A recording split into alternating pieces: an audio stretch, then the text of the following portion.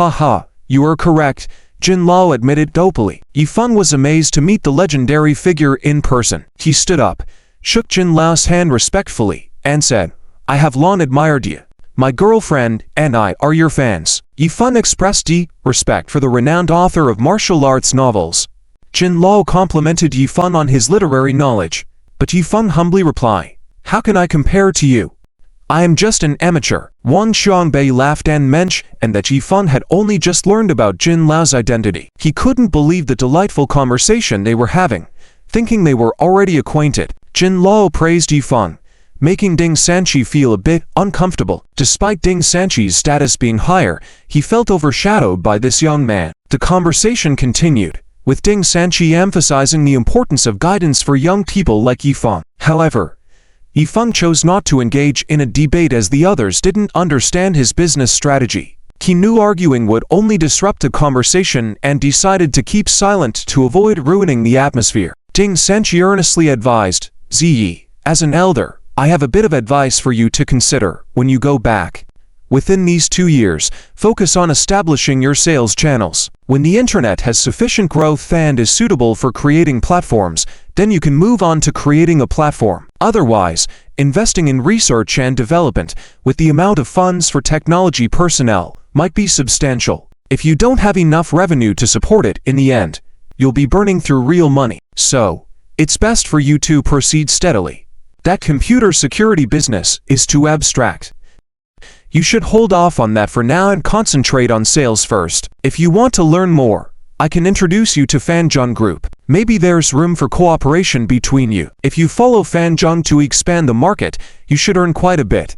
Ding Sanqi's words were heartfelt and entirely for the sake of Yifeng, even promising to help with introductions for collaboration. Yifeng was at a loss. He couldn't directly refuse such goodwill, as it would be impolite. Well, Director Ding's advice is sound. I will seriously consider it when I return, Yifeng replied. Jin Lao listened to the three discussing work matters and saw that neither side could convince the other, so he intervened gently, saying, Hey, you guys, why talk about work and business in such a beautiful scenery? How about we discuss some leisurely topics to fully enjoy this wonderful setting? Wang Xiangbei nodded repeatedly, saying, Yes, Jin Lao is right. Haha, Jin Lao, don't mind. Director Ding is a workaholic. He's always thinking about the internet industry wherever he goes. Ding Sanqi raised his cup and smiled. My, come, let's drink tea instead of alcohol. Here's a cup to toast to Jin Lao.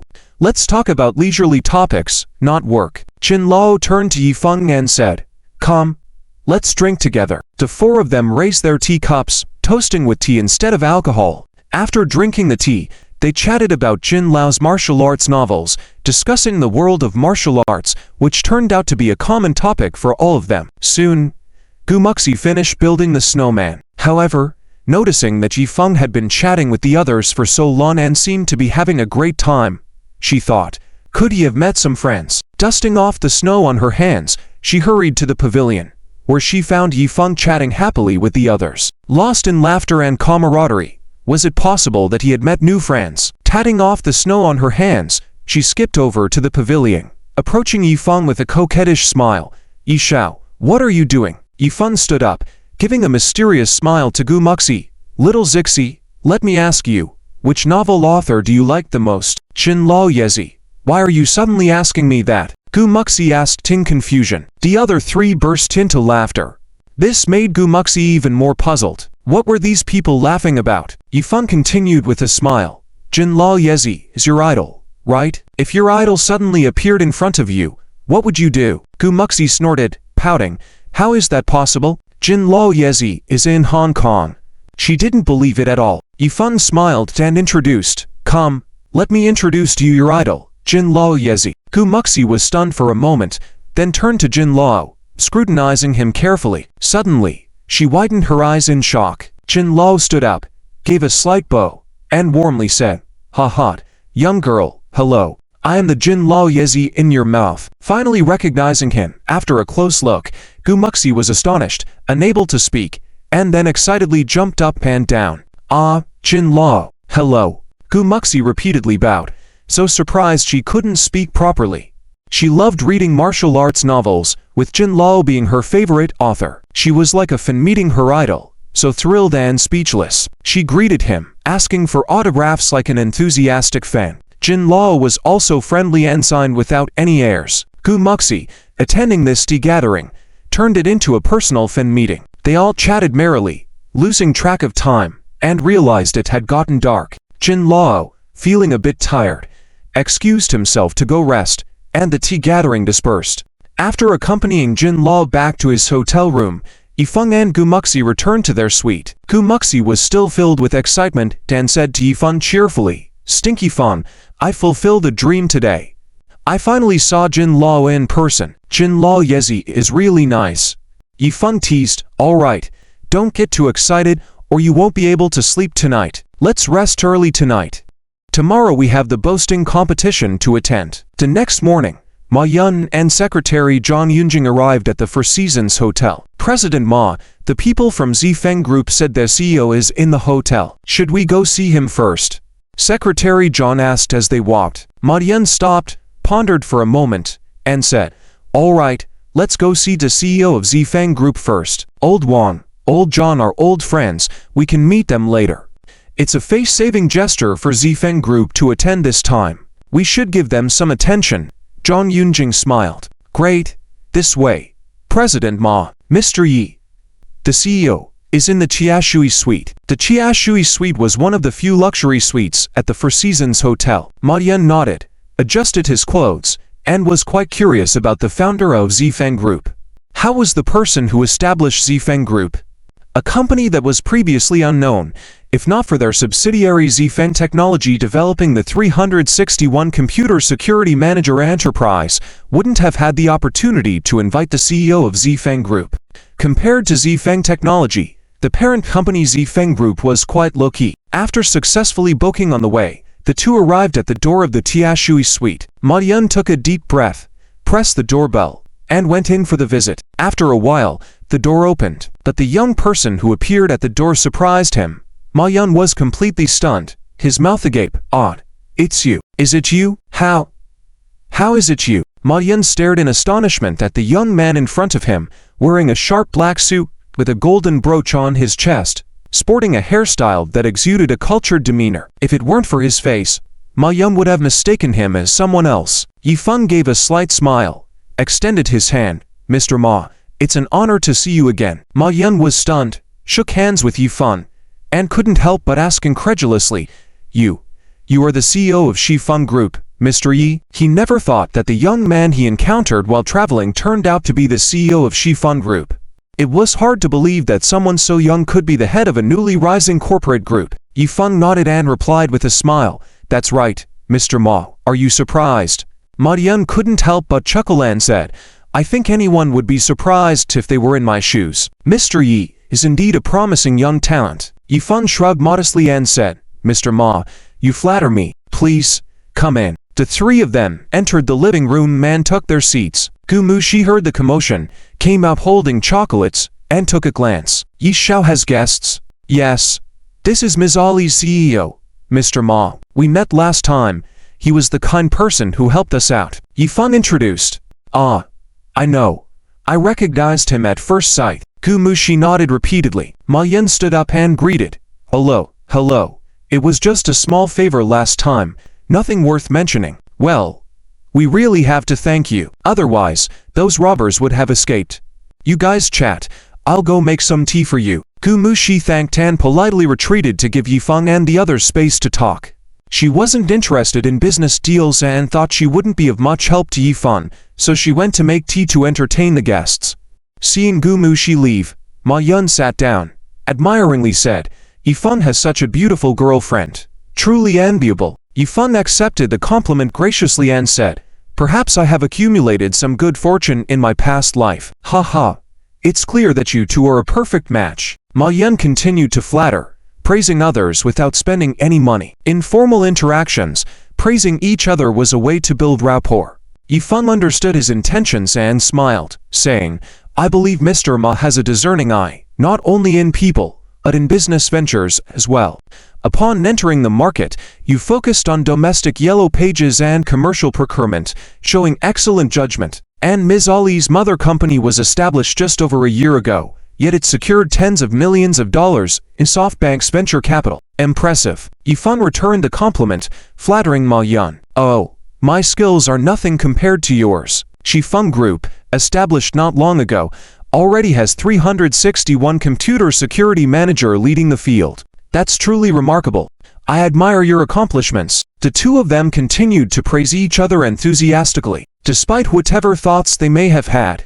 Creating a positive conversational atmosphere was essential in formal settings. When the atmosphere seemed right, Ma Yan sincerely thanked Yifeng.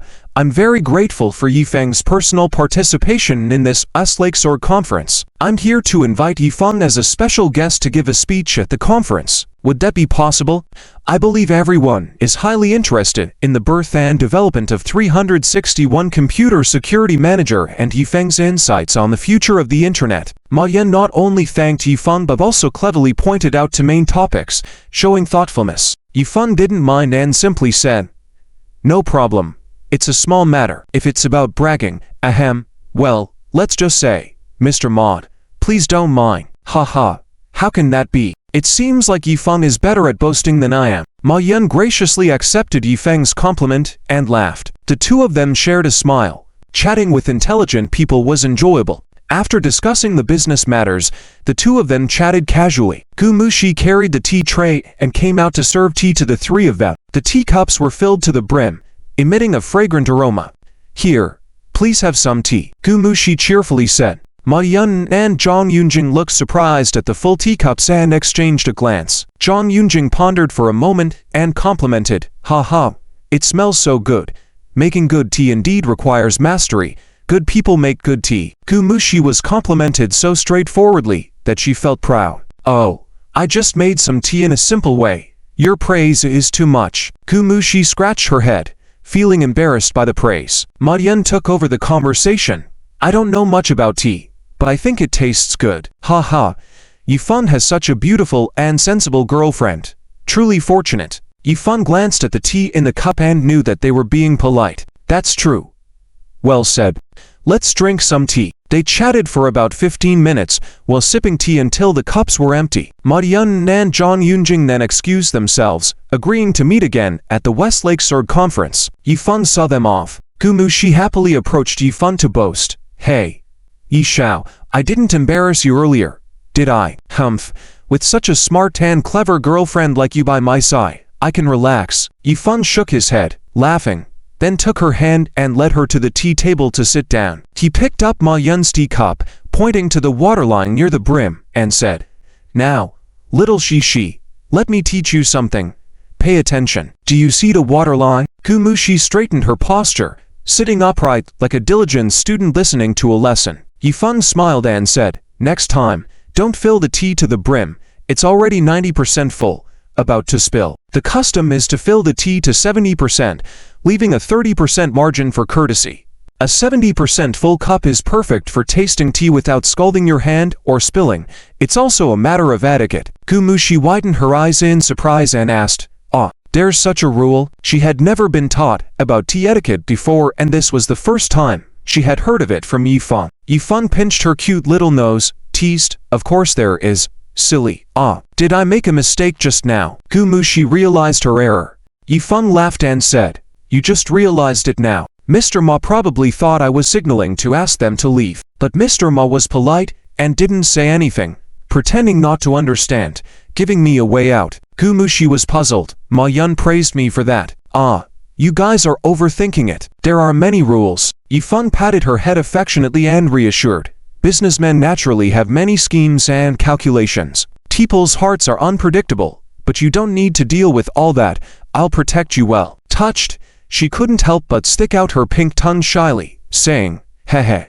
Okay, Yi Shao, I'll remember. Next time, I'll follow the rules. By the way, Stinky Fun, did they come to invite you to participate in some boastful conference?" Yifeng nodded, chuckling. "Yes, and I'm a special guest. I have to give a speech." "Oh, is it troublesome? I thought we were just here to chat. It's so formal." Gumushi was surprised. Of course, it has to be formal. How else would Miss Ali's reputation spread? This is one of their marketing tactics. They thought of such methods. Mr. Ma truly is a talent. Yifeng leaned back on the sofa, crossing his legs, admiringly spoke. With a hint of strangeness in his smile, it would be interesting if we could acquire Ali. If both Non and Bei's groups were in his hands, what kind of scene would Yifeng group create? On the other side, at the West Lakeside conference venue, Achoo! Ma Yun sneezed and muttered to himself. Who could be thinking of him now? Zhang Yunjing handed him a tissue and whispered, Mr. Ma, General Zhang from Suhu, Director Ding from Wang Yi. They have arrived. Have they all arrived? Ma Yun took the tissue to wipe his nose and turned around. He saw 7 or 8 people walking towards him. Ha ha. Isn't this our Ma Zong? Zhang Chaoyan walked over with a smile on his face. Lao Zhang, you are here. I was thinking of finding you for tea later. Ma Yun warmly greeted. Tea can be had anywhere, but we just happened to run into Lao Ding and the others, so we decided to come here first. If you want tea, let's go to the VIP room. Zhang Chaoyan said with a smile. All right, let's go. Ma Yun called out. He was the host and also considered the host. Although the event was named Westlake Swordsmanship Conference, it was essentially a private gathering of the circle. However, Ma Yun's operation could gather resources from the circle and enhance his reputation at the same time. A win-win situation. That's why it turned into a semi-formal event. Everyone walked towards the VIP room together. Suddenly, Ding Sanchi asked, Lao Ma, I just saw the brochure at the entrance. Is there a mysterious special guest today? What's the significance? Who is it? Ma Yun found Ding Sanchi's speech amusing but still explained. The reason it's a special guest is that not everyone can be invited. If the person doesn't show up, there's no story to tell. If the person does show up, then it's all good. That's why I didn't announce it to the media in advance. But it's settled, the guest will come. As for the significance, it's not huge, but it will indeed be surprising. Everyone couldn't help but be curious. Ding Sanchi was eager, asking quickly, Lao Ma, you are being secretive. How can you leave us hanging? Who is it? Is it someone from the internet circle? Do we know them? Seeing Ding Sanchi's impatience, Ma Yun replied mysteriously, No, you'll find out later. Don't worry. Haha. Okay, still keeping it a mystery. You're something else. Ding Sanchi said helplessly. Other bosses nearby found his reaction amusing. Wan Xiangbei jokingly said, Lao Ding, Lao Ma is just teasing you to keep you on edge. Haha. But if it's someone we don't know in our circle, then it's probably a rising force. Am I right? Lao Ma. Ma Yun was taken aback and smiled. Indeed, you are sharp, wise king. This is indeed a rising internet force. The most significant rising force. Everyone was surprised to hear Ma Yun described this way. Ma Yun himself was considered a big player, making waves in the internet circle with millions of dollars in financial resources, and his company's rapid growth relied on Ma Yun's networking. If we were to talk about the most significant rising star in the internet scene, the thoughts would naturally gravitate towards Ma Yun with his major funding this year. However, Ma Yun stated that this special guest was the biggest rising star, which piqued everyone's interest. Bigger than you. Lao Ma, how come I didn't know? Ding Sanchi asked in disbelief, not expecting a company more famous than Ma Yun's. Wan Xiangbei scratched his chin, pondering. Lao Ma, are you sure it's an internet enterprise? Must it be in platform products? Which platform? Ma Yun chuckled. Lao Wan, aren't you the wise king? Why not guess? Others also began contemplating, thinking of the most popular internet products and applications this year. Suddenly, a lightning bolt struck Wan Xiangbei's mind, and he exclaimed, could it be 361 Computer Security Guard? Everyone showed a look of realization upon hearing 361 Computer Security Guard. Indeed, this software, claiming to be a must-have, was the most popular cybersecurity software tool this year. Though the software was popular, the developing company kept a low profile, focusing more on product promotion rather than corporate branding. If it were someone else developing such a remarkable product, they would have definitely publicized it widely to establish the brand. Right? 361 Computer Security Guard. I didn't think of that. It was you who reminded me. This product has been quite popular recently, and many people in my company use it. Zhang Chaoyan nodded in realization. 361 Computer Security Guard. Which company developed it? The product is indeed popular, but I didn't pay much attention to it. Ding Sanchi asked. It was cybersecurity software, not closely related to his field of portals and gaming, so while he had heard of it, he hadn't delved into it. It's developed by Zifeng Technology. Don't you know that? It's right there on the product's official website. Wan Xianbei teased.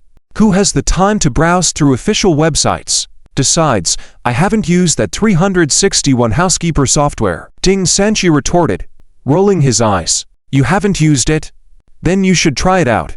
It's indeed powerful, with the core antivirus function leading the industry. It also has features to manage computer memory efficiently, visually appealing, small, and strong virus protection capabilities. The product is impressive, and the recent release stirred quite a response in the tech community. It has even become the top choice in the cybersecurity area. Wan Xianbei introduced. As the president of Din Lang, he often kept track of public opinion and had more exposure than Ding Sanchi. The top choice? That's impressive. Ding Sanchi was astonished. While he hadn't looked into it specifically, achieving first place in a field was indeed commendable. What did you expect? Wan Xianbei chuckled. But, Lao Ma, you managed to invite people from Zifeng Technology. Ma Yun smiled mysteriously. Zifeng Technology? No, it's not Zifeng Technology. Wan Xianbei was stunned, asking incredulously. Not Zifeng Technology. Then who? Who else could it be if not someone from Shifeng Technology, right? Isn't 361 developed by Shifeng Technology? Zhang Chaoyang asked in confusion. Ma Yun chuckled and replied. Well, you'll find out soon enough. If I reveal it now, I won't be a mysterious guest anymore. Oh, come on. Ma, you're being unfair. Zhang Chaoyang laughed helplessly, feeling the curiosity building up inside him just like an itch he couldn't scratch. Haha. All right, let's go have some tea first. We'll find out soon enough. No rush. Gentlemen, please. Ma Yun gestured as they headed towards the side hall to have tea and chat. At that moment, Zhang Yunjing quickly walked towards the tea table, approaching Ma Yun. Ma, Mr. Jin has arrived, Zhang Yunjing announced. Ma Yun immediately stood up, waving his hand. Let's go and welcome him. The two met Mr. Jin at the entrance of the side hall. Ha. Mr. Jin, how was your rest at the hotel last night? Ma Yun warmly greeted him. It was good. I figured it was about time, so I came over to see. I heard you were having tea here, Mr. Jin replied with a smile. Yes.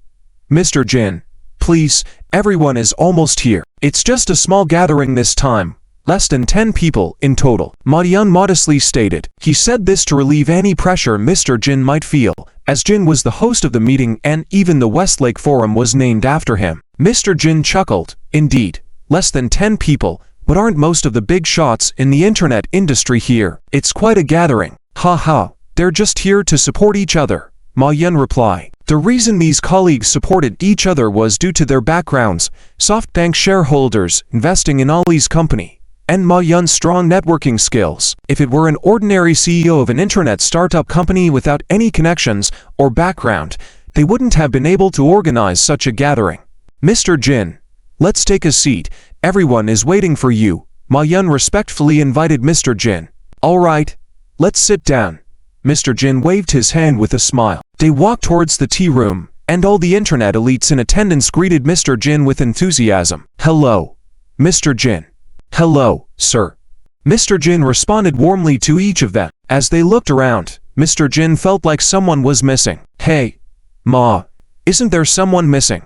Mr. Jin asked Ma Yun. Who's missing? Mr. Jin, Ma Yun inquired, as most people were already present, and it seemed like no one was missing. Yesterday I met a young man who mentioned he was also attending the Westlake Forum, Mr. Jin explained. Oh, you mean him? Don't worry about it. Maybe he was just talking, Ding Sanchi joked. Zhang Chaoyan, unaware of what had happened the previous day, asked, Who is this young man? Oh, he's a second-generation entrepreneur who owns a company. We met with Mr. Jin yesterday and chatted for a while, Ding Sanchi casually replied. Oh, why is Mr. Jin so concerned? Zhang Chaoyang asked in confusion. Ding Sanchi gave him a look. Mr. Jin looked around, not seeing Yifeng and feeling a tinge of regret.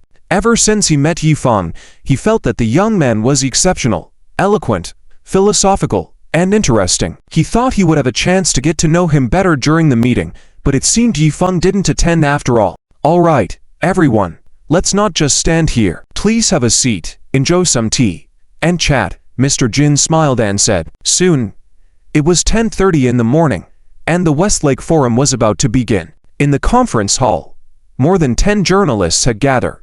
Not a large group, but included esteemed newspapers like the Hangzhou Daily and Southeast Economic Vanguard. The journalists were patiently waiting for the meeting to start. Then, led by Ma Yun, a group of people walked out from a side hall. Besides Ma Yun was Mr. Jin and various internet bigwigs like Xin Lang, Wang Yi, and Su Hu, all leading internet companies both domestically and internationally. On the stage, there was a small platform with 9 chairs, and the group took their seats upon it. The journalists understood that the meeting was about to begin and started taking pictures. The screen behind the platform lit up with the words First Westlake Forum. Mr. Jin stepped forward to give the opening speech. Welcome, everyone, to the First Westlake Forum. I am honored to be invited by Ma Yun to host this meeting, though I am more here just to see what's happening. Mr. Jin chuckled, lightening the atmosphere. Ma Yun also mentioned that we should not consider this a formal meeting. Let's just chat and talk freely about the domestic internet industry. Now, let me introduce the guests attending the First Westlake Forum. Mr. Jin began introducing the guests one by one, reading the information from the cue cards. When he reached the last card, he seemed puzzled. It seems we have a special guest today. Introducing the CEO of Shifeng Group, Mr. Yifeng. Finally, the audience learned the identity of the mysterious guest. He wasn't from Shifeng Technology, but judging by the name, he was likely from the parent company, Shifeng Group. Ding Sanchi was astonished. Shifeng Group.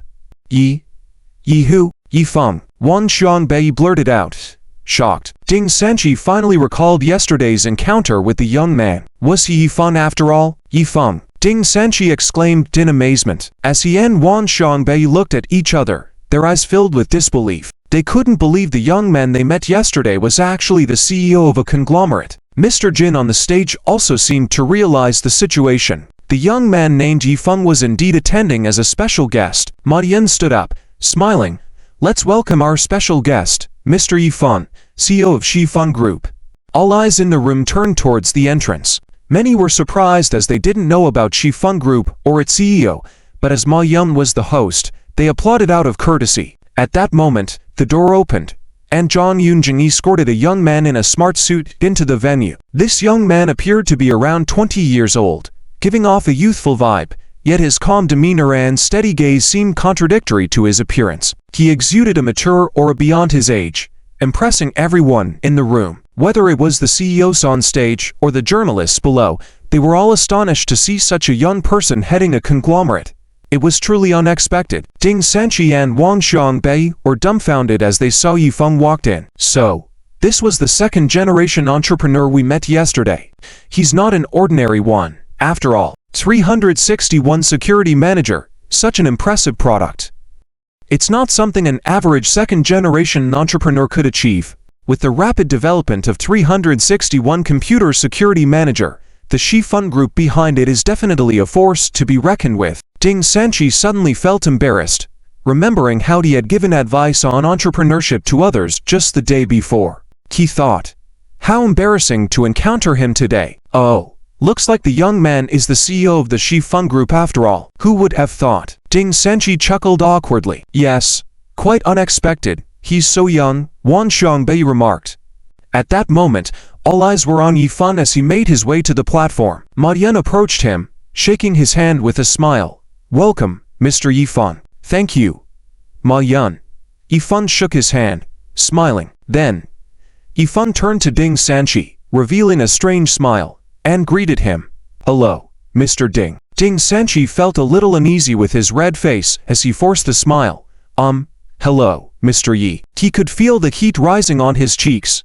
Seeing Ding Sanchi's discomfort, Wan Xiangbei teased, Hey, why is Mr. Ding blushing? Ding Sanchi shot him a glance. Ma Yun turned to the journalists and other guests, introducing, This is Mr. Yifeng, the CEO of Shifeng Group. You may not be familiar with Shifeng Group, but some of you might know Shifeng Technology. This company developed the famous 361 computer security manager, becoming the leading application in the cybersecurity field. Shifeng Group is the parent company of Shifeng Technology, and today, Mr. Yifan is representing the subsidiary and the 361 Computer Security Manager product here. I am honored to invite such a significant dark horse of the year. The journalists eagerly snapped photos of Yifan. Ma Yan then turned to Yifan, and with a serious tone, welcomed him to the Westlake Forum. Yifan saw the sincere expression on Ma Yan's face and smiled, saying, "President Ma, you are too kind. It's my honor to be on the same stage with so many internet big shots." Ma Yan grinned, finding it easy to deal with smart people. He gestured with his hand. "Please, President Yi, take a seat." Yifan nodded and proceeded to greet the other guests at the scene, as courtesy demanded. After Jin Lao's opening speech, the discussion shifted to today's topics, focusing on the trends in domestic internet development. Ma Yan used a vivid and appropriate analogy to describe the current situation and trends of the Chinese internet. He likened the Chinese internet in 2000 to a chaotic time, where various forces in the martial arts world were battling for control. Due to limitations in internet infrastructure, the current internet still retains some regional characteristics. For example, regional internet service providers, like China Telecom, and the newly established Mobile Communications Group cater more to regional social needs. Well-known examples include Chianya communities, regional sections, and major city forums, fulfilling regional social demands. However, as the power struggle escalates with the growth of portal websites breaking through regional barriers, traffic is increasingly concentrated on these platforms, and the battle for portal traffic is starting to emerge. Ma Yan believes that in the next 5 years, the golden period for PC internet portal entrances will come. As long as they meet user demands, becoming a traffic entry portal is possible. Ma Yan's goal is to start from the B-side's actual purchasing needs, enter as a B-side entry portal, and eventually expand into the C-side. Online shopping will also become a trend, aligning with Ali Mama's vision. Ma Yan's words resonated with others, followed by Din Lang CEO Wan Xianbei sharing his views on the internet's development, focusing on social portals as the most prominent aspect of the internet. Other guests then expressed their perspectives on development trends and shared their products and viewpoints. Yifan listened attentively, making his first close contact with these first-generation internet giants. Their views on the industry are distinctive and met historical trends. Indeed, these talented individuals were indeed extraordinary, with their insights and grasp of the future far beyond ordinary individuals. When it comes to the network security field, President Yi must say a few words. Someone joked. Why not let President Yi introduce the 361 Computer Security Manager and its future development? Jin Lao suggested with interest. Suddenly, all eyes turned toward Yifan, with a hint of anticipation. Ma Yan, in particular, looked at Yifan with great anticipation, seeing huge potential in the 361 Computer Security Manager. Facing the many expectant gazes, Yifan showed no signs of nervousness, demonstrating great composure. He was accustomed to such conference settings, having experienced even larger gatherings. After a moment of contemplation, Yifan elaborated on the 361 product he personally developed as a prototype, emphasizing its role in safeguarding users' computer security and the utilization of advanced heuristic antivirus engine technology. As he explained the product's easy-to-use and practical nature, as well as its free strategy, which had recently shown some results, Yifan concluded modestly. Ma Yan tugged at his mouth, secretly complaining that presenting a modest increase was an understatement. There must have been an increase in the range of 3-4 million. President Yi, can you disclose the number of users for this product? Ding Sanchi curiously inquired. With a light laugh, Yifan replied, of course, the number of our users is constantly updated on the official website, with over 3 million users as of today. The guests were astounded by this figure, which, though not substantial for a portal website, was remarkable for the 361 Computer Security Manager, only developed a few months ago. The rapid growth in the number of users was truly astonishing. Ding Sanchi was taken aback, his perception of Yifan changing, now more appreciative. This young man was definitely not to be underestimated. Yifan noticed their surprised expressions and casually remarked, "Is that impressive to you all? I think it's all right, with significant room for growth." According to the Internet Industry Report compiled by the Ministry of Industry and Information Technology, by the end of 2000, The number of domestic internet users had reached 22.5 million, with 15.43 million dial-up users. Yifeng emphasized that, considering the current market size and robust growth of new users, achieving over 3 million users wasn't particularly impressive. To Yifeng, the goal of the 361 product was to reach 80% of dial-up internet users, which meant exceeding 12 million users to maintain a substantial increase. This was the benchmark for success. The prospect of reaching 12 million users was met with shock, as even major portal websites struggled to achieve such numbers. Yet, for Yifeng, this was deemed a reasonable target. The onlookers were taken aback by these ambitious goals. President Yi, can the 361 computer security manager truly achieve an 80% market share? Wang Xianbei asked incredulously. Yifeng smiled faintly and stated confidently, this might be challenging in other fields, but in the internet security domain, it's achievable due to its unique characteristics. It's a winner-takes-all environment solely based on technical superiority. Users will choose the cheapest and most user-friendly internet security product available. The 361 Computer Security Manager adopts a widespread free strategy, with membership upgrade experience strategies. Compared to the outdated products in the market with a monthly fee model, we are highly competitive and reaching an 80% market share isn't difficult. As long as we maintain technological and service leadership, this traffic entrance will belong to the 361 Computer Security Manager. Wang Xianbei was amazed by Yifeng's ambitious plans, realizing the young man's significant aspirations. The other guests now viewed Yifeng with added respect. Truly commendable for someone so young. The journalists redirected their cameras towards Yifeng, capturing the moment. From today onwards, the West Feng Group was poised to make a name in the internet industry in Hangzhou and Beijing. The Westlake Sword Meet had unexpectedly become the stage for the West Feng Group's debut. The meeting lasted for a full 3 hours and concluded at 1 o'clock in the afternoon. After the event, Zhang Chaoyan, Wang Xianbei, Ma Yun, and other guests approached Yifeng, engaging in conversations to establish closer relationships. This significant traffic entry was a resource that needed to be cultivated. Hey, President Yi, here's my business card. If you're ever in Beijing, be sure to contact me. President Yi, I believe there's ample space for deep collaboration between our Suhu platform and 361. Let's grab a meal and discuss further, shall we? Ha. President Yi, there are many areas where Ali Company and the West Feng Group can cooperate. Our procurement platform is a win-win strategy. Facing the numerous offers for collaboration, Yifeng felt quite satisfied. These connections would prove valuable in the future. Sure. Let's discuss further. I'll make time for that. Yifeng responded politely to everyone. Suddenly, a call came through his mobile phone. Seeing it was from Gu Muxi, he excused himself and stepped aside to answer the call. What's wrong? Little Shishi, miss me already? Yi. Let's head back early. Her voice was filled with urgency. Yifeng sensed something was wrong from her tone. Don't worry. What's going on? What happened? Gu Muxi's voice trembled. Just now, my mom called me, my dad. He's now being blocked by a group of workers at the factory and can't leave. I'm very worried about him. The news that her future father-in-law was in trouble sent a jolt through Yifeng. What? He's blocked at the factory. It seemed the situation at the steel rolling mill was worse than anticipated.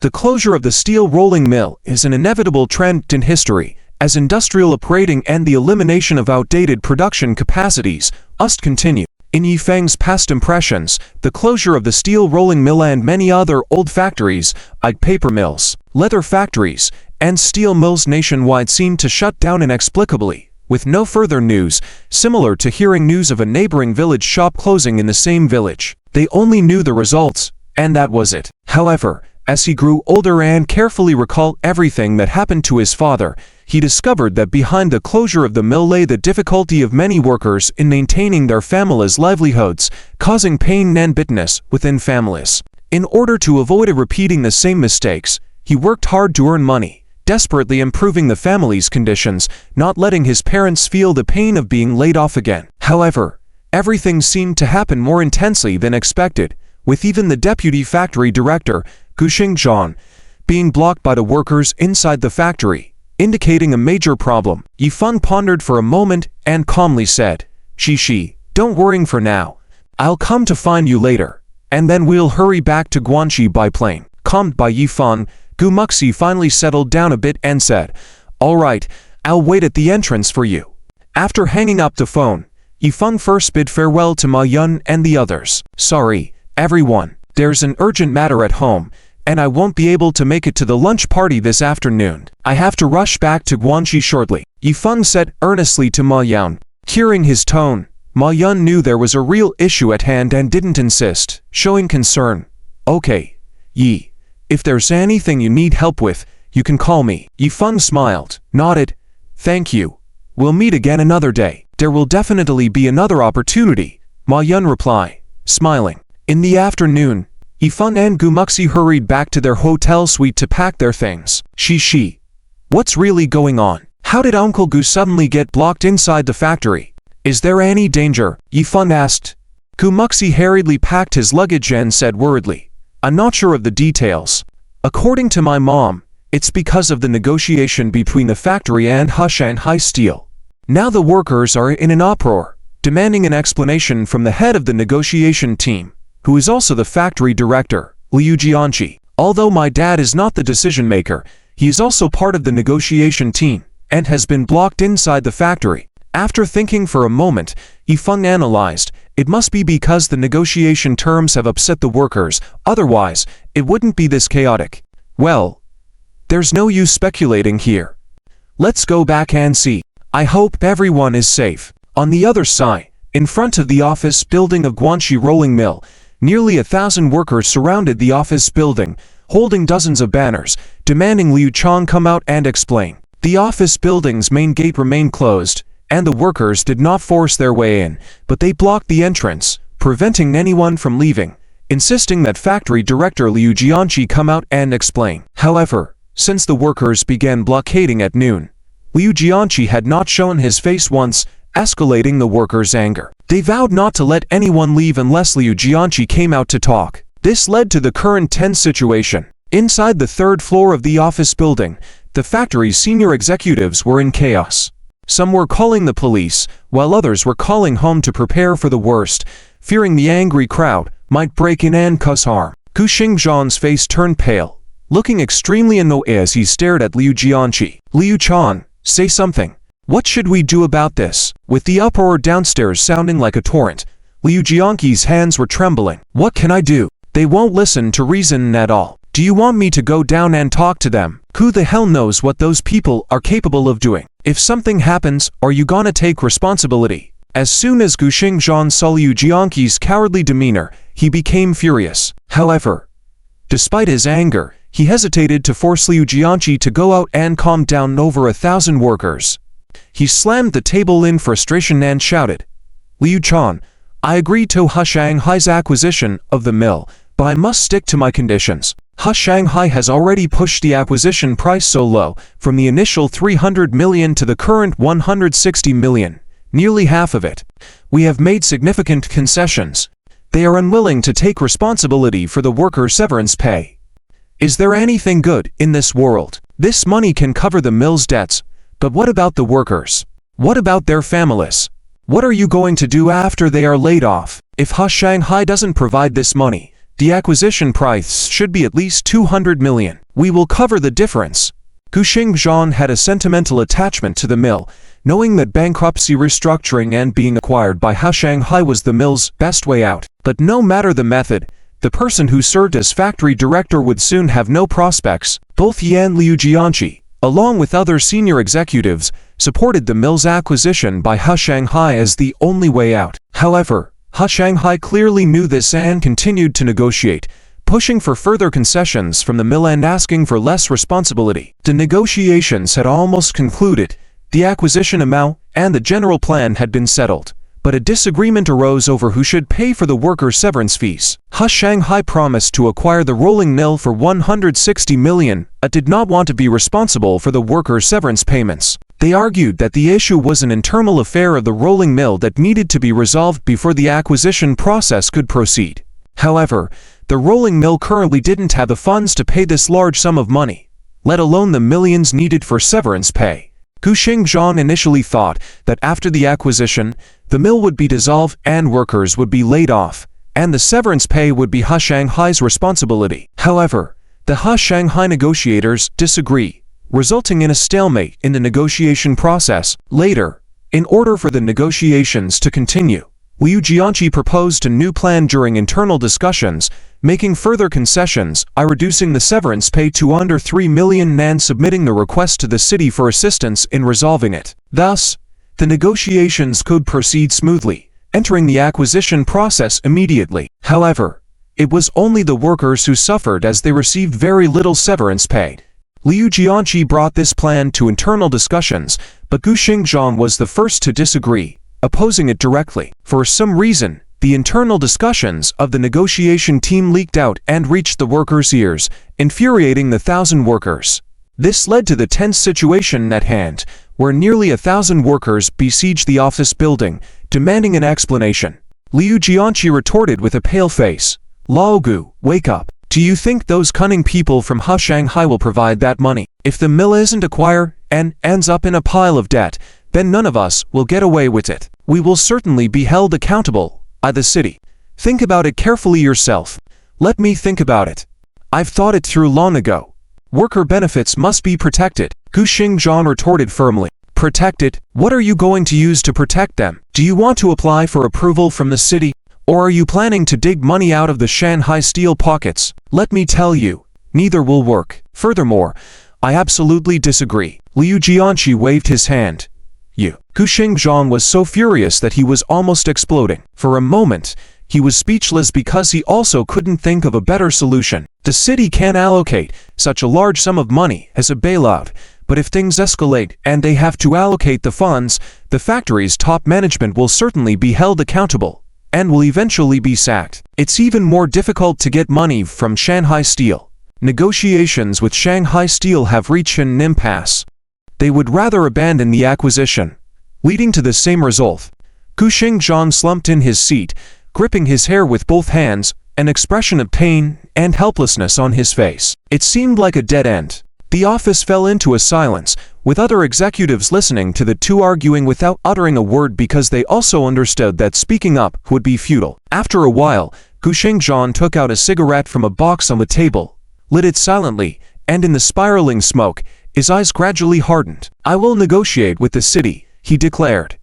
Everyone present showed a shocked expression. This meant that the leadership team of the factory would be held accountable for this situation. The career paths of the factory leaders were likely to come to an end. Gu Xingzhang was sacrificing himself and their futures. Liu Jianqi's face turned ugly, shouting angrily, "No, I don't agree. I absolutely disagree." He was hoping to finish the issue at the steel mill and transfer to another department later, continuing his upward climb. How could he allow Gu Xingzhang to ruin his own prospects? In case of accountability from above, not to mention the future, even his current position as factory director would be at risk. "Old Gu, think about it carefully. Don't act rashly. Yes, we can discuss things properly and come up with other solutions, definitely. Don't be impulsive." Other executives stepped forward to advise. However, Gu Xingzhang had made up his mind. Calmly, he said, "I've made my decision. You don't need to persuade me. This is the most suitable solution." Liu Jianqi slammed the table, pointing at Gu Xingzhang's nose, cursing, "Gu Xingzhang, do you still see me as your leader? If you dare to overstep your bounds privately, I'll remove you." Gu Xingzhang, exhausted, drew a drag from his cigarette, saying wearily, "Fine, take me down. It's you who has pushed me to this point. You'd better take me down now. This is outrageous. This is unfathomable coming from you." Liu Jianqi burst out furiously, ready to continue arguing with Gu Xingzhang but was held back by other executives who urged him to stop. Gu Xingzhang exhaled a puff of smoke, stood up, and coldly said, "I must get a satisfying explanation to all the workers below." Liu Jianqi pushed away the restraining hands of others, turned around, and locked the office door, saying angrily, "It's not up to you to call the shots here. I now officially declare, Gu Xingzhang, that you are no longer a member of the negotiation team. You are not qualified to represent us." At 4 o'clock in the afternoon outside the steel mill, police cars arrived and parked at the factory gates, followed by 3 black sedans. A group of people rushed out of the black sedans, led by a middle-aged man in a black jacket and black-framed glasses. District Chief Lee.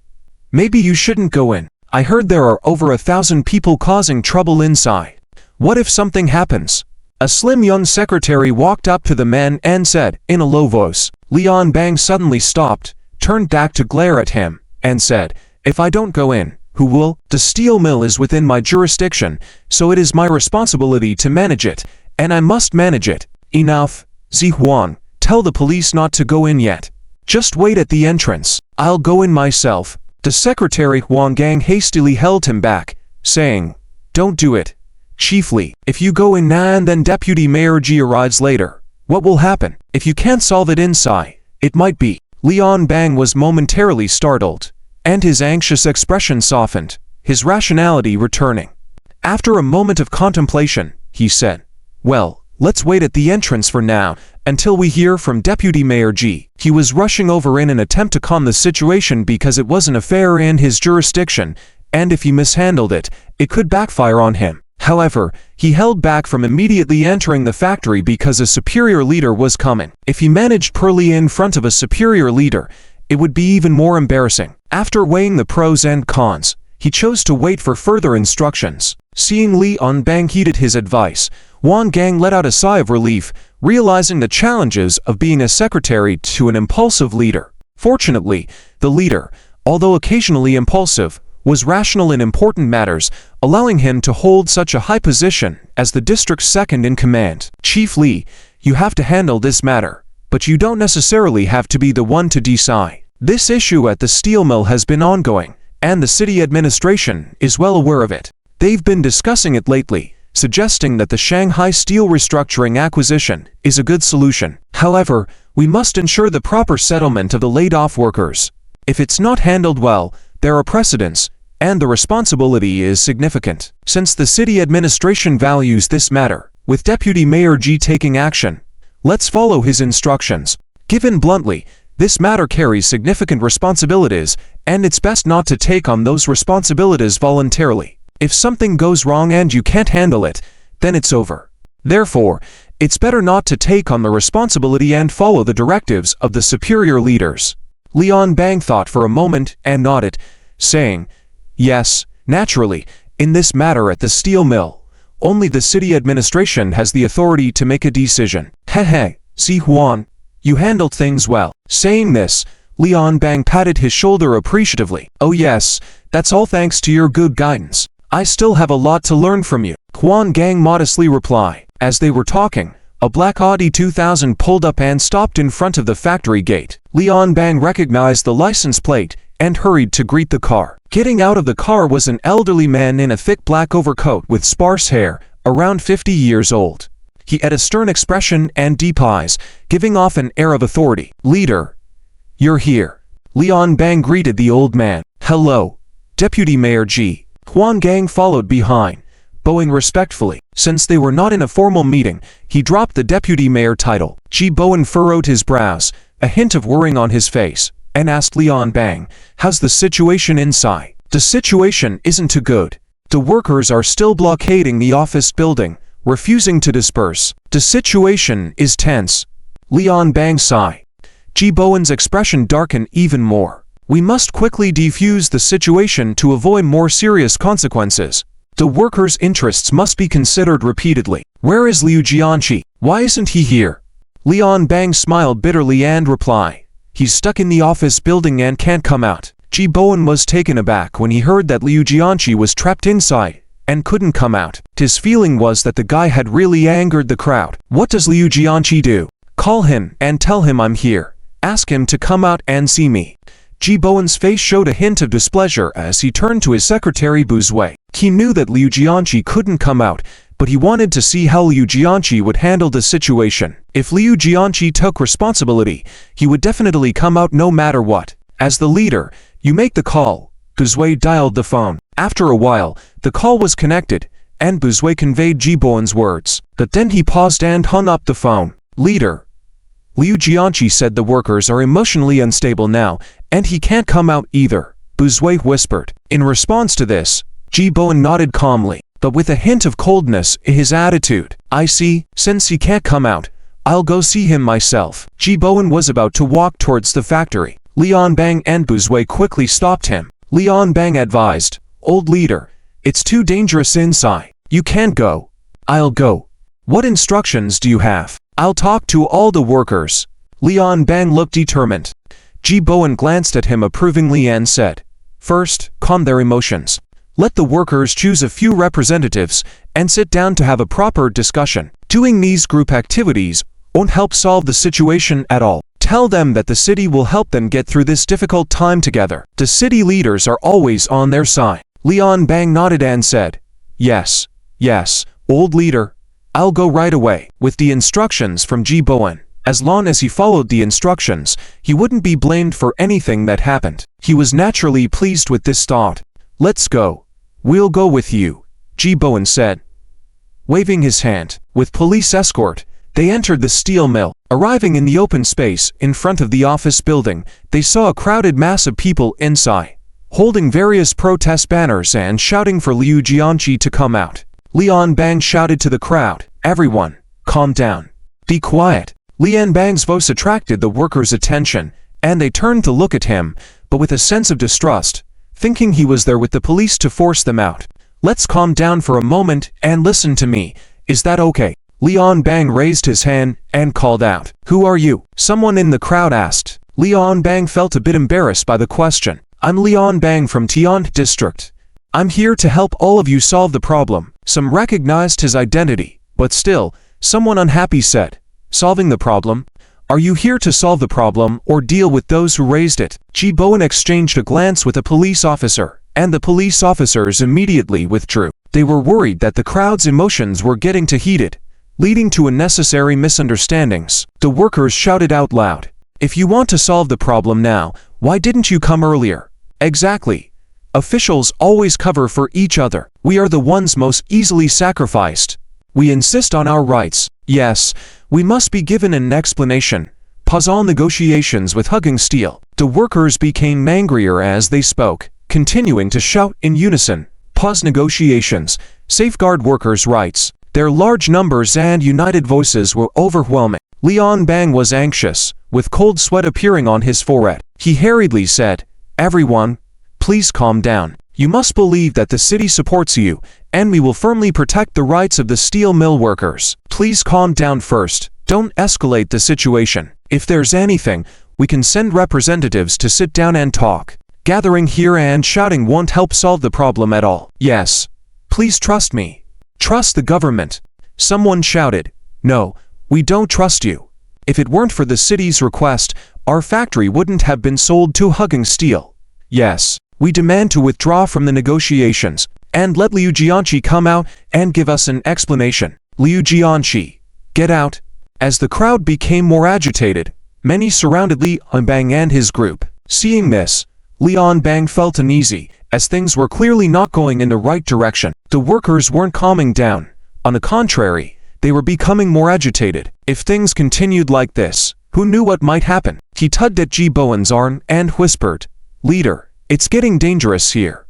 Let's retreat first." "No, I'm not leaving," Ji Bowen said sternly. Lian Bang tried to persuade, "This is too dangerous. Let's go back and rethink our approach." "Yes, Mayor Ji, let's take a break now and wait for the workers to calm down.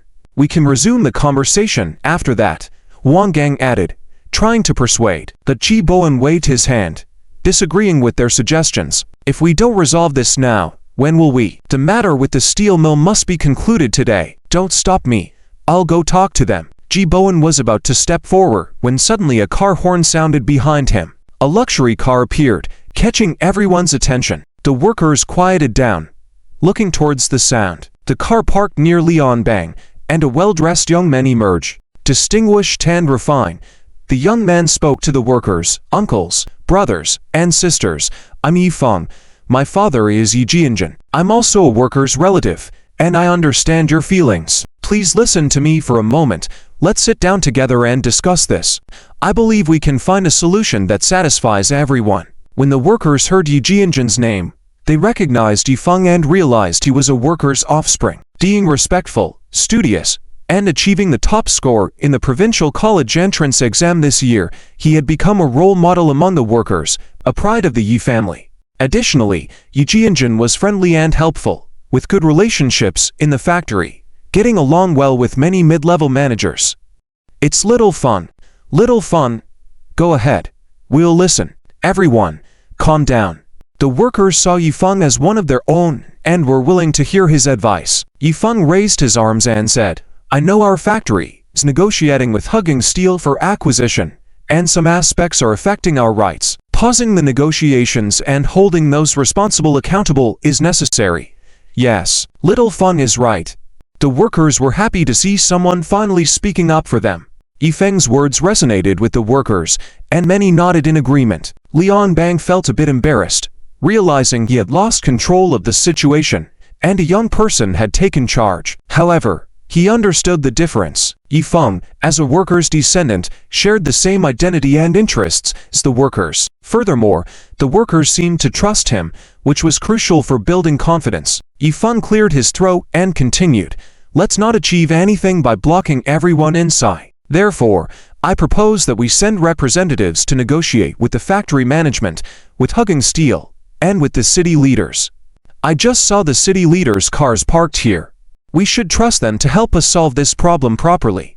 Isn't this more useful than blocking everyone out here? Yifeng's words resonated with the workers, who found his ideas reasonable and worth following.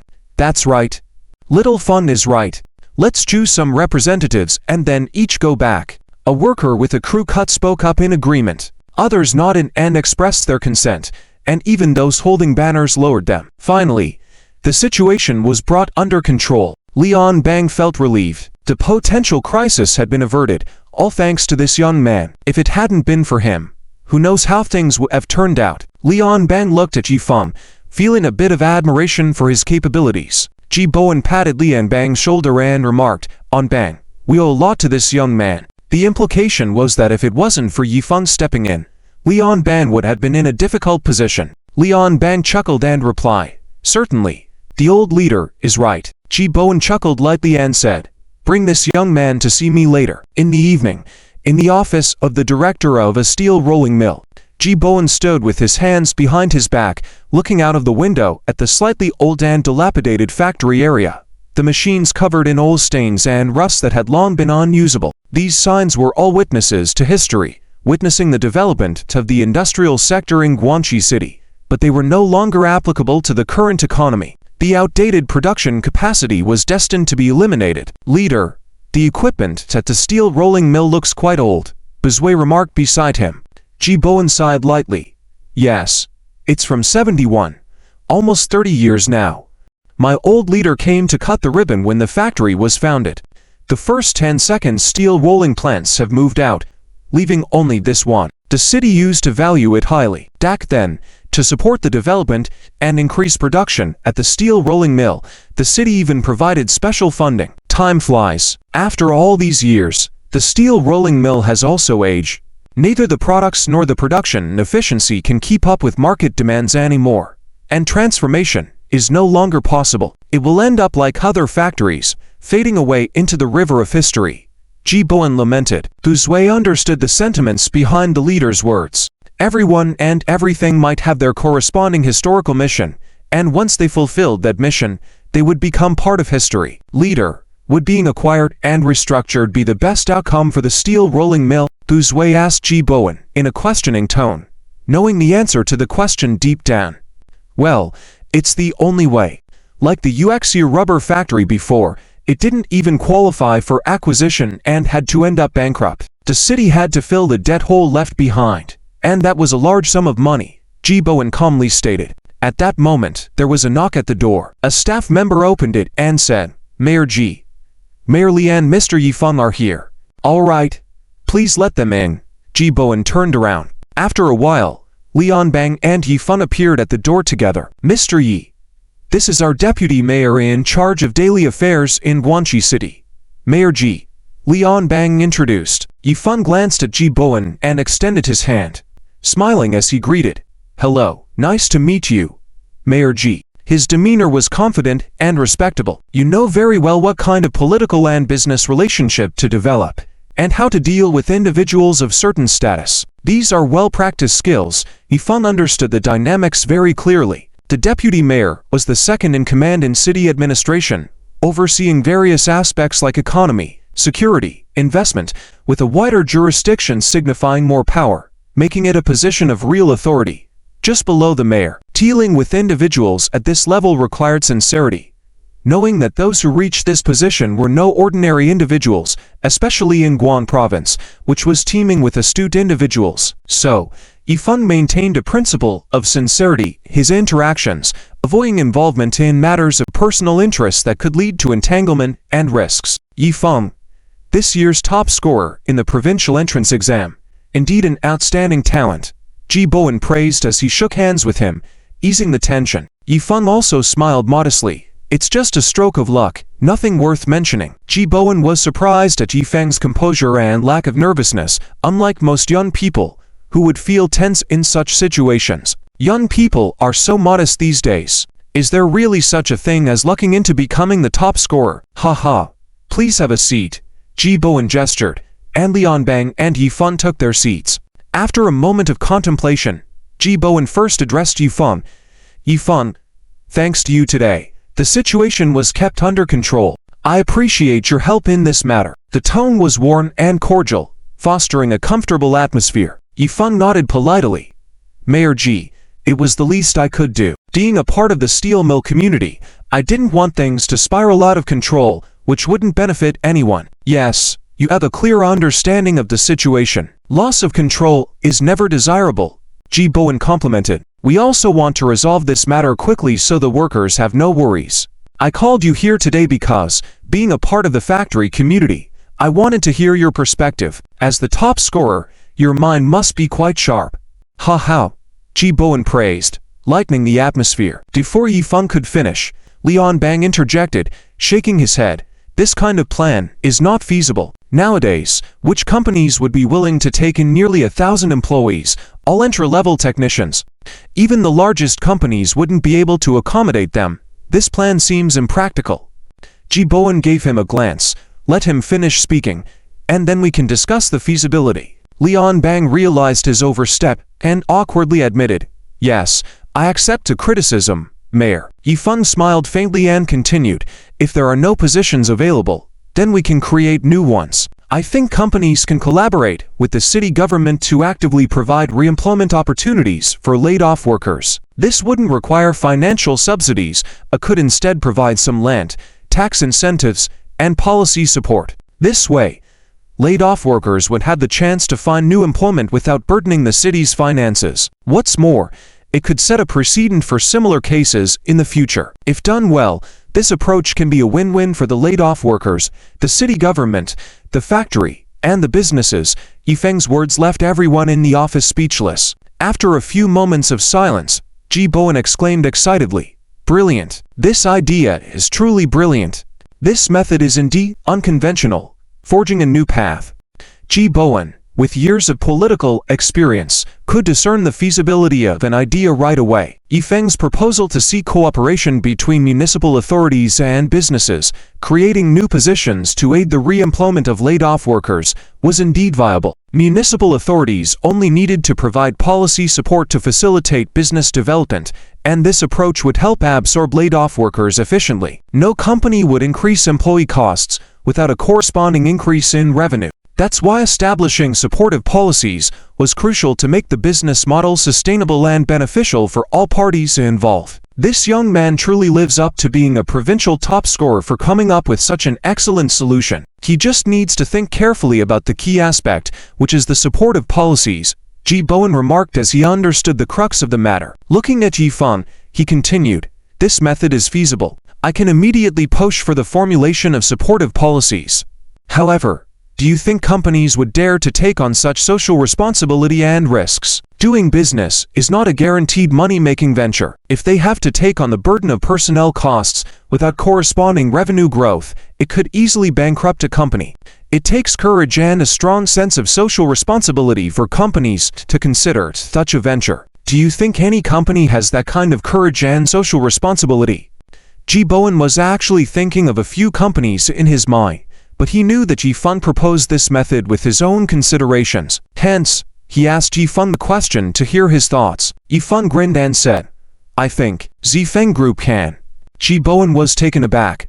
What? Zifeng Group? Zibo, have you heard of this company before? Is it one of our province's top 500 companies? Jibowen turned to Buzui and asked, thinking that he might have forgotten which company was part of the top 500 companies in the province or which company was publicly listed. Buzui shook his head, equally puzzled, and replied, Leader, I'm not sure either. I haven't heard of this company before. Lian Bang searched his mind for a moment and also had no impression of the Western Maple Group. He hadn't heard of it. Old leader, I haven't heard of it either. Xiao Huan, do you know? Huan Gang nodded, saying, District Chief, I have heard of this company. It seems like the local TV station even did an interview when the company first opened. I glanced at the news, heard it was recently established but has already dominated the market for computer components in the city, showing strong growth momentum. Oh, so it's a company selling computer accessories, Lian Bang said with a sudden realization. Making money easily these days involved obtaining agency licenses to purchase goods, preferably representing foreign products with some degree of monopoly, making a good profit. After hearing this, Jibowen turned to Yifeng and asked, Is this company selling computer accessories? Yifeng nodded and replied, Yes, Mayor Ji, actually. Lian Bang interrupted, saying, Yifeng, how can you be so sure that the Western Maple Group has such a sense of responsibility and foresight? I think we need to visit the company ourselves and understand the thoughts of the business owner. Yifeng smiled wryly and continued, Li District Chief, I think this matter is not difficult to resolve because... Lian Bang thought Yifeng was in a hurry, as if he was trying too hard to impress others, so he raised his hand and said, It's not about whether it's difficult or not. Even if we want to support it with policies, we still need to see if this company is suitable, right? Jibowen agreed with Lian Bang this time. He said calmly, Yes, we need to understand what kind of company Western Maple Group is, its strength. Whether the business owner has the intention, we need to be clear about it.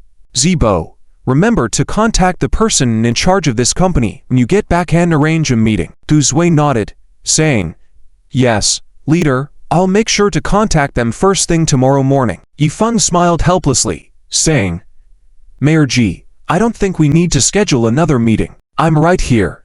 Jibowen didn't catch on and looked at Yifeng with surprise, teasing, Young man, what are you saying? I meant to meet with the person in charge of Western Maple Group, not you. Yifeng raised his hand and pointed to his face, laughing. Mayor Ji, actually, I am the person in charge of Western Maple Group. Phew. Lian Bang almost spit out his tea, turning to him in astonishment. The others in the room also stared at him incredulously. Jibowen was a bit stunned and asked in disbelief, What? You're the person in charge of Western Maple Group? Yifeng pursed his lips, stood up, straightened his suit, and then pulled out a stack of business cards from his pocket, handing one to Jibowen. Mayor Ji, here's my business card. Please have a look. He then distributed cards to the others in the room. Jibowen saw the exquisite card with Western Maple Group, CEO, Yifeng written on it, with the red maple leaf logo of Western Maple Group. My goodness, this young 20-year-old man really is the CEO of Western Maple Group. He was amazed and incredulous. It felt unbelievable. How could such a young person have the ability to start a company? And his background being from a worker's family. If not said, one would think he was a second-generation entrepreneur. Others, upon seeing the card, also showed expressions of shock, looking back and forth between the card and Yifeng's genuine and sincere smile. Yifeng, you are really the CEO of Western Maple Group? Lian Bang asked incredulously, still unable to believe it. Yes, I am. No doubt about it, Yifeng replied with a smile, then sat back down in his seat. Ow, you're indeed promising. Lian Bang felt he had been a bit out of line earlier and quickly regained his composure, offering a commendation. Jibowen's expression gradually calmed, and his gaze towards Yifeng changed. Young man, no, I should call you General Yi. Jibowen chuckled. Yifeng nodded respectfully. Mayor Ji, please continue calling me Little Fun, that's how the elders here address me. This remark made their relationship a bit closer, turning it into more of a relationship between elders and juniors. Jibowen felt comfortable hearing this, thinking Yifeng understood social etiquette and knew how to speak. Ji-Bowen looked at him and jokingly asked, "Ha ha, then I'll call you Little Fun. By the way, Little Fun, you mentioned that Western Maple Group has such foresight and responsibility. Since you are the business owner, I'm curious, why did you dare to do such a thing? You need to understand, blindly expanding and accommodating so many employees isn't a simple matter. There are more drawbacks than benefits in needlessly taking on high personnel costs. If unable to generate sufficient revenue, such high personnel costs might drag the company down. Why did you dare? Why aren't you afraid, knowing that even with policy support, it could still fail?" Ji-Bowen finished, staring at him intently, his slightly cloudy eyes seeming to possess the ability to see through people. Yifeng smiled calmly and replied, "Mayor Ji, the reason is simple because I am a Chinese, that's all. Since the founding of our country, numerous pioneers have sacrificed their lives and shed blood, burying their bones in the green hills. They've dedicated their lives to lift this country out of humiliation. How could we individuals then feed off the country's blood? I established a business not to monopolize production materials. That's the behavior of capitalists. The goal of my business is for the great rejuvenation of our nation. I often remind myself, if I want to be a national entrepreneur, I must take on more significant social responsibilities. I have long been mentally prepared for this." Yifeng's words deeply moved everyone present. Ji-Bowen realized that Yifeng's words were sincere and powerful. Though his tone was calm, it carried a resounding strength. How could the country not prosper with such young individuals with national aspirations and strengths? Ji-Bowen couldn't help but applaud, praising, "Good, Little Fun, for having such awareness. That's great. Since you are determined to do this, rest assured, we will fully support you." Hearing this, Yifeng couldn't help but smile. This was the sentence he had been waiting for. Doing business in the country required substantial support from the city government. One had to establish good relations and build a solid political business relationship to expand and succeed steadily in business. By now, establishing a relationship with Ji-Bowen and having his support, the future tasks for Western Maple Group should be much smoother. Thank you for your trust and support, Mayor Ji. Western Maple Group will surely carry this burden, Yifeng said solemnly. Ji-Bowen smiled contently and then said earnestly, "You have this confidence, I'm pleased.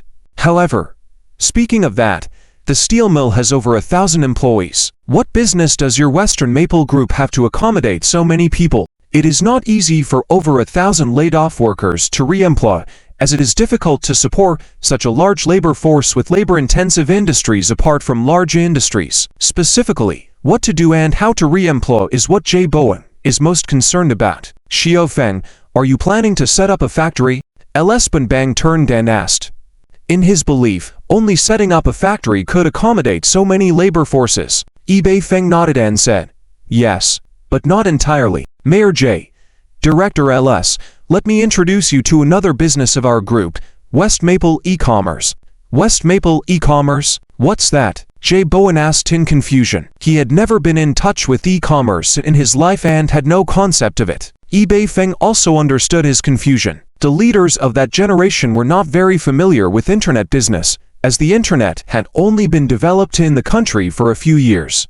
On the other hand, Bang asked in surprise, "Is it a business like eBay, selling things online?" The younger Bang had heard about internet industry to some extent. Feng nodded and said, "Yes, it is similar to that. Currently, our West Maple e-commerce platform has officially launched, and the main products on the platform are 3C electronics and computer accessories.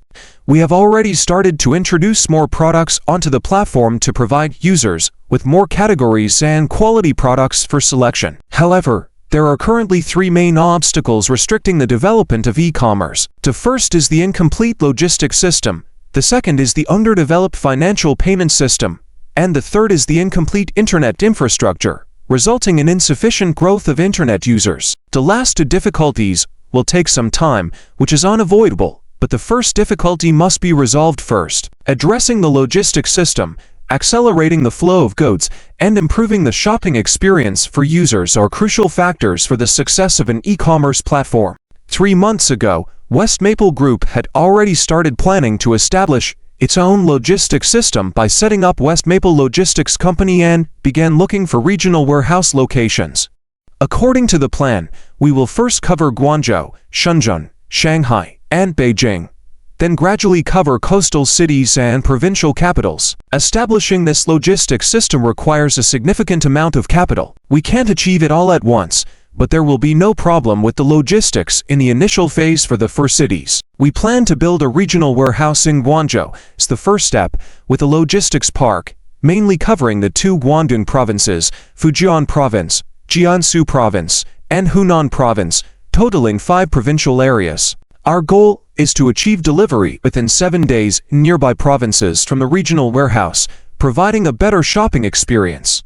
So currently, West Maple's logistics, warehouse, and logistics park do require a large number of positions such as warehouse management, picking, and delivery. We may need about 700 positions in total. With the future development of the internet, the e-commerce platform will surely thrive with broad prospects. In addition to West Maple Logistics, West Maple Group plans to establish West Maple Apparel Factory, West Maple Electronics Factory, entering the physical manufacturing industry, aligning with the country's entry into global trade. The future of physical manufacturing will see tremendous growth. Yi Feng's words left everyone present silent. Jay Bowen looked at Yi Feng with an incredulous gaze, unable to believe this young man had such keen insight into the future and was so unwavering in his understanding of it. How did he have such confidence in the future? After a moment, Jay Bowen regained his composure and exclaimed, "Xiao Fen, West Maple Group has big plans. What kind of support do you need?" Yi Feng replied seriously, "Mayor Jay, as I mentioned earlier, I am looking for land concession incentives, tax rebate subsidies, industry support policies. Firstly, this can reduce the construction costs of logistics parks, warehouses, and factories. Secondly, financial subsidies are unnecessary. After the company turns profitable, tax rebates can be provided to a certain extent, which is an incremental subsidy without the need for financial support. Thirdly, the city government needs to introduce policies and expedite the approval process related to logistics and e-commerce industries to help Guangzhou achieve the conditions for an e-commerce industry and gain a first-mover advantage nationally.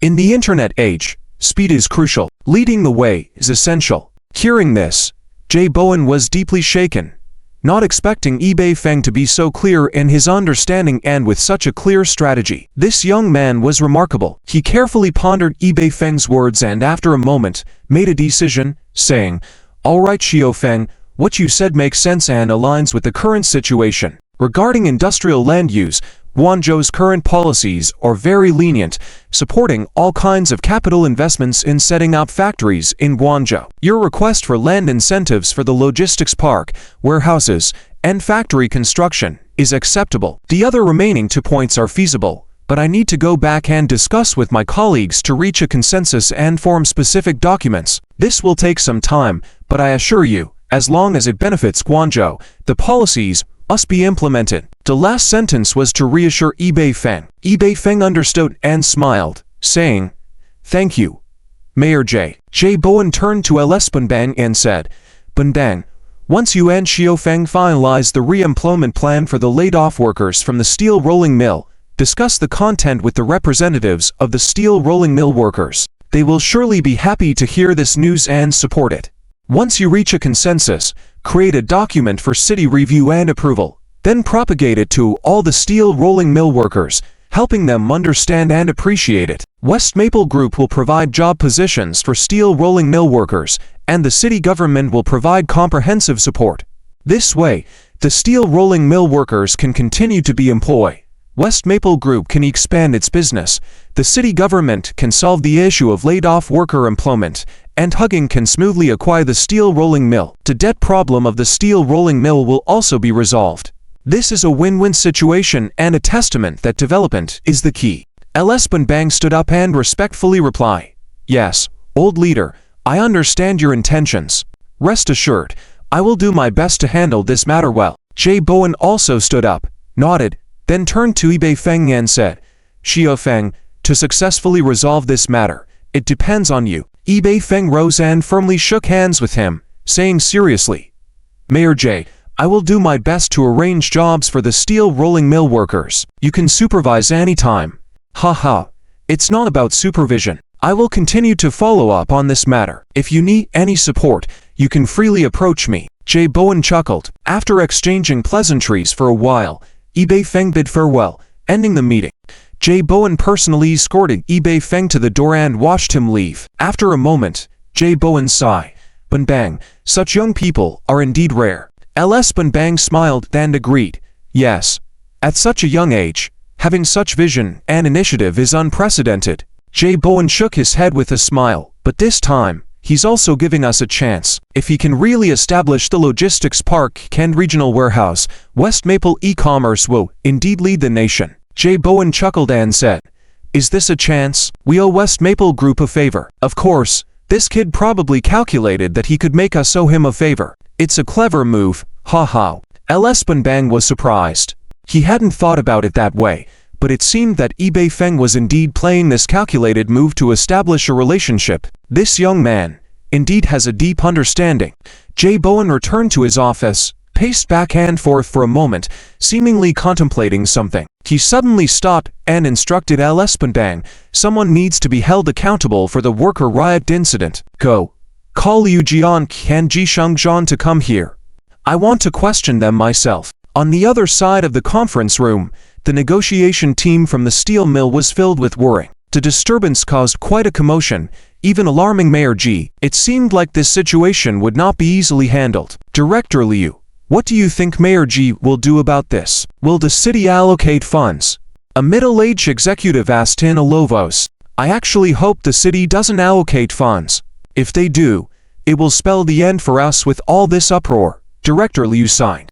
Well, I think Mayor Ji, seeing the current situation, would probably have the intention to ensure social stability, the middle-aged executive analyzed. On the other hand, Gu Xingzhang laughed, saying, even if they do allocate funds, it's fine. We just need to resolve this quickly.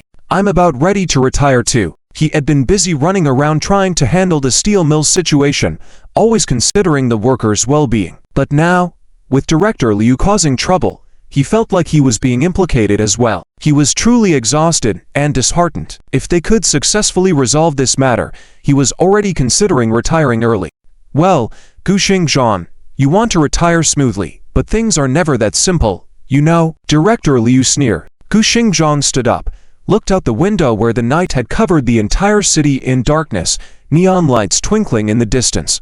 Responsibility is not yet shouldered, he said. Believe it or not, Mayor Ji will be looking for us soon, Director Liu coldly exclaimed. Gu Xingzhan rose to his feet, looked out the window. The night had already fallen over the entire city. In the distance, neon lights twinkled brightly. The sooner the better. Let's finish this quickly. I'm almost ready to retire too, he chuckled. He had been rushing around trying to handle the situation at the steel mill, always busy with tasks. But with Director Liu causing a scene like that, he felt like he was being dragged down as well, inside and out. He was truly exhausted and disheartened. If they could successfully resolve this matter, he was already contemplating early retirement. Heh.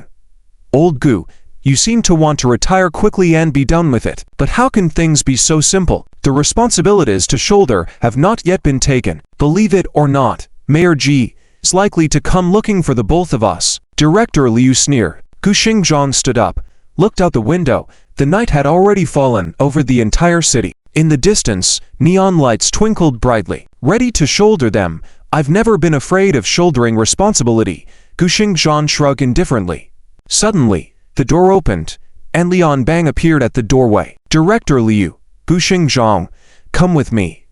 Mayor Ji wants to see you, Lian Bang said sternly, glancing at the two. Director Liu gulped, realizing that the time had come. Yes, County Chief Li will come right away, Liu replied hastily, nodding and bowing as he rushed to respond. The two followed Li Anban to the office to meet with Ji Bowen. Ji Bowen stood by the window, not seated, and the two could only stand behind him. Mayor Ji, Director Liu was preparing to find an excuse, but was interrupted by Ji Bowen. I heard that you negotiated a purchase price of 160 million with Hushan Steel. Ji Bowen turned around, staring at him, questioning.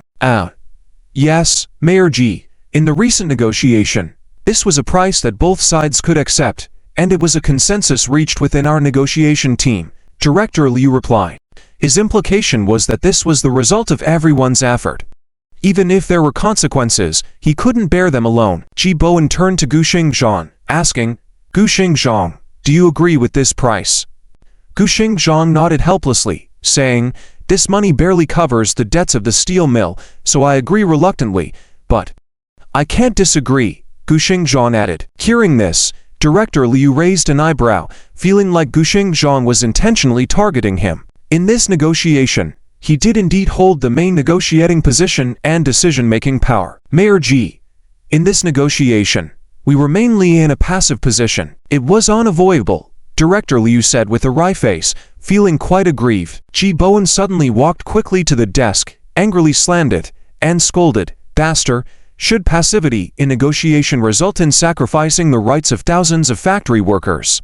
Director Liu, did you propose lowering the severance pay for the workers? If we hadn't come here today, I bet the workers would have torn you to shreds. Do you even have the face to stand here and complain to me? Ridiculous.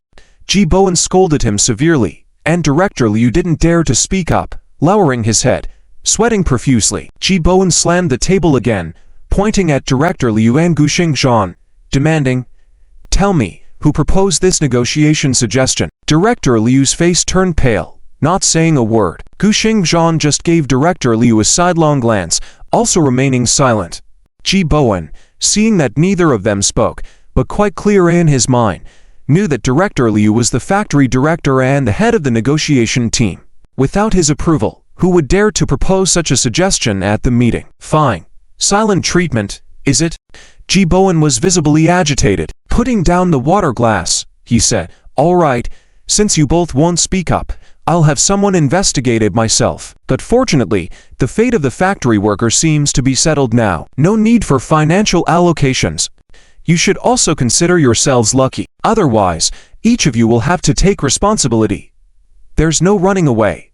Director Liu's face turned even paler at the thought of Ji Bowen's investigation. But Gu Xingzhang, upon hearing that the workers' future was secure without the need for financial allocations, seemed surprised and asked, oh, Mayor Ji, the workers' situation is settled. No need for financial allocations.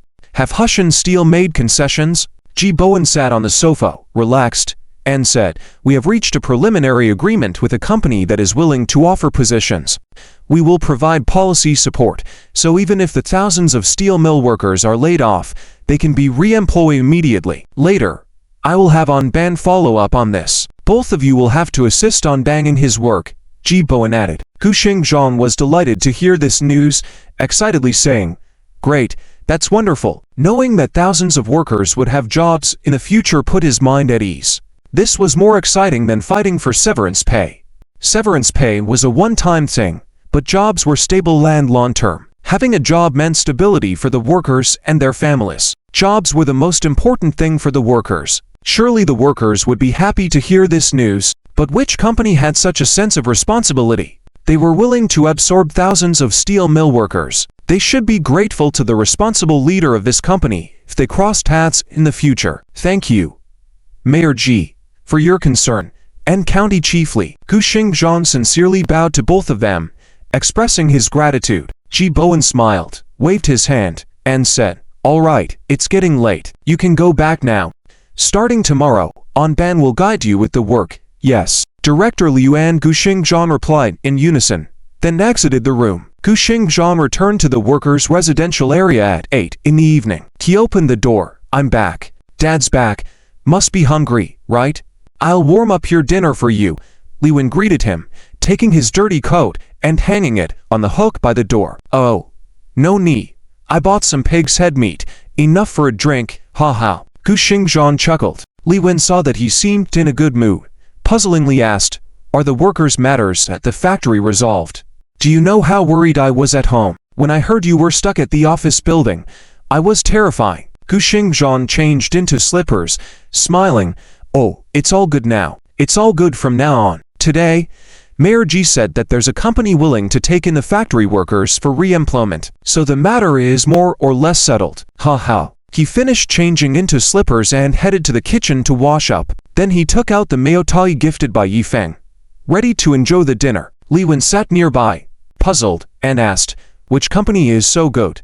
with such great ability to accommodate thousands of workers.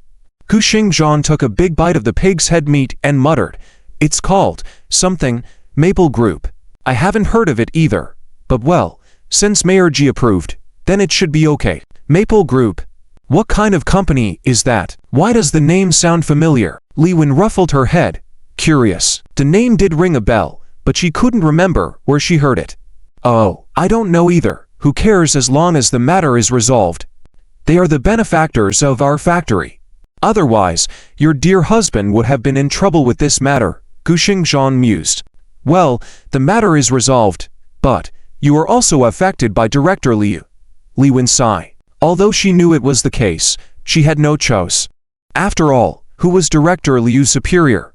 Gu Xingzhan patted her hand lightly, soothing her. "Ah, my dear. Don't worry, it's all good now." Did they say Zixi and Zifan are back? Where are they? Why aren't they here? Which family member is back? Starved guys. I'll go warm up the food for you. Li Wen greeted them, taking his dirty coat and hanging it on the hook by the door. Oh, no need. I bought some pig's head meat. Enough for a drink, haha. Gu Xingzhan chuckled. Li Wen saw that he seemed in a good mood, puzzlingly asked, "Are the workers' matters at the factory resolved?" Gu Muxi naturally knew that it was not the right time for the feeling to come back. Mom, Dad, we didn't see anything. We are going to play first." Gu Muxi grabbed Yifeng's hand and was about to walk back. Li Wen sat up straight, with a hint of embarrassment on her face, but still pretended to be calm, and said, "It's so late, where else do you want to go? Come back quickly." Gu Xingzhan cleared his throat twice, turned around and said to Yifeng, Yifeng, come over and have a drink with me." Yifeng scratched his head, smiled awkwardly, and said, Sure. No problem. Yifeng, let me get a pair of chopsticks for you." Li Wen stood up and said, passing by Gu Xingzhan, she secretly pinched his shoulder hard with her hand.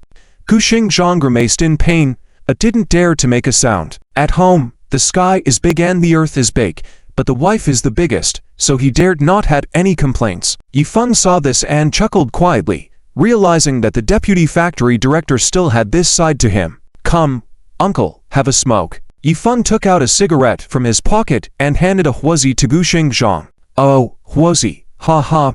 Yifeng, it seems that I can only smoke huozi in your place." Gu Xingzhan laughed self-deprecatingly, saying that even though he was a deputy factory director, he couldn't afford to smoke huozi, but only through the filial piety of his juniors could he have a chance to smoke it. "Uncle, I still have a few more at home. I was planning to get one for you. I'll bring it over for you later," Yifeng said with a smile, then lit the cigarette for Gu Xingzhan himself. Gu Xingzhan said, "All right, I know you mean well, but let me give you a piece of advice. It's not easy to start a business. You have to be frugal with your spending, you know." He knew that Yifeng now had his own business, a computer repair shop, which seemed to be doing well, but he couldn't spend money recklessly. Starting a business requires spending money wisely, so that you can grow and expand in the future. Otherwise, you'll just be stuck running a few computer repair shops for the rest of your life. "Yes, don't worry, I will definitely budget carefully," Yifeng replied earnestly. Gu Xingzhan felt reassured that Yifeng took his words to heart and kindly said, "You know what you're doing. Yifeng, although you are smart in your studies, you still need to learn a lot when it comes to business. If you have any questions in the future, you can come and ask me, or you can ask your Uncle Liu." "Sure, I will definitely learn a lot from both of you." Yifeng poured him a drink. Gu Muxi sat beside Yifeng and muttered softly, "Stinky Feng, smoking again, so disgusting. I won't let you come near me later." Yifeng turned back and whispered, Hey, Hixie, don't be like that. I'm just having a few drinks with Uncle, okay?" Gu Muxi pursed her lips and remained silent. In front of her parents and outsiders, she was very considerate of Yifeng's face. "Huff, I can't be bothered to talk to you now, but when we get back to the room, I'll show you who's boss." Tilda Li Wen brought out the chopsticks and placed them in front of Yifeng, saying kindly, "Yifeng, I'll heat up some dishes for you. If you want to eat something, just tell Auntie, I'll make it for you." When Gu Muxi heard that there would be food, she quickly raised her hand and called out, Mom, I want to eat sweet and sour spare ribs." Li Wen gave her a look and said, "What do you want to eat? always thinking about spare ribs. If you want to eat, make it yourself. Gu Muxi? Hey. Mom, are you my real mother? Who are you favoring? You can't treat us differently like this. 10. Epsilon 3. Li Wen ignored her and turned to Yifeng, saying kindly, Yifeng, do you want to eat anything else? Yifeng forced a smile and said, Auntie, no need. Uncle and I will just have a few drinks. There are already many dishes, so you don't have to trouble yourself. Hey, what trouble? Don't be like that. This child, really. There's half a chicken in the fridge. I'll make you some soy sauce chicken. It's a free-range chicken raised for 2.5 years. The meat is so tender and fragrant. Li Wen said, as she went into the kitchen to cook. Yifeng scratched his head, smiling. A chicken raised for 2.5 years. The taste must be great, right? Well, having food to eat is good. Gu Muxi, jealous on the side, said, Humph, what's so good about it? It's been raised for 2.5 years.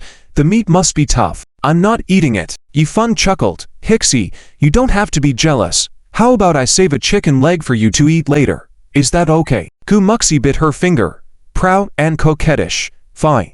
At least you know what's good for you. Gu Xingzhang personally poured a drink for Yifeng and suddenly asked, Yifeng, had you discussed when you two will get married? Cough. What?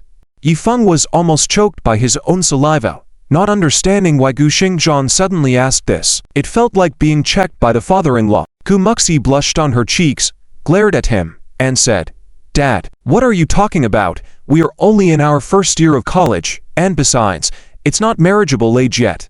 Gu Xingzhang showed a fatherly smile. Ha. Why are you both so nervous? I just asked.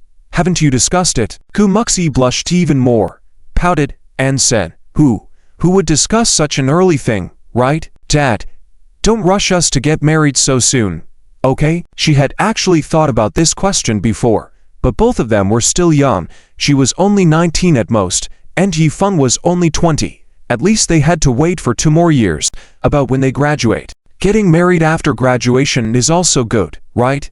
All right, I won't rush you. You plan it yourselves. Come on.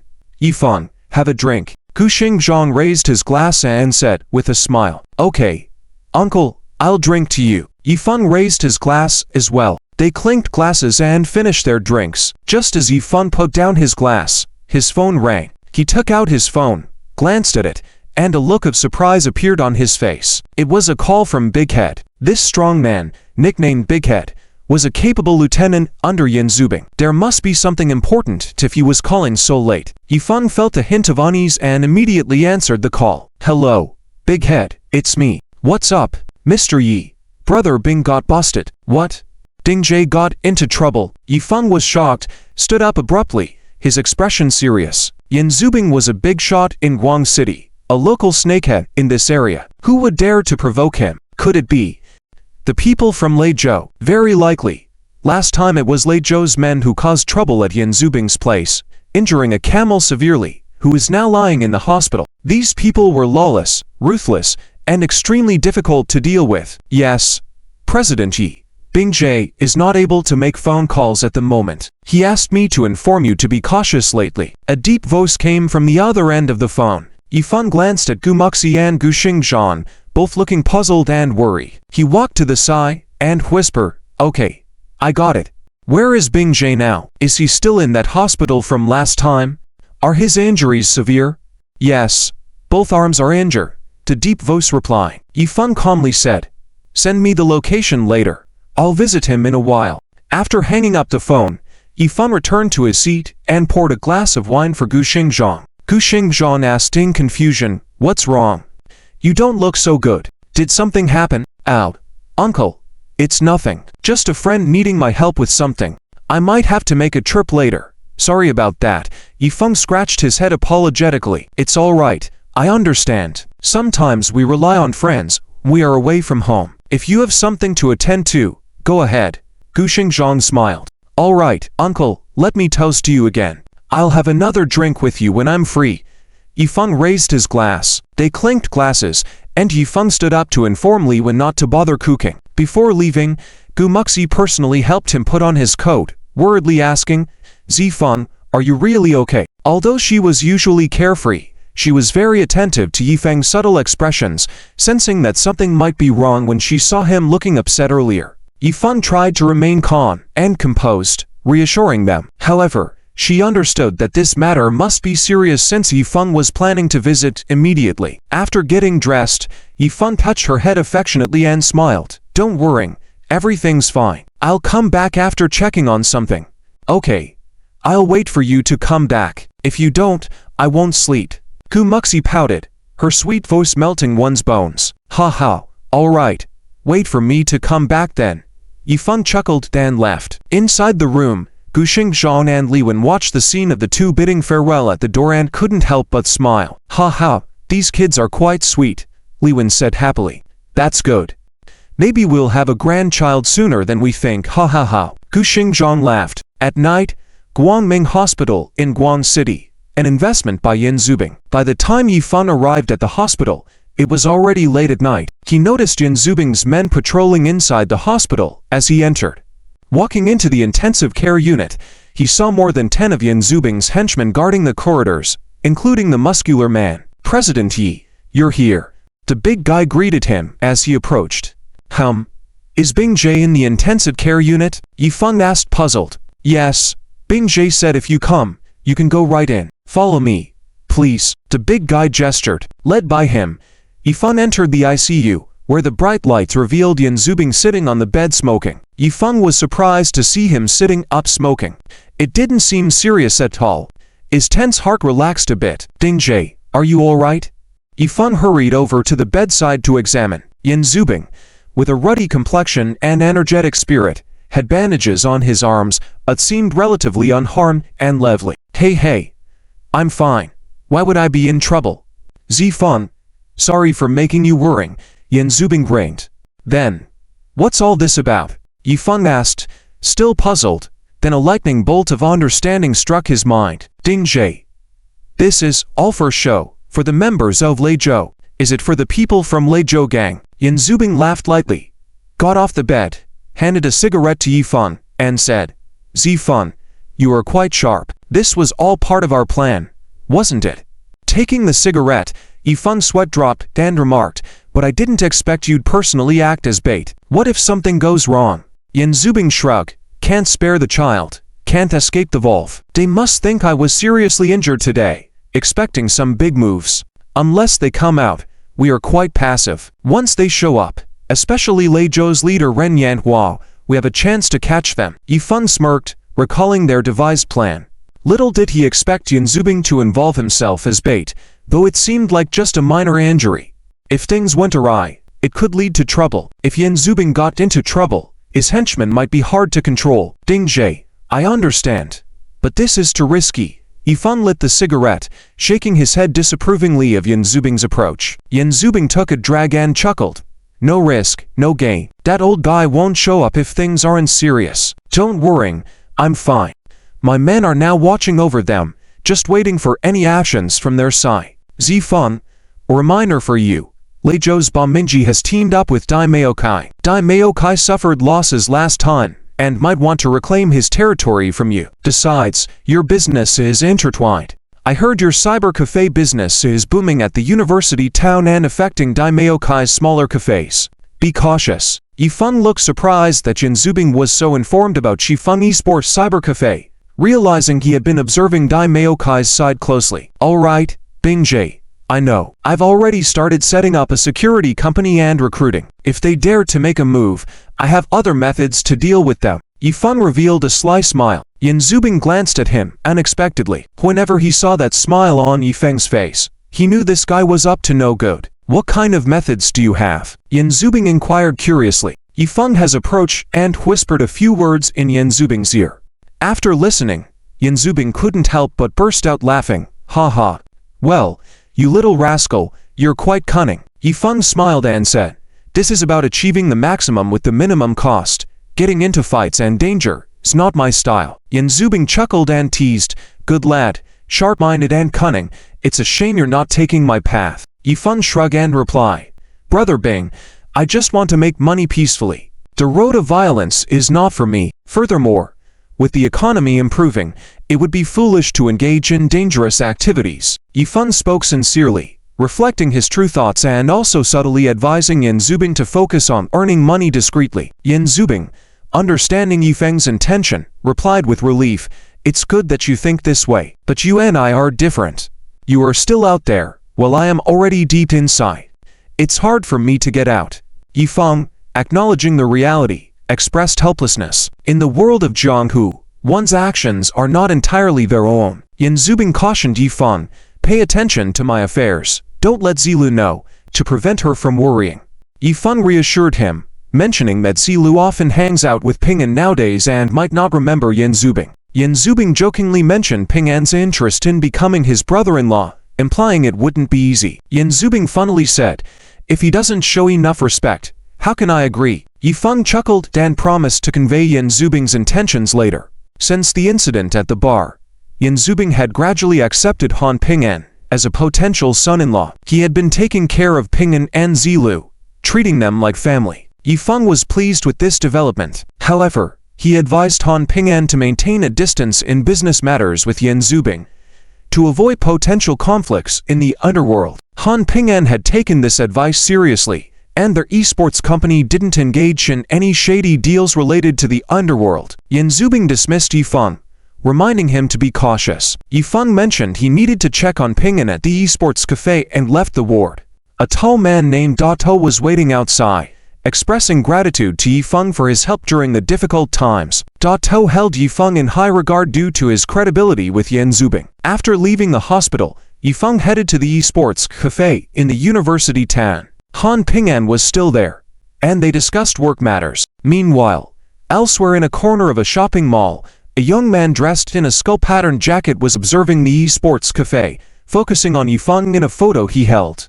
The young man made a call to his boss, reporting Yifeng's presence at the cafe, indicating they were ready to act on their plan. In another part of the city, at the office of Mauxin Company, Dai Maokai discussed business matters with his associate. They talked about dealing with Yan Zubing and agreed to cooperate in this endeavor. Dai Maokai, while appearing supportive, harbored a grudge against Yifeng, who had disrupted his business.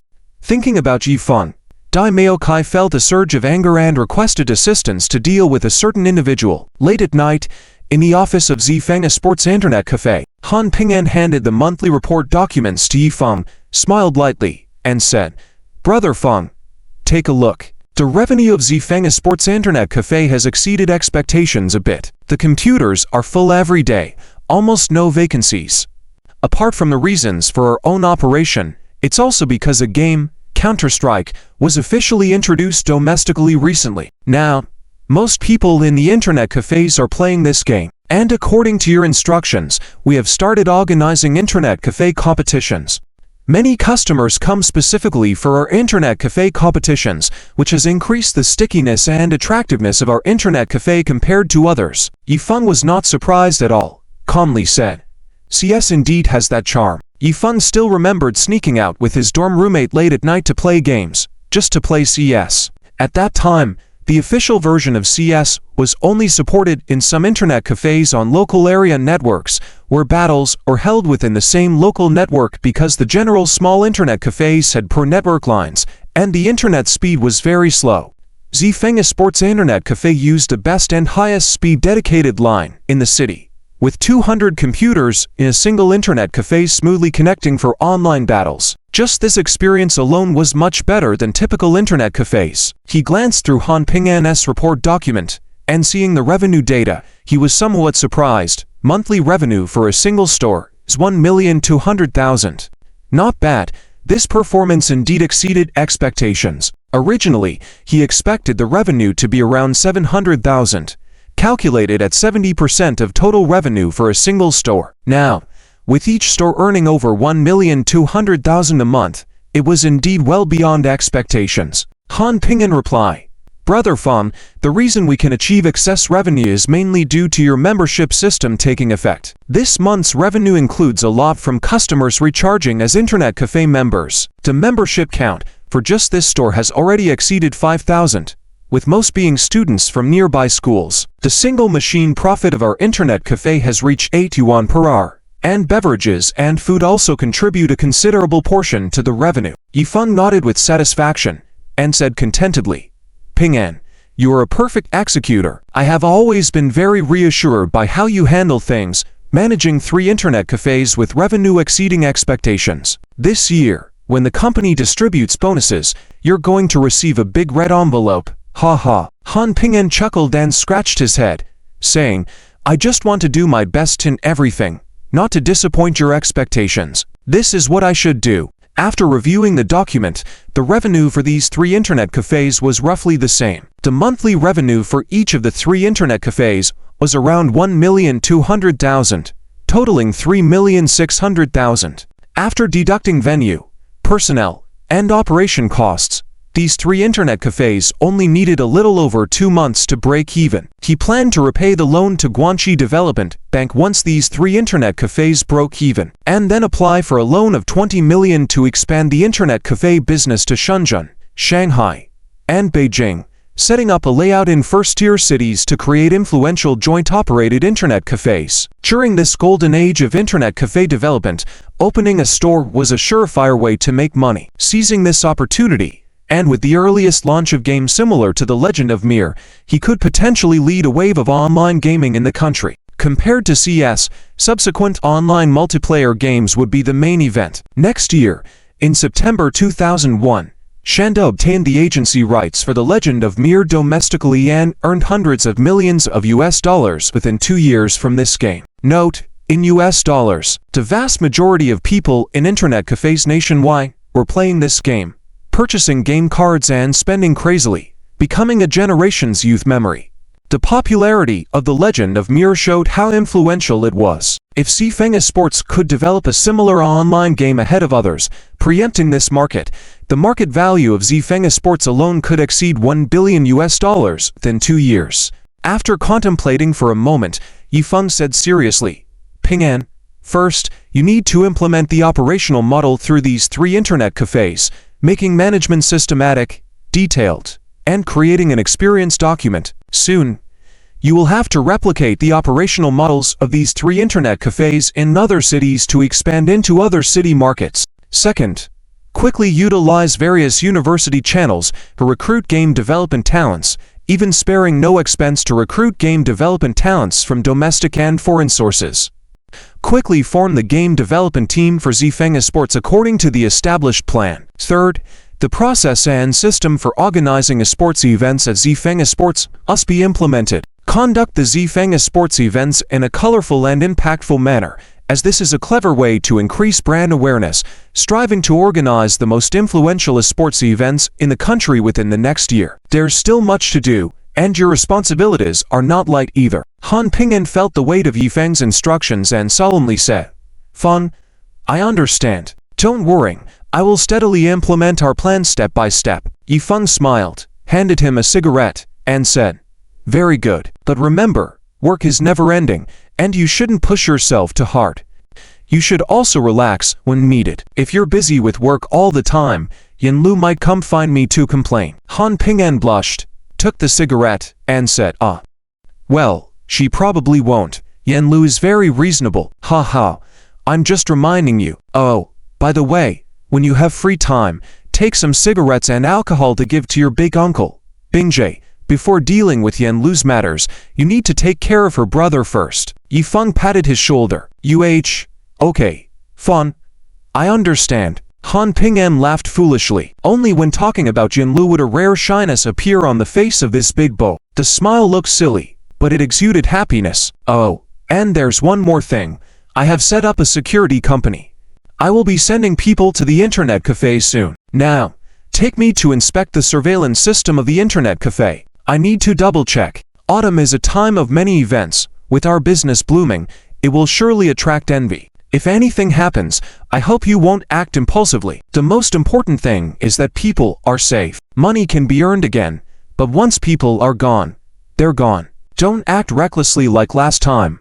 Understand? Yifeng earnestly advised. Han Ping An felt warmth in his heart, nodded heavily, and said, I understand, Feng. Later, Han Ping An guided Yifeng to inspect the internet cafe surveillance equipment and some fire safety measures.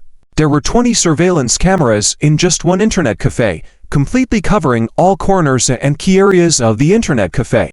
After confirming everything was in order, Yifeng finally left the internet cafe, returning home. On the way back, he specially bought a large meat dumpling for Gumuxi, knowing that the girl was probably still awake and hungry at this hour. As expected, as he arrived at the neighborhood, he saw Gumuxi sitting alone under a tree by the roadside, wrapped tightly in a scarf. Yifeng sneaked up behind her, placed the meat dumpling in her hands, and then suddenly covered her eyes. In a husky voice, he said, "Guess who I am?" This sudden action startled Gumuxi. Yifeng felt a sense of accomplishment in his heart. However, the next moment, he regretted his foolishness. "Gumuxi.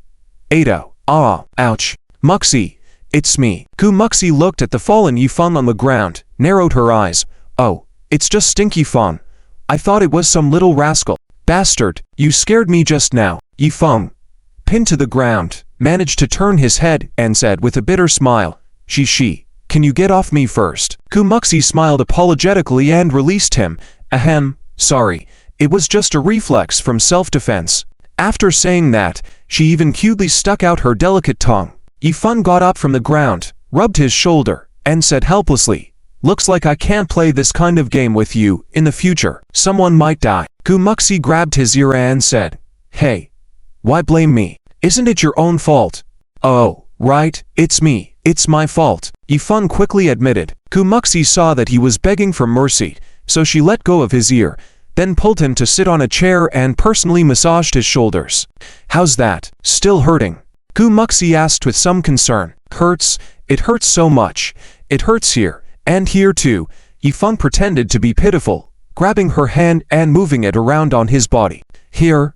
Gumuxi asked confusedly, her hand touching his stomach. "No. A bit lower." "Is it here?" "No. A bit lower. That's where it hurts." Here?" "Not yet. Lower." "Yes, that's it." Gumuxi listened to him speak and slowly moved her hand downward. Suddenly, her hand froze, her cheeks blushing red like apples. "Stinky Fun." Her hand recoiled as if shocked, and she glared at him fiercely. "Huh? Why did you stop?" Yifeng pretended to be innocent, looking at her with innocent eyes. Gumuxi blushed, feeling embarrassed, and clenched her fists, gritting her teeth. "Dear Yifeng, you are such a troublemaker." Yifeng realized his plan was exposed and quickly moved to the side, raising his hand to warn. "Gumuxi, I warn you, a gentleman settles scores with words, not with hands." Gumuxi clenched her small fists, making threatening sounds, and said, "That's right, but it's a pity I'm not a gentleman." Yifeng's expression was serious, saying earnestly, Hey, we need to be civilized. Set an example. Be good citizens. I suggest you speak rather than act. Speaking is comfortable for both you and me." "Comfortable?" Gumuxi was puzzled by his words, feeling something strange but not knowing where it was coming from. What was this Stinky Feng saying? His tone, why did it feel a bit obscene? However, she was not planning to let him get away with it. "Dear Yifeng, are you coming for trouble? Or shall I grab you and finish you off?" Gumuxi gritted her teeth, ready to act. Yifeng raised his hands, quickly exclaiming, "Stop, stop, Gumuxi, I brought you something delicious." "Delicious? Where?" Gumuxi heard about something delicious and immediately turned into a greedy cat. Meow meow meow, her stomach growled. She was really hungry. Yifeng picked up the packed dumplings and dangled them in front of her, saying, "You love these big meat dumplings. I want, give it to me," Gumuxi exclaimed joyfully, trying to snatch it. Yifeng dodged and said, "Well, give me a kiss first, then I'll give it to you." He even leaned his cheek, waiting for her sweet kiss. But the next moment, he felt a sharp pain in his waist. Ouch. Half a minute later, Gumuxi sat under a tree enjoying the big meat dumplings, while Yifeng looked on pathetically. Seeing her enjoying the dumplings, he also felt a bit hungry. She, is it delicious? What flavor is it?" Yifeng asked, pretending to be curious. "Very fresh, very fragrant, very delicious." Gumuxi looked at him and replied, not showing any intention to share. "Ahem. Is it? Actually, I don't really want to eat. I was just asking," Yifeng said with a dry smile. Gumuxi secretly laughed in her heart but pretended to be surprised, saying, "Oh, I was going to let you taste it, but since you don't want it, forget it." "Don't." Give me a bite. Ah. Yifeng thickened his skin, bringing his mouth over and waited for the feeding, like a little sea lion in the zoo. Seeing his comical appearance, Gumuxi chuckled and said, "Well, I'll feed you." She carefully blew on a dumpling, making sure it was not too hot, then fed it to Yifeng's mouth. "How is it? Delicious, right?" Gumuxi asked with a smile. Yifeng nodded, saying seriously, "Delicious. The fact that you fed it to me makes it even more delicious." Gumuxi rolled her eyes at him, saying, "All talk and no action, as always." Although she said that, she scooped up another dumpling, blew on it, and continued to feed him. "You should eat too. Don't let me finish them all." "Yes, one for each, no snatching." She. "Have I ever been able to outdo you from childhood till now? You're overestimating me, aren't you?" "Yes. Stinky Fun, you do know yourself well." "Is that a compliment?" "Of course, isn't it? By the way, Stinky Fun, why did you come back so late? I missed you." Late into the night, under the dim street lights, the two sat under a tree, sharing dumplings and whispering sweet nothings. Everything was so peaceful and comfortable. Yifeng leaned on her, feeling true tranquility and relaxation only by her side, just like a merchant ship returning to a comfortable harbor after a long journey. There was no business competition, no scheming, no deception here. His mind finally relaxed. He understood that sometimes he relied on her for her tenderness, her cuteness, her presence. Only by her side could he find true peace, simple happiness. She. Yifeng suddenly looked up at her. What's wrong?" Gumuxi, still chewing the big meat dumplings, asked in confusion. "In this lifetime, you can't leave my side," Yifeng said seriously. Gumuxi was stunned, suddenly feeling that Yifeng, at this moment, was not as strong and confident as before. "Okay," she nodded seriously. "But, Stinky Fun, I finished the dumplings. Is there more?" Yifeng. An hour later, Yifeng took her out to find more food outside the community, and they both returned only when they were full. When they arrived at the door of their homes and were about to go their separate ways, Gumuxi tugged at the door and realized it was locked, and she had forgotten her keys. "What's wrong? Forgot your keys?" Yifeng turned back to ask. Gumuxi nodded, looking dejected. "This time waking up my parents, I'll probably be scolded hard." "Why don't?" they both said simultaneously. "Come to my place and sleep." "Go to your place to sleep?" Gumuxi's face turned red as she pouted and said, "Hey, don't overthink it. I'm just afraid of waking up my parents." Yifeng pretended to be serious and reply, "Yeah, that's exactly what I was thinking." "Really? I swear." "Ooh, I don't believe you." Gumuxi spat out, but still ran over and hugged his arm. "Let's go. I'm a bit tired." Yifeng nodded and said seriously, "Yes, I'm a bit tired too." Gumuxi blushed and pinched his waist softly, whispering, "Tonight, don't think about, we're at your place. If your uncle and aunt hear us, it'll be so embarrassing." "No problem, I swear." Yifeng held out her fingers. But deep down, he thought, even if a white rabbit enters a wolf's den, would it spare her? "Hurry. Let's go in. Be careful not to wake your parents," Gumuxi whispered. Yifeng took out the key, opened the door, and the two sneaked into the house. It was dark inside, no lights turned on. Very quiet. Yifeng was about to switch on the light, but Gumuxi grabbed his hand. "Stinky Fun, don't turn on the light, Auntie might wake up soon," Gumuxi whispered nervously. Yifeng lowered his voice. "Little Zixi, you're making me kind of nervous and thrilled, you know." In the darkness, Gumuxi's cheeks turned red. She playfully hit his chest, saying, "Excite you, you big fool." "Stinky Fun, Uncle and Aunt are already asleep. You don't want to wake them up, right?" Yifeng was surprised by her words. "All right, then no light. Let's move back to the room in the dark, but be careful not to hit any chairs." Yifeng cautioned. "No problem, my night vision is excellent. People call me the Super Owl. I won't bump into anything," Gumuxi confidently declared. Hand in hand, the two fumbled their way forward in the dark. Just a few steps in, a loud creak of a chair sounded. "Oops!" Gumuxi gasped, quickly grabbing the chair to prevent noise. She listened for any signs of disturbance from the room, but found none, reassuring that they hadn't woken Yifeng's parents. "Oh, so this is the Super Owl," Yifeng teased. Gumuxi smiled embarrassedly. "My mistake. Pure mistake. Finally making it back to the room in the darkness, Gu Muxi dashed in and Yifeng followed, immediately closing the door. Phew. Finally back to the room. Gu Muxi breathed out in relief, showing a smile. After that night, Gu Muxi transitioned from a girl to a woman, shedding some of her youth for maturity, becoming more captivating. Stinky Fun, why are you staring at me? Gu Muxi blushed, glaring at him. Because you're beautiful, Yifeng honestly replied. TSH, just flattering, Gu Muxi retorted, but deep down, she was pleased by the compliment. Am I really that smooth talker? I never knew. I should try it out. Yifeng smirked and suddenly lifted her up, laying her on the bed. Gu Muxi played Ko, pretending to struggle a bit but was eagerly awaiting Yifeng's move. Yifeng, wow, Zixi is quite assertive, but I like it. Gu Muxi squinted, tilting her head back, heart racing, but sensing no movement from Yifeng. What is this guy waiting for? Am I not clear enough in my signals? Zixi, I'm coming. Yifeng chuckled lowly. Don't. What are you doing? Gu Muxi put on a shy act, feigning resistance but already puckering up for Yifeng. Zixi, what's wrong? Yifeng was puzzled as Gu Muxi suddenly blocked his mouth with her hand. Blushing, Gu Muxi whispered, I need to go to the bathroom. Maybe drank too much sugary drinks just now. Yifeng's smirk faded. Ow. Go ahead then. Gu Muxi got up and tiptoed out the door to the bathroom. After a while, she returned, her damp hair indicating a fresh wash.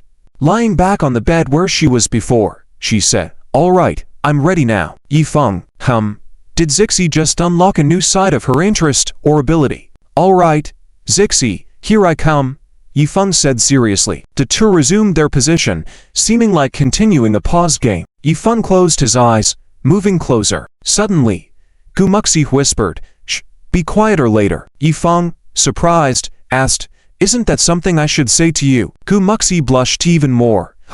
Who's the one being loud? You're the loudest. Gu Muxi, are you questioning my skills? Yifeng replied mockingly. Watch me take care of you. Yifeng was about to lean in for a kiss when Gu Muxi grabbed his shirt, flipped him over, and pinned him down. Hehe. Yi Shao, who's taking care of whom now? Gu Muxi's eyes sparkled, biting her lip seductively with a charming allure. She then tied her luscious black hair into a ponytail, revealing a mesmerizing allure. This action stirred Yifeng's emotions, rekindling a fiery passion within him. Come on, let's have a showdown. Zixi, you'll pay for underestimating me. Stinky Fun, show me what you've got. I'll take you down single-handedly. HMPH, my skills are unmatched. I'm not afraid of you.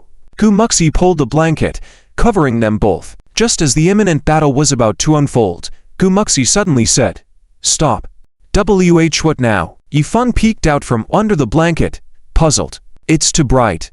We forgot to turn off the lights. Gu Muxi blushed. At this point, my parents are probably playing chess with the ghosts. It's fine if the lights are on.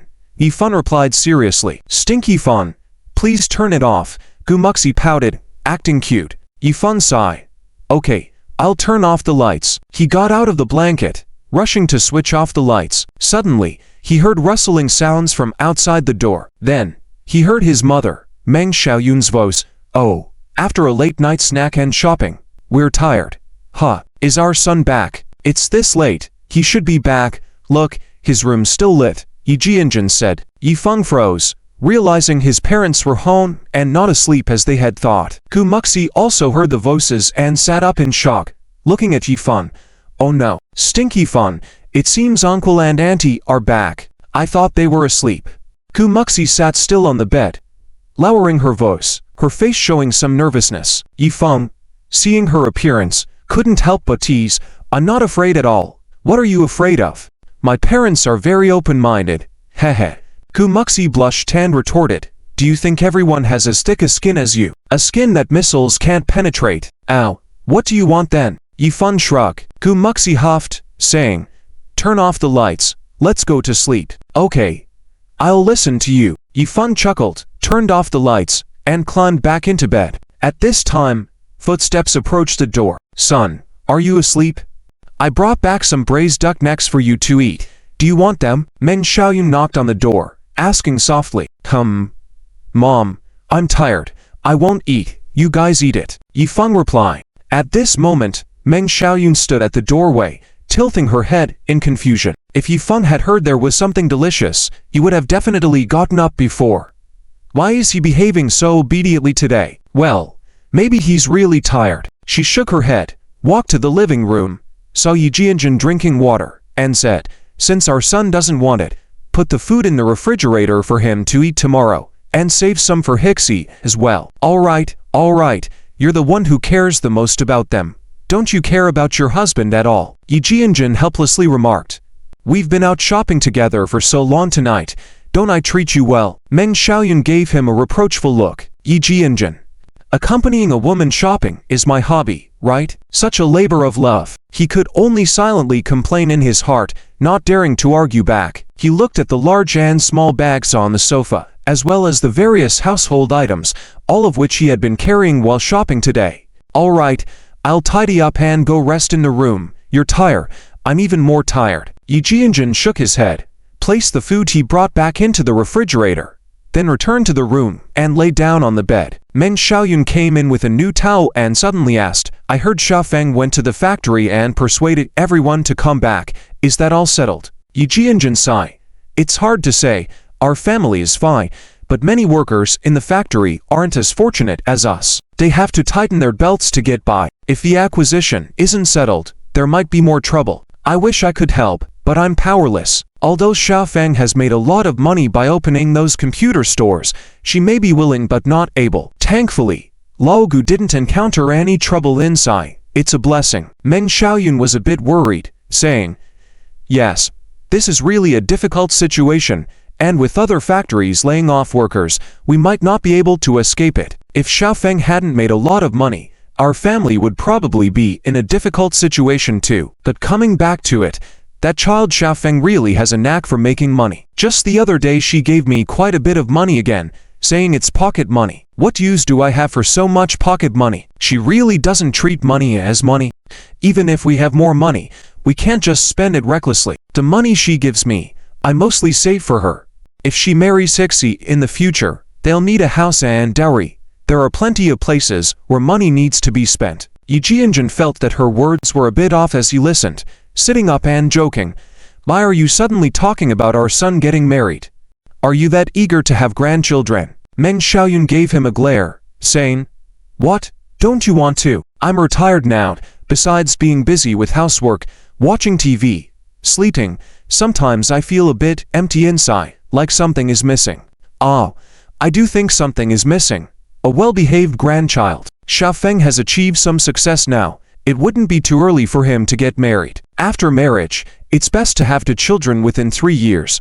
Then I'd be even happier. Yi Jianjun waved his hand and chuckled. All right, no matter how urgent you are, our 2 children are still in college. At least they need to finish their 3rd-year internships. Nowadays, who gets pregnant right after starting college? Just wait another 2 years. Yi Jianjun's words burst a little bit of Meng Xiaoyun's fantasy bubble, irritating her. You're quite content, aren't you? With that, Meng Xiaoyun dropped the towel, turned around, and left the room. Yi Jianjun scratched his head in confusion, asking, what's wrong with her? How did she suddenly get angry while talking? A woman's heart, truly incomprehensible. In Yifeng's room, Gu Muxi shrank in the quilt, revealing a small head, motionless, like a statue, as if afraid to make any noise. Hixie, relax, no need to be nervous. Yifeng, in the quilt, hugged her tightly, holding her in his arms. The warmth and softness in his arms made Gu Muxi's extinguished heart start to stir again. Twisting and turning in his arms, she found a comfortable position and said softly, you're not nervous at all. What if Uncle and Aunt find out? I'd be so embarrassed, and it would be so awkward. Hey. Don't worry, they came back so late tonight, they're definitely going to sleep late. They won't be able to get up early tomorrow. We can wake up a little earlier tomorrow. Yifeng chuckled, finding Gu Muxi very cute at the moment. That's true. Okay, I'm going to sleep now. Gu Muxi nodded, then closed her eyes. The room fell into silence. After a while, Stinky Fun, are you asleep? Not yet, I can't sleep. Then, what do you want to do? Of course, do things that lovers do. Yifeng pulled up the blanket and covered his head. The blanket rolled, and the bed made creaking sounds under the pressure. The next morning, Just as the sky was getting light, Gu Muxi sluggishly woke up, yawning, rubbing her sleepy eyes, her face showing exhaustion. It was truly because she was too tired last night. Just as she woke up, her awareness was still fuzzy. She just felt dry in the mouth and wanted to go out for a drink of water. Weary, she got up, put on Yifeng's pajamas, put on a coat for warmth, put on Yifeng's slippers, and opened the door to go out. Ah, so tired. Gu Muxi yawned, rubbing her eyes, and came to the coffee table in the living room, poured a glass of water, and drank it. Just as she took a sip, she felt someone looking at her. Turning her head, she saw Meng Xiaoyun standing there with a clothes hanger, staring in place. Auntie, good morning. Gu Muxi, with a heavy head, subconsciously greeted Meng Xiaoyun when she saw her. Meng Xiaoyun's eyes widened in surprise. Hixie, good morning. You. I'm so sleepy. Auntie, I'm going back to sleep now. Gu Muxi yawned again, drooped her head, ready to go back to bed. She had only taken 2 steps, had not taken a 3rd step, when she suddenly froze completely. Complete petrification. What? Who was that just now? Aunt Meng. She felt a sudden tremor in her heart, as if she had been doused with cold water, instantly snapping back to reality. Slowly turning her head, she saw Meng Xiaoyun, and their eyes met. In Meng Xiaoyun's eyes, she saw a strange and excited look. Ding! Gu Muxi was dumbfounded, her mind blank. Oh no!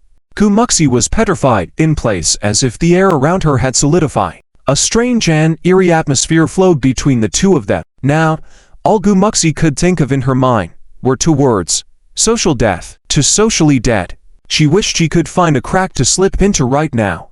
But looking around, there was no crack to be found. Helplessly, with her face reddening, Gu Muxi stammered, Aunt, good morning. She had completely forgotten that they had already greeted each other earlier. Meng Xiaoyun squinted her eyes, sizing her up, a hint of excitement appearing on her face. Good morning, Hixie. Just by looking at her clothes, shoes, and messy hair, Meng Xiaoyun already figured out what had happened.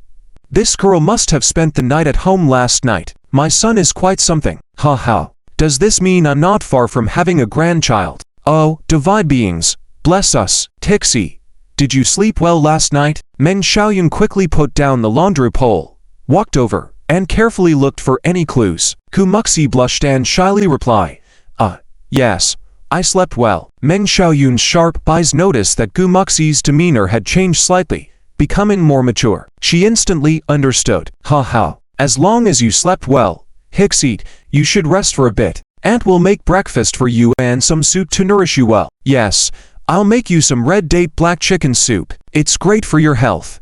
And I heard that eating black chicken is good for your uterus, easy to conceive. Meng Xiaoyun was speaking when she realized she was about to spill the beans and quickly stopped herself.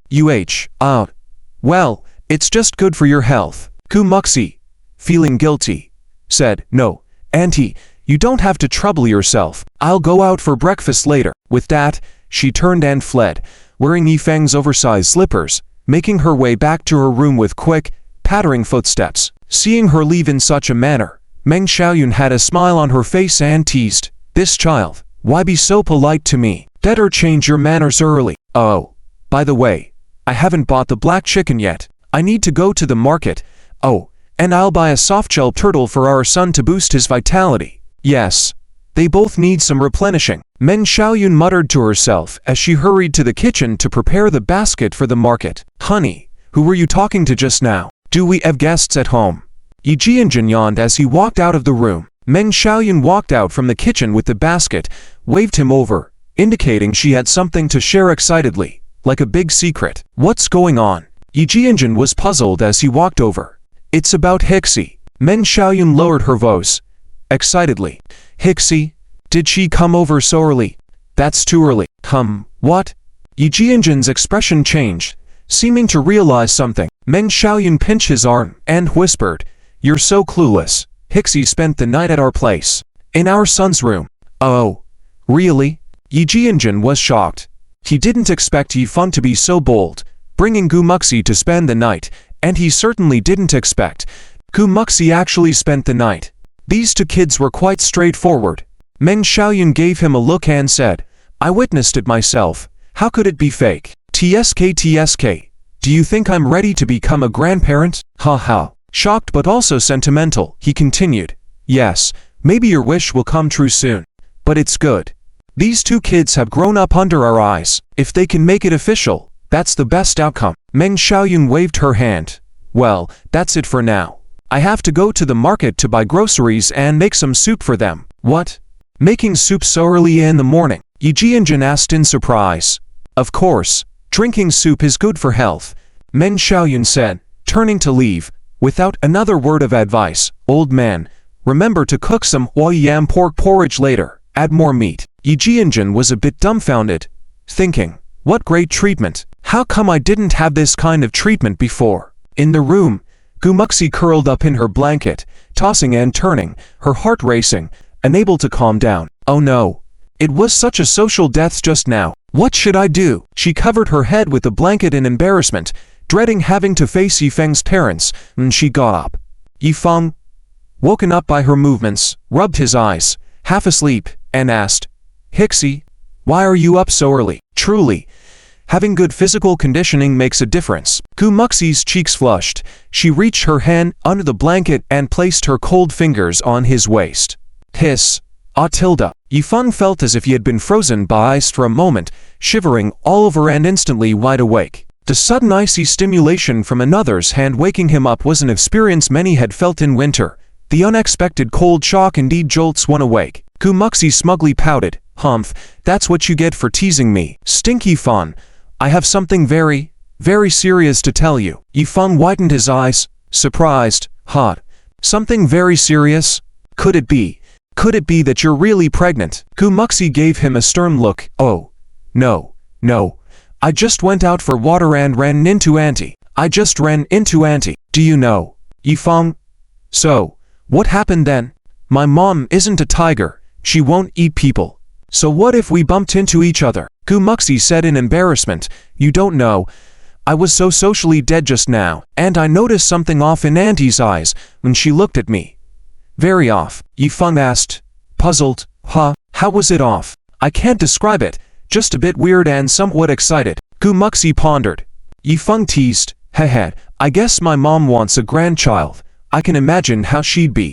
Ah, is that so? Gumuxi startled, then realized something and said, I'm not ready for that yet. Yifeng pulled back the blanket, went over to hug her, and smiled. Who knows, such things depend on fate. Maybe this time, we'll hit the jackpot. Gumuxi? In the center. You're so full of it. Gumuxi blushed and reached out with her cold little hand. Ah, Gumuxi, I'm warning you. Don't use magic on me again. Yifeng pushed her away and wrapped himself tightly in the blanket, watching her vigilantly. Fine. No more magic attacks. Then how about some physical ones? Gumuxi rubbed her fingers and said. With that, she threw off the blanket and slipped into it. Ah, Gumuxi, you're serious. I'm going to challenge you. Stinky Fun, you're in for it. You're in for it. Watch as I take care of you. Hey. Fighting is one thing, but don't bully my brother. Oops. Sorry, I just grabbed the wrong thing. Ha, she. Are you speaking human language? No, I'm speaking the whispers of demons. The two of them played and frolicked under the covers like this. Outside, Yi Jianjun had just put the rice in the pot to cook porridge, and as he was about to freshen up, he passed by Yifeng's room and heard the bed creaking wildly. He froze. Goodness, these two kids are having so much fun in broad daylight. Oh, to be young. Well, this is good.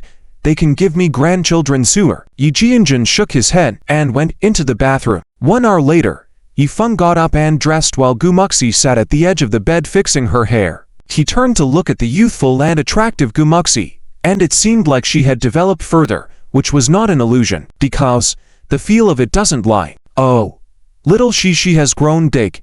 Congratulations. Oh, why does my waist feel a bit sore and bloated? Yifeng rubbed his old waist, feeling a sense of wonder. He hoped he wasn't feeling so weak, but it was a good thing they held back during their playfulness earlier. Otherwise, he wouldn't have been able to get up before noon. Stinky Fan, why are you staring at me? Gumuxi turned around and casually asked. Oh, nothing. I was just admiring how ancient poetry never deceives. Yifeng laughed. Gumuxi thought he was about to compliment her again, so she asked, "Ha ha, what story? Praising my beauty?" "Well, kind of. This line of poetry goes, when viewed from one side, it looks like a ridge. When viewed from the other, like a peak. From near or far, it seems different." Yifeng said seriously. Gumuxi was momentarily puzzled, but after looking down, she understood what he meant. "Stinky. Fun. You're quite poetic. Ah." Gumuxi playfully pinched his soft flesh around the waist, her cheeks turning as red as apples. Yifeng chuckled, enjoying her shy demeanor. Although Gumuxi was bold, she had thin skin, blushing easily when teased, which he found adorable. Suddenly, there was a knock on the door. "Son, she, are you awake? I've prepared breakfast for you, with soup. After breakfast, you can have soup." Meng Xiaoyun's voice came from outside the door. Yifeng responded, "We're awake, Mom. We'll be out in a moment." He didn't feel any pressure. After all, they were adults, and it was normal to have a girlfriend stay overnight. However, he understood that as a girl, Gumuxi might feel a bit awkward and embarrassed. He squeezed Gumuxi's hand and reassured her, she, just be confident. As long as you're not embarrassed, nobody else will be." "Gumuxi, geez, are you really comforting me like this?" "Well, sort of," Yifeng said with a smile. "Let's go. No matter what, even an unpleasant wife has to meet her parents-in-law." Gumuxi rolled her eyes at him, saying, "Stinky Feng, you're the unpleasant wife." Despite her words, she let Yifeng lead her out of the room. Hand in hand, they entered the living room and saw Yi Jianjun sitting on the sofa watching TV. "Dad, morning. Uncle, good morning." Gumuxi greeted them with a lively manner, hiding behind Yifeng like a young wife. Yi Jianjun saw them and warmly replied, "Good morning. Are you hungry? Your mom has prepared breakfast. Go eat. Have some more." "All right, but we'll freshen up first," Yifeng said casually, not feeling embarrassed at all. Meng Xiaoyun then came out from the kitchen, wearing an apron, and smiled brightly. She, go freshen up. I've made your favorite sweet and sour spare ribs." "Oh, thank you, Auntie." Gumuxi was delighted to hear about the delicious food. Yifeng licked his lips and asked, "Mom, what about mine? What about mine? Do you have the rice noodle rolls I like?" "Oh, I forgot to buy them. If you want them, you can buy them yourself," Meng Xiaoyun replied bluntly. Yifeng, "Hey, Mom, don't play favorites like that. Aren't I your real son?" Yifeng took Gumuxi to freshen up. After freshening up, they both sat at the dining table. Gumuxi watched Meng Xiaoyun busily cooking in the kitchen and asked, "Auntie, do you need help?" "Oh, she, you're so kind. No need. Just sit there. I'll serve the dishes." Meng Xiaoyun turned around with a very warm smile. This warmth made Yifeng get goosebumps. "Ow, Mom, I'll have some porridge first. Where is it?" Yifeng rubbed his hungry stomach. Meng Xiaoyun brought a large bowl of pork canned yam porridge and placed it in front of Gumuxi. Then, she glared at Yifeng and said, "The porridge is in the kitchen. Where else would it be?" "On my head." Yifeng. Meng Xiaoyun turned to Gumuxi again and kindly said, She, eat up. I'll serve you more after this. Come on, eat while it's hot." "Thank you, Auntie. This is enough for me." Gumuxi obediently responded, "How can that be enough? You need to eat more to gain weight. Look at how skinny you are. Eat more. You might end up eating for two." Meng Xiaoyun smiled and said, "Huh, eating for two?" Gumuxi was surprised. Meng Xiaoyun realized she misspoke and quickly said, "Oh, nothing. She, are you okay? I'll bring you the sweet and sour spare ribs." Yifeng was amused to see Meng Xiaoyun serving the dishes one by one. A total of 5 dishes, even more than dinner. And all of them were Gumuxi's favorites. Yifeng said helplessly, "Mom, you don't have to do this. It's not a special day today. And why are they all Gumuxi's favorites? What about mine?" Meng Xiaoyun brought out the red date black chicken soup, glanced at Yifeng contemptuously, and said, All right, I'll cook something for you another day." Yifeng was at a loss. "Mom, am I not your real son?" Yi Jianjun walked over and whispered to him, "Son, it's good to have something to eat. Don't worry about it." The whole family sat down, and Meng Xiaoyun kept serving Gumuxi's empty bowl with more food. "Come on, she, have some more meat. Grow some more flesh. She, have some black chicken meat. It's nourishing. She, try this oat-seeded spinach. Is it tender? After a while, Yifeng stared at the small mountain of dishes that had piled up in Gumuxi's originally empty bowl and felt amazed.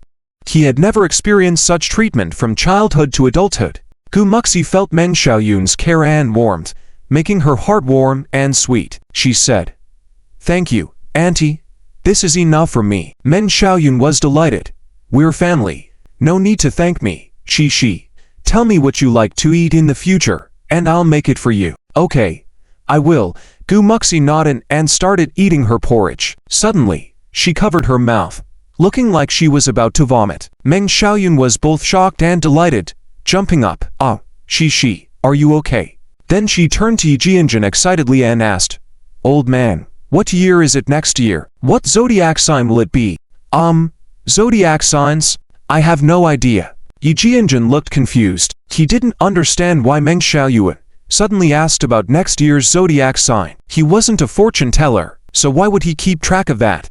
"You don't know either. It's useless to ask you," Meng Xiaoyun teased.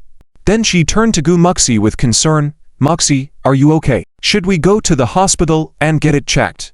Should we go for a checkup? What if it's twins?" Yifeng almost sprayed the soup he was drinking. "Mom, twins? Where did that come from?" Meng Xiaoyun realized she had let slip and awkwardly laughed it off. "Oh, I just said it casually." Gumuxi coughed a few times, blushing. "Auntie, you might be overthinking it. I just ate too fast and choked on my porridge." "Oh, is that so?" Meng Xiaoyun was slightly disappointed. Yi Jianjun chuckled helplessly. "You see, you're the one getting anxious. The child isn't in a hurry." Meng Xiaoyun gave him a stern look, then turned to Gumuxi with a slightly embarrassed smile. "Muxi, take your time eating. No need to rush." Gumuxi obediently nodded, blushing, and quietly continued eating her porridge. Although the breakfast was delicious for her, it was a bit agonizing. She felt pressured as Meng Xiaoyun seemed to be subtly staring at her belly. After quickly finishing breakfast, Gumuxi bid farewell with Yifeng. Downstairs, Gumuxi burped, pouting. "Stinky Feng, is Auntie hoping I'm pregnant? What do you think?" "It's pretty obvious." Yifeng laughed. "Oh, why are you already hinting at pregnancy?" "It's a happy worrying," Gumuxi sighed. Yifeng approached her, teasing. "So, you really want to have a baby? Then I'll work hard for it." "Ah, annoying. You're the one who wants it." Gumuxi's tiny fist landed on his chest like raindrops. Yifeng hugged her, joking. "Well, let's have twins at once. Efficient, right?" "Humph. Don't say that again. I have many dreams to fulfill. What if I get pregnant? What then?" Gumuxi stubbornly raised her head. "That's easy. Let me help you achieve all your dreams in advance," Yifeng said. Gumuxi felt warm inside, glanced at him, and said, "Hey, you said that." "Of course." Yifeng lovingly ruffled her hair. "You know your place. All right, let's go to school. We need to rehearse for the program." Gumuxi spun around in place, smiling brightly like a happy butterfly. Then, holding Yifeng's arm, the two walked side by side, chatting and laughing. Laughter echoed within the residential complex. Days passed in peaceful and joyful living. Almost half a month went by, nearing the end of the term, and the campus of Nanhua Institute of Technology was much quieter. Most students were either studying in the library or in their dormitories preparing for final exams. Yifeng didn't have such worries. At that moment, he was in his dorm, browsing through company emails on his computer. The knowledge he needed for his courses was relatively easy for him to grasp. The main courses for computer majors revolved around programming, which he was familiar with. Therefore, he didn't need to do much revision. His spare time was mostly spent on handling the company's work. "Pro Feng, your lunch delivery has arrived. Please sign for it." Sun Tugging appeared at the dormitory door with a meal box, smiling cheerfully. "Thanks, Sun." Yifeng raised his head and replied with a smile. Sun Tugging placed the meal box on his desk, then curiously asked, "What are you busy with, Bro Feng?" "Nothing much. Just checking the yearly reports of the group's subsidiary companies," Yifeng replied without taking his eyes off the screen. Suddenly, he turned to Sun Tugging and asked, "By the way, how are the local warehouse plan and logistics plan coming along? The exams are coming up soon, so you can relax a bit on your current tasks and focus on the tests. I'm worried you'll miss out if you work too hard. If you fail, it wouldn't look good even if you go home for the new year. I'm also worried you're too tired. Bro Feng, I've completed the initial plans. I'll show them to you shortly. Hey, don't worry about me. I'll definitely pass the exams, and my work won't be neglected. Sun Tugging scratched his head and said with a grin. Yifeng noticed his dark circles, indicating he hadn't been sleeping much these days. He realized that Sun Tugging was a hard worker who gave his all. I'll check it in a couple of days. For now, your task is to rest and review your lessons. Yifeng chuckled helplessly. Ow. Okay. Sun Tugging nodded gratefully. He worked tirelessly mainly out of gratitude for the valuable opportunity Yifeng had given him. He didn't want to miss it and hoped to repay Yifeng for his recognition. Westfeng Group was planning to invest in building a local warehouse and a metropolitan self-built logistics system in Guangzhou. It was a huge project, and the fact that he could participate in such a large-scale project was a precious experience. His plans would be referenced along with other company plans. Once a final plan was confirmed, he would need to design the operational model. This way, he could continue his involvement. For this job, he spared no effort and wanted no regrets. Bro Feng, have your meal. I'm going to review my lessons. Sun Tugging grinned and returned to his seat to study. Go ahead. Yifeng smiled and opened the meal box to start eating. The meal wasn't extravagant, just a simple one with 2 meats and 1 vegetable dish. It wasn't luxurious, but it filled his stomach. Yifeng never complained about his food, having experienced poverty. Soon, he finished his meal, satisfied, ready to continue working. Suddenly, his phone rang, and it was Gu Muxi on the line. He answered the call. Muxi, already missing me so soon? Yeah. Your face is quite big. Gu Muxi's playful laughter came from the other end of the line. Stinky Fun, can you accompany me to the night market tonight? I need to buy some thermal pants. It's been so cold lately. Just trembling won't keep me warm in the dorm. The spare pants are also down. Sure. I'll take you to the night market. Yifeng agreed. The weather in Guangzhou turned cold after the winter solstice, with a cold dampness that even layers of clothing couldn't bear. All right, then it's a deal. See you tonight. Yeah, see you. Gu Muxi blew a virtual kiss and hung up. At night, the university night market was relatively quiet, with few people. The streets were sparsely populated, and only the lights from the vendor stalls illuminated the scene, making the business seem a bit desolate. Hand in hand, Yifeng and Gu Muxi strolled down the street, leaning on each other. There are so few people tonight. Gu Muxi shivered, looking around. Everyone is preparing for exams, and on top of that, it's so cold. Not many people want to come out for shopping. Yifeng rubbed his hands, exhaling. Compared to physical attacks in the north, the magical cold in the south was hard to withstand. No matter how warmly one dressed, it seemed ineffective. As the two passed by a crossroad leading to the bar street, they suddenly heard a commotion from inside.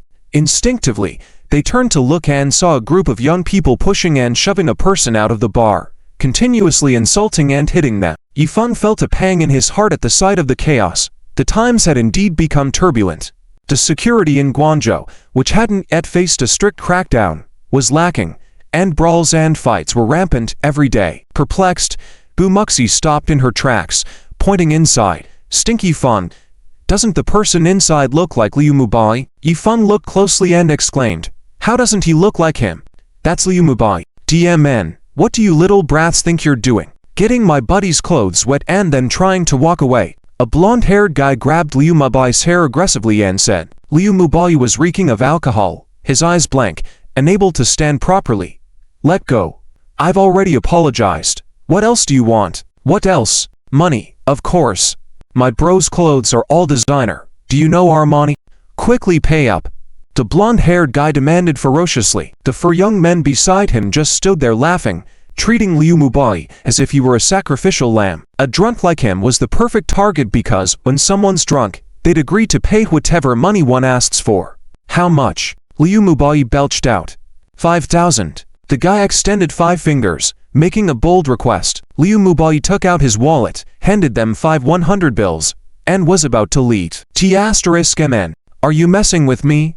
The blonde-haired guy slapped him across the face. Smack. The slap landed firmly on Liu Mubai's face, causing him to fall heavily to the ground. But Liu Mubai didn't utter a word and tried to get up to leave. The blonde-haired gang couldn't let him go like that, so they grabbed him and started hitting and kicking him. The street vendors nearby were shocked and started to retreat, afraid of getting involved. Liu Mubai was kicked to the ground, knocking down a stall selling roses and spilling many flowers. The blonde-haired gang viciously kicked away the roses obstructing them and lifted Liu Mubai from the ground, threatening, "DMN it, pay up quickly, or you'll crawl out of here today." Liu Mubai, with vacant eyes and no response, seemed to have lost interest in everything in the world. At this moment, a dark-skinned young man with a buzz cut nearby suddenly spoke up, "You stepped on my flowers." The blonde-haired guy glared at the buzz-cut young man and cursed, "DMN, so what if we did? You got a problem?" The buzz-cut young man clenched his fists, not saying a word, but his eyes were ablaze with anger, clearly trying to restrain himself. "Hey, Liu Mubai, you're really feeling good about yourself, huh?" Suddenly, an indifferent voice rang out next to them. Liu Mubai, upon hearing the voice, raised an eyebrow, turned to look, and saw the newcomer. Yifeng. Yifeng stood with his hands in his pockets, also looking at him, calmly saying, "The current you is not the Liu Mubai I knew. The Liu Mubai I knew would at least fight back when beaten. Even if he might lose, he'd fight back. That's the kind of person he was." Liu Mubai gave a bitter smile. "Hey, are you here to laugh at me? Well, you are indeed a joke now." Yifeng nodded. The blonde-haired gang was furious seeing the two ignoring them and having a conversation. "DMN, kid, mind your own business, otherwise, you'll be taken down along with him." Yifeng directly ignored the blonde-haired guy, continued to stare at Liu Mubai, and said, "Liu Mubai, do you remember when we were 8 years old, and we fought with the kids from the next class?" Before kicking the blonde-haired guy in a sensitive spot. The blonde-haired guy let out a scream that echoed through the street as onlookers felt a chill. This young man was ruthless. Seizing the opportunity, Liu Mubai delivered an elbow to the blonde-haired guy's head, causing him to fall to the ground, unable to get up. These coordinated strikes were perfectly delivered. The blonde-haired guy fell, and his four companions behind him finally reacted, grabbing flower pots from the nearby stalls and swinging them at the two. Liu Mubai, now overcome by alcohol, reacted slowly, watching as a man swung a flower pot towards him. Just as the pot was about to hit him, he closed his eyes, prepared for the impending blow. Dang! A dull sound rang out. He didn't feel the anticipated pain, opened his eyes, and saw a figure standing in front of him. It was Yifeng. Yifeng kicked the guy who was about to hit Liu Mubai with the flower pot. "Wake up! We're in a fight!" Yifeng shouted, dodging another attack with the pot swiftly. Liu Mubai was stunned, shaken. Unexpectedly, Yifeng would put himself in harm's way to shield him. Suddenly, a folding chair came flying towards Yifeng from the side. Yifeng saw it coming but couldn't dodge in time, so he raised his hands to protect his head from the blow. At the crucial moment, a leg appeared in his line of sight and met the folding chair head-on. Crack! The chair shattered under the kick. The onlookers were amazed by this move. Yifeng, full of astonishment, turned his head and saw a dark-skinned young man in a gray-green jacket standing over him, having just kicked apart the chair. Doom! The young man swiftly threw a punch, hitting the chin of the guy who had the folding chair. The speed of the punch was so fast that it was almost impossible to track with the naked eye. The guy was knocked out cold on the spot. T***MN. The guy who held a flower pot threw it at the buzz-cut young man.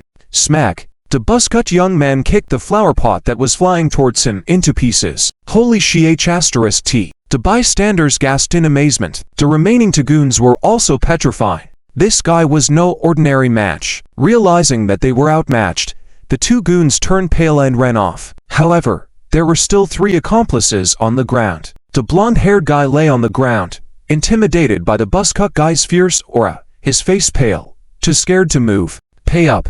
The buzz-cut guy squatted down and reached out his hand towards him. The blonde-haired guy trembled as he took out all his money from his pocket, scattering it on the ground.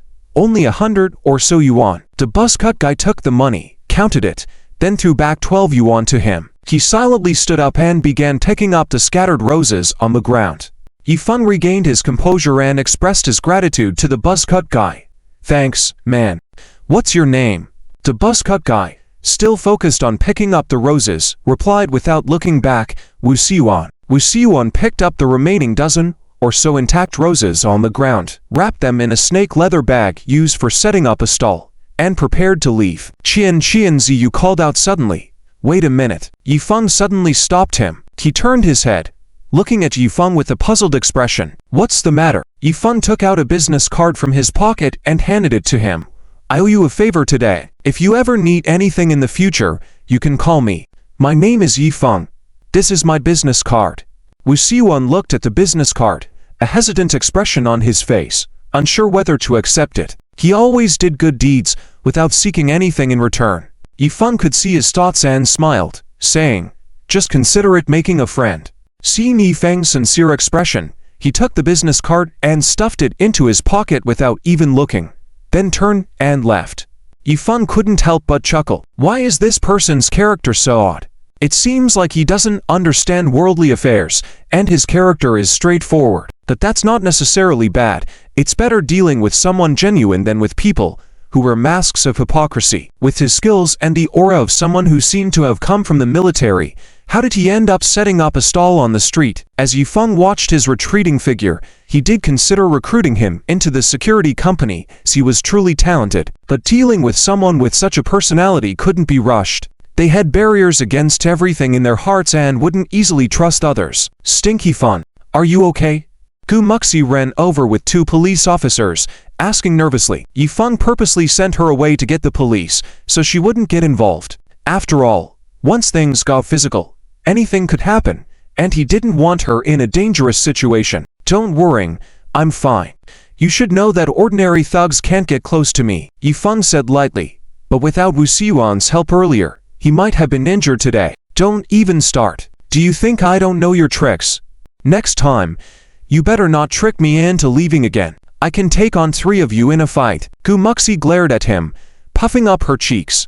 All right, next time I'll let you show off. Yifeng smiled helplessly. The 2 police officers questioned the 3 thugs on the ground before taking them away, and Yifeng and Liu Mubai followed to the police station to make records. After finishing the procedures at the police station, they came out when it was already 11 p.m. Liu Mubai had sobered up quite a bit. As they left the police station, he whispered to Yifeng, "Thank you. If it weren't for Yifeng today, he knew he might have ended up in the hospital. You should be thanking me." "I accept your thanks." Yifeng smiled. Why? Why did you help me?" Liu Mubai asked, looking at him with a puzzled expression. "I am the son of fate, and you are my rival in love. Why did you save me?" "Because you are the son of Uncle Liu. We grew up together when we were young, and we were once friends." "Is that reason enough?" Yifeng shrugged. Liu Mubai was shocked. He didn't expect Yifeng to still remember their childhood friendship. Gu Muxi went over and patted his head. "Liu Mubai, sober up. You're always out of tune, and now you've even learned to get drunk. Give it a rest. I'll tell Dad about you." Liu Mubai shrank back, covering his head, not daring to resist. He begged, "No, please don't tell my dad. He'll kill me." Gu Muxi scolded sternly, "If you don't want me to tell, focus on studying and stop fooling around. If you fail, you'll have a hard time during the new year." Liu Mubai, left speechless, said, "All right, I get it. Just don't tell my dad." Yifeng shook his head. "When would this guy mature a bit?" Liu Mubai, "This time is the last. If there's a next time, Uncle Liu will come to take you back." Okay. Don't scold me anymore. At least I am a destiny child. Give me some face." Liu Mubai could not argue. Gu Muxi's constant bullying made him never dare to fight back. He pleaded, "Please, please don't tell my dad. He'll beat me." Seeing him rubbing his head, mumbled, "Forget it. I don't want to tell my dad. You can focus on your studies. Don't fool around, and if you fail, you'll have a hard time during the holidays." Liu Mubai tearfully said, "Okay, I know. Just don't tell my dad." Yifeng shook his head. This guy, still so naive, but fortunately, he has some self-awareness and won't oppose whom we choose. It's a way to resolve grudges. "I'm afraid Uncle Liu suffers from headaches usually." Gu Muxi shook her head. Yifeng lightly laughed. "He's not a bad person. He just hasn't been beaten by society yet. HMPH, if it weren't for Uncle Liu, I wouldn't bother with him." Gu Muxi pursed her lips. Her help was also largely due to the good relationship between the 3 families, where her father, Stomach Zonqian, had made significant contributions to both Gu's and Yi's families. "All right, Stinky Fun. Let's drop the subject. It's late. Let's go back early. We can buy winter clothes tomorrow." Gu Muxi looped her arm through Yifeng's, sweetly smiling. "Okay. Let's go." Yifeng patted her head. After Yifeng dropped Gu Muxi off at the girls' dormitory, he was about to return to his own dormitory, when suddenly his phone rang. When he picked up and saw that it was Han Ping'an calling, he answered, "Hello, what's wrong?" "Ping'an, brother Fun, something happened at the internet cafe. Late at night, in the funnest sports internet cafe in the west of the university city. A crowd of people had gathered at the entrance of the internet cafe, but no one dared to approach it. Discussions were buzzing. Hey, buddy, what's going on inside? Why is everyone running out? Someone's causing trouble inside. Don't go in. You might get into trouble. No way. Even such a big internet cafe is having trouble? Who knows? I was planning to stay overnight tonight. Looks like it's cancelled. Some customers wanted to enter, but there were two young men squatting at the entrance, wearing crotch pants and smoking cigarettes. They gave a disdainful glance to the customers, causing them to shrink back in fear and not dare to enter. The internet cafe was deserted, with many computers still on, but no one was around. Over 30 people were not using the internet, just sitting in the lobby smoking and causing a ruckus. Hey, waiter, get me a bottle of Coke. Where did everyone go? A young man with a skull necklace shouted with his legs crossed. At this moment, the internet cafe staff were all crouched behind the cash register, afraid to speak up, watching this group of intimidating people. Anyone would be scared. As soon as this group of people entered, they started making trouble, even hit two customers and scared away the other customers. With these troublemakers around, customers dared not enter again, so the internet cafe couldn't do business. Hurry up. Stop dilly-dallying. Damn it. The young man with the skull necklace kicked a chair and cursed. His group of hooligans immediately started to make noise. Some were banging on tables, some were kicking computers, and some were hitting keyboards. Hanzon, what should we do? A middle-aged manager asked in a low voice from behind the cash register. Han Ping'an's face darkened. You stay here. I'll handle this myself. With that, Han Ping'an took a bottle of Coke from the fridge, walked over alone, and placed it in front of the young man with the skull necklace. Your Coke. The young man with the skull necklace picked up the Coke, opened it, and suddenly looked puzzled. Oh, why is this Coke cold? I forgot I have a bad stomach and can't drink cold drinks. Please, I asked for room temperature Coke. Go get me another bottle. Han Ping'an frowned. This guy was clearly trying to pick a fight. But to avoid escalating the situation, he tried to suppress his anger. Fine. I'll get you a new one. The young man with the skull necklace raised the Coke, and Han Ping'an was about to reach for it, but the former suddenly let go, and the Coke plop fell to the ground, splashing all over the floor. Oh, I handed it to you. Why didn't you catch it? It's not my fault. The young man with the skull necklace shrugged his shoulders, indicating helplessness, but his eyes were full of mockery towards Han Ping'an, clearly playing with him. Oh, you couldn't hold it. Now you've dirtied my shoes. Clean my shoes, of course. Licking them clean is fine too. The young man with the skull necklace lifted his oily legs onto the computer desk, indicating to Han Ping'an to clean the spilled Coke off his shoes. Damn it. Are you deliberately provoking us? A young service staff couldn't stand to see Han Ping'an humiliated. He rushed out from behind the cash register, extremely angry. F***CKU. What's your business? A thug in black beside him stood up and pushed him. The young service staff was also hot-tempered. He was about to rush up to fight, but Han Ping'an suddenly pulled him back. Calm down. Han Ping'an whispered. Under Han Ping'an's order, the young service staff bit his lip and restrained himself from fighting. Han Ping'an knew these people came here tonight to cause trouble intentionally. If they really started a fight, they could smash the computers. The funnest sports internet cafe would be out of business for at least 2 to 3 months. Even if they reported it to the police, investigated, determined responsibilities, it would take at least 6 months, not to mention whether they could get compensation in the end. These people must have thought this through before coming here. They didn't care about causing a minor incident. They hoped to see Han Ping'an get manipulated into fighting, which would cause even more trouble. If it were the old Han Ping'an, he probably would have started a fight immediately. But after experiencing so much, he had matured and learned to think calmly, restrain himself, and be patient. If he got agitated and fought back, he would fall into their trap. Han Ping'an glanced at these people coldly and said, I don't think you're here to use the internet. Tell me, which group do you belong to? The young man with the skull necklace stood up, hands in his pockets, and arrogantly declared, I'm a big shot in the university city. Have you heard of me? Your internet cafe is quite capable, daring to open here without notifying us. Did you get permission from our boss? Die. And Maple? You think you can mess with us just because Yan Zubing is watching your back? If you want to cause trouble tonight, no one will walk out of here. Before anyone could react, a series of rapid footsteps sounded at the entrance, and more than 20 people rushed in, all dressed in black. A burly man at the front who resembled a tower, with a big head, was none other than Yan Zubing's right-hand man, Big Head. Maple, who's the troublemaker? Big Head led the group towards the confrontation, inquiring in a buzzing voice. Seeing this group of people appear, the young man with the skull necklace's expression changed slightly, especially when he saw Big Head. There was a hint of fear. Big Head, I advise you not to meddle. Just because you're with Yan Zubing doesn't mean you're invincible. The young man cursed. Big Head walked straight up to him, towering over the young man, who was already tall, and stared down at him with an imposing aura. Who are you, punk? F***CK. The young man cursed, grabbed a keyboard off a table, yanked the cord, and snapped it off. Hold on, High Roller. Suddenly, a lazy voice came from behind the crowd. The thugs split to make way, revealing a path. A middle-aged man in a suit and leather shoes appeared and walked to the front. Maple. High Roller stepped back, respectful of the middle-aged man. Yifeng sized up the middle-aged man. Crew cut, wearing brown-rimmed glasses, a well-fitted suit, like a businessman.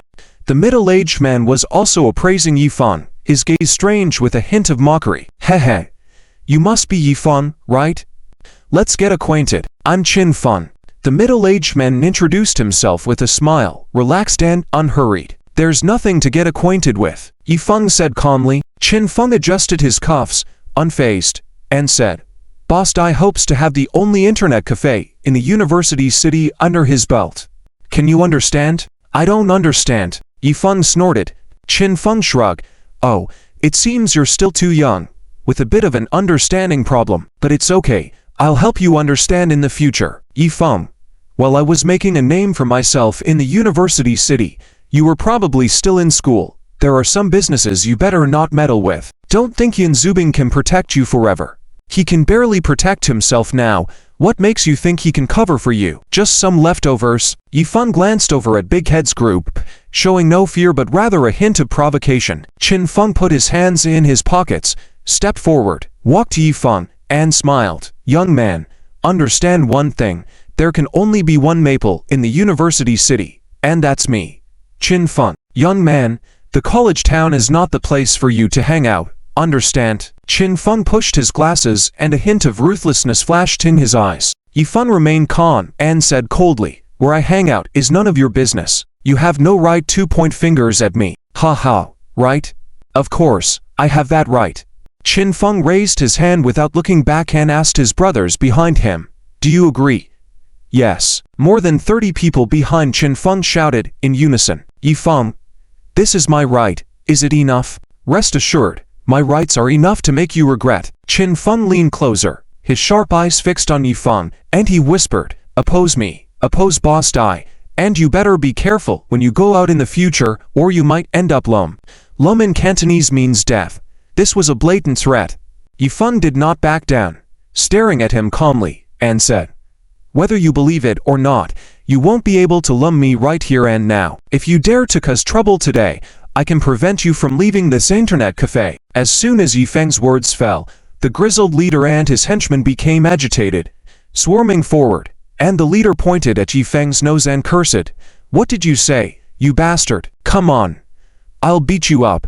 Bastard, who do you think you are? Others with Big Head also stepped in. At that moment, insults were exchanged and tensions escalated rapidly. Bang! Suddenly a table slapped loudly, drowning out the noisy scene. What are you all doing here? Having a party? Two police officers walked over, with the leading one having a stern face and authoritative presence. It was him who slapped the table. Officer Joe, sorry to bother you so late. It's really embarrassing. Yifeng turned to greet him. The man was none other than Officer Zhou Guofeng. Yifeng had called him before arriving, asking for his help. This was also the reason why Yifeng had confidence today.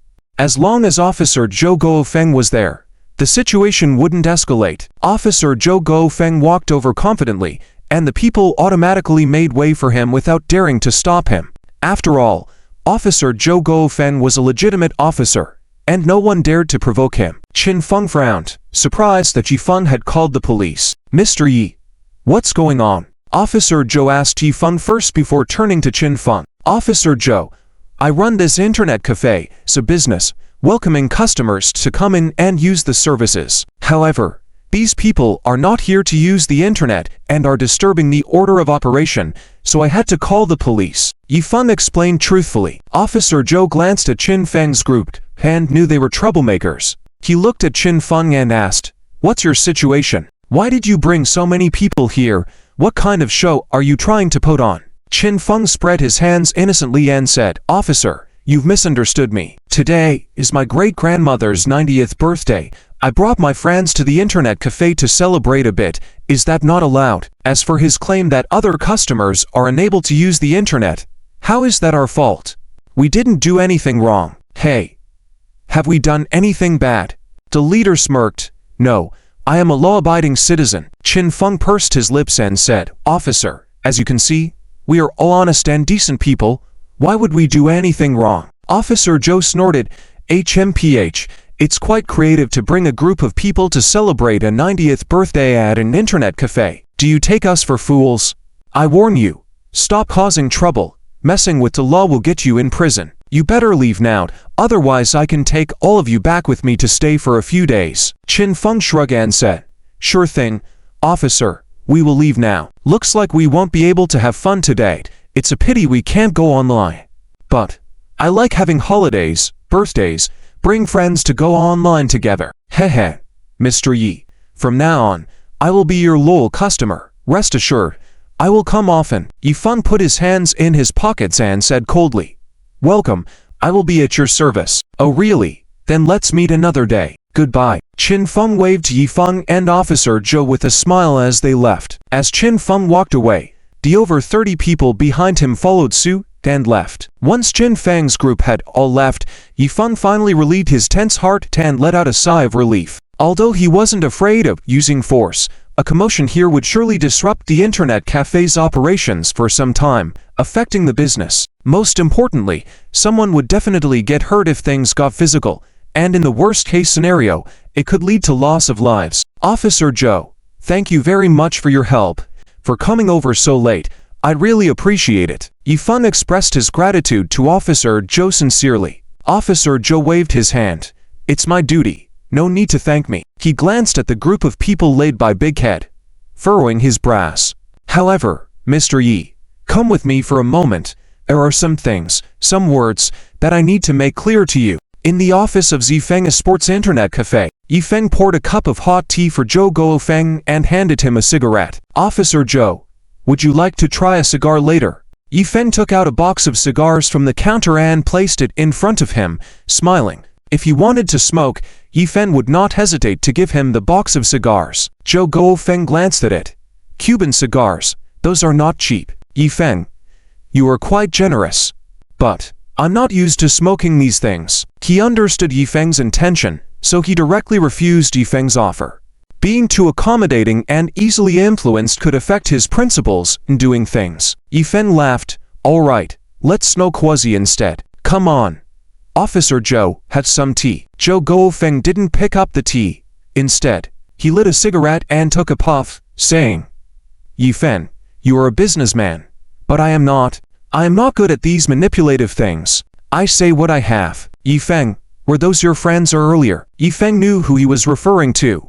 The group of people led by the two. "Yes, they are all good-hearted friends," Yi Feng admitted without hesitation. Zhou Guofeng smoked, calmly saying, "Friends, Yi Feng, you have a lot of friends, including those who are not suitable. This is something I want to advise you on." Yi Feng heard the sincerity in his words but helplessly said, "Officer Zhou is right. But as you said, I am a businessman. As the saying goes, with more friends comes more opportunities. Some friends still need to be made, or else I won't pass this evening's test if you really come later. I have no choice. I understand your point, but I hope you can understand mine." Zhou Guofeng shook his head.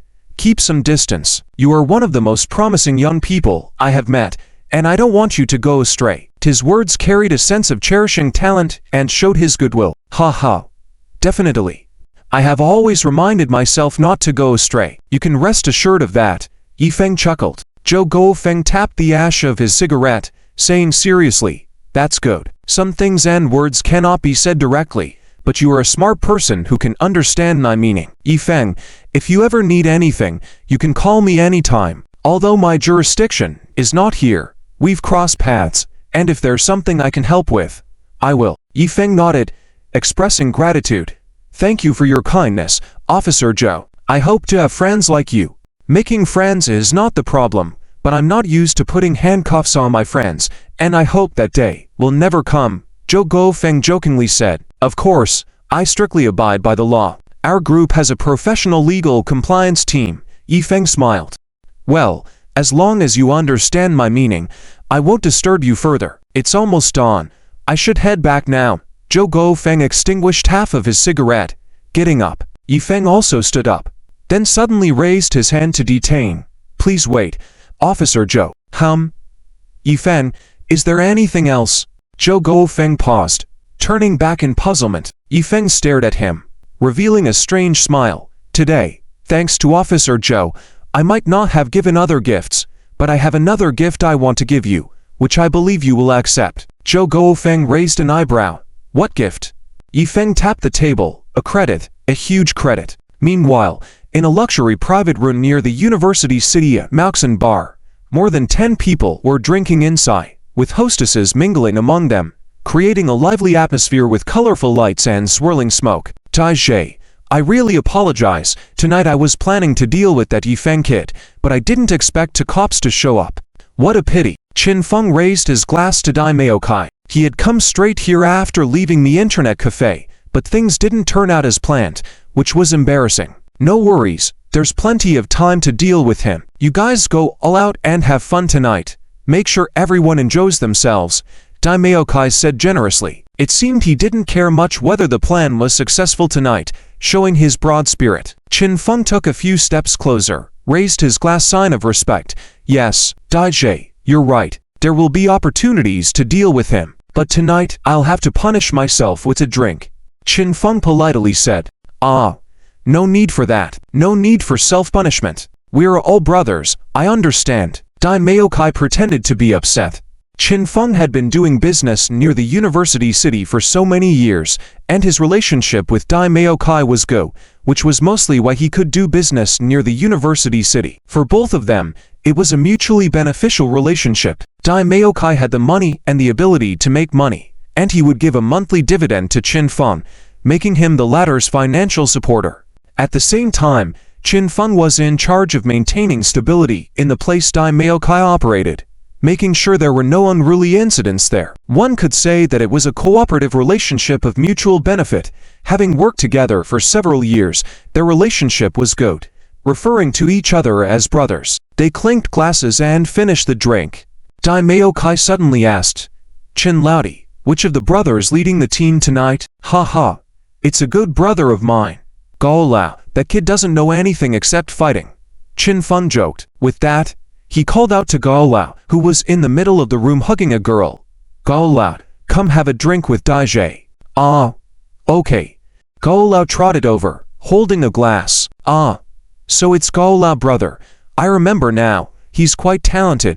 Seeing the newcomer, Dai recalled, having had a few drinks with Gao Lao before, having some history. He usually dealt with Qin Feng and didn't know much about the people under him. He saw Gao Lao, who although young, had a mature ruffian vibe, indicating he had been around the block. However, how did Qin Feng suddenly promote him to do this task?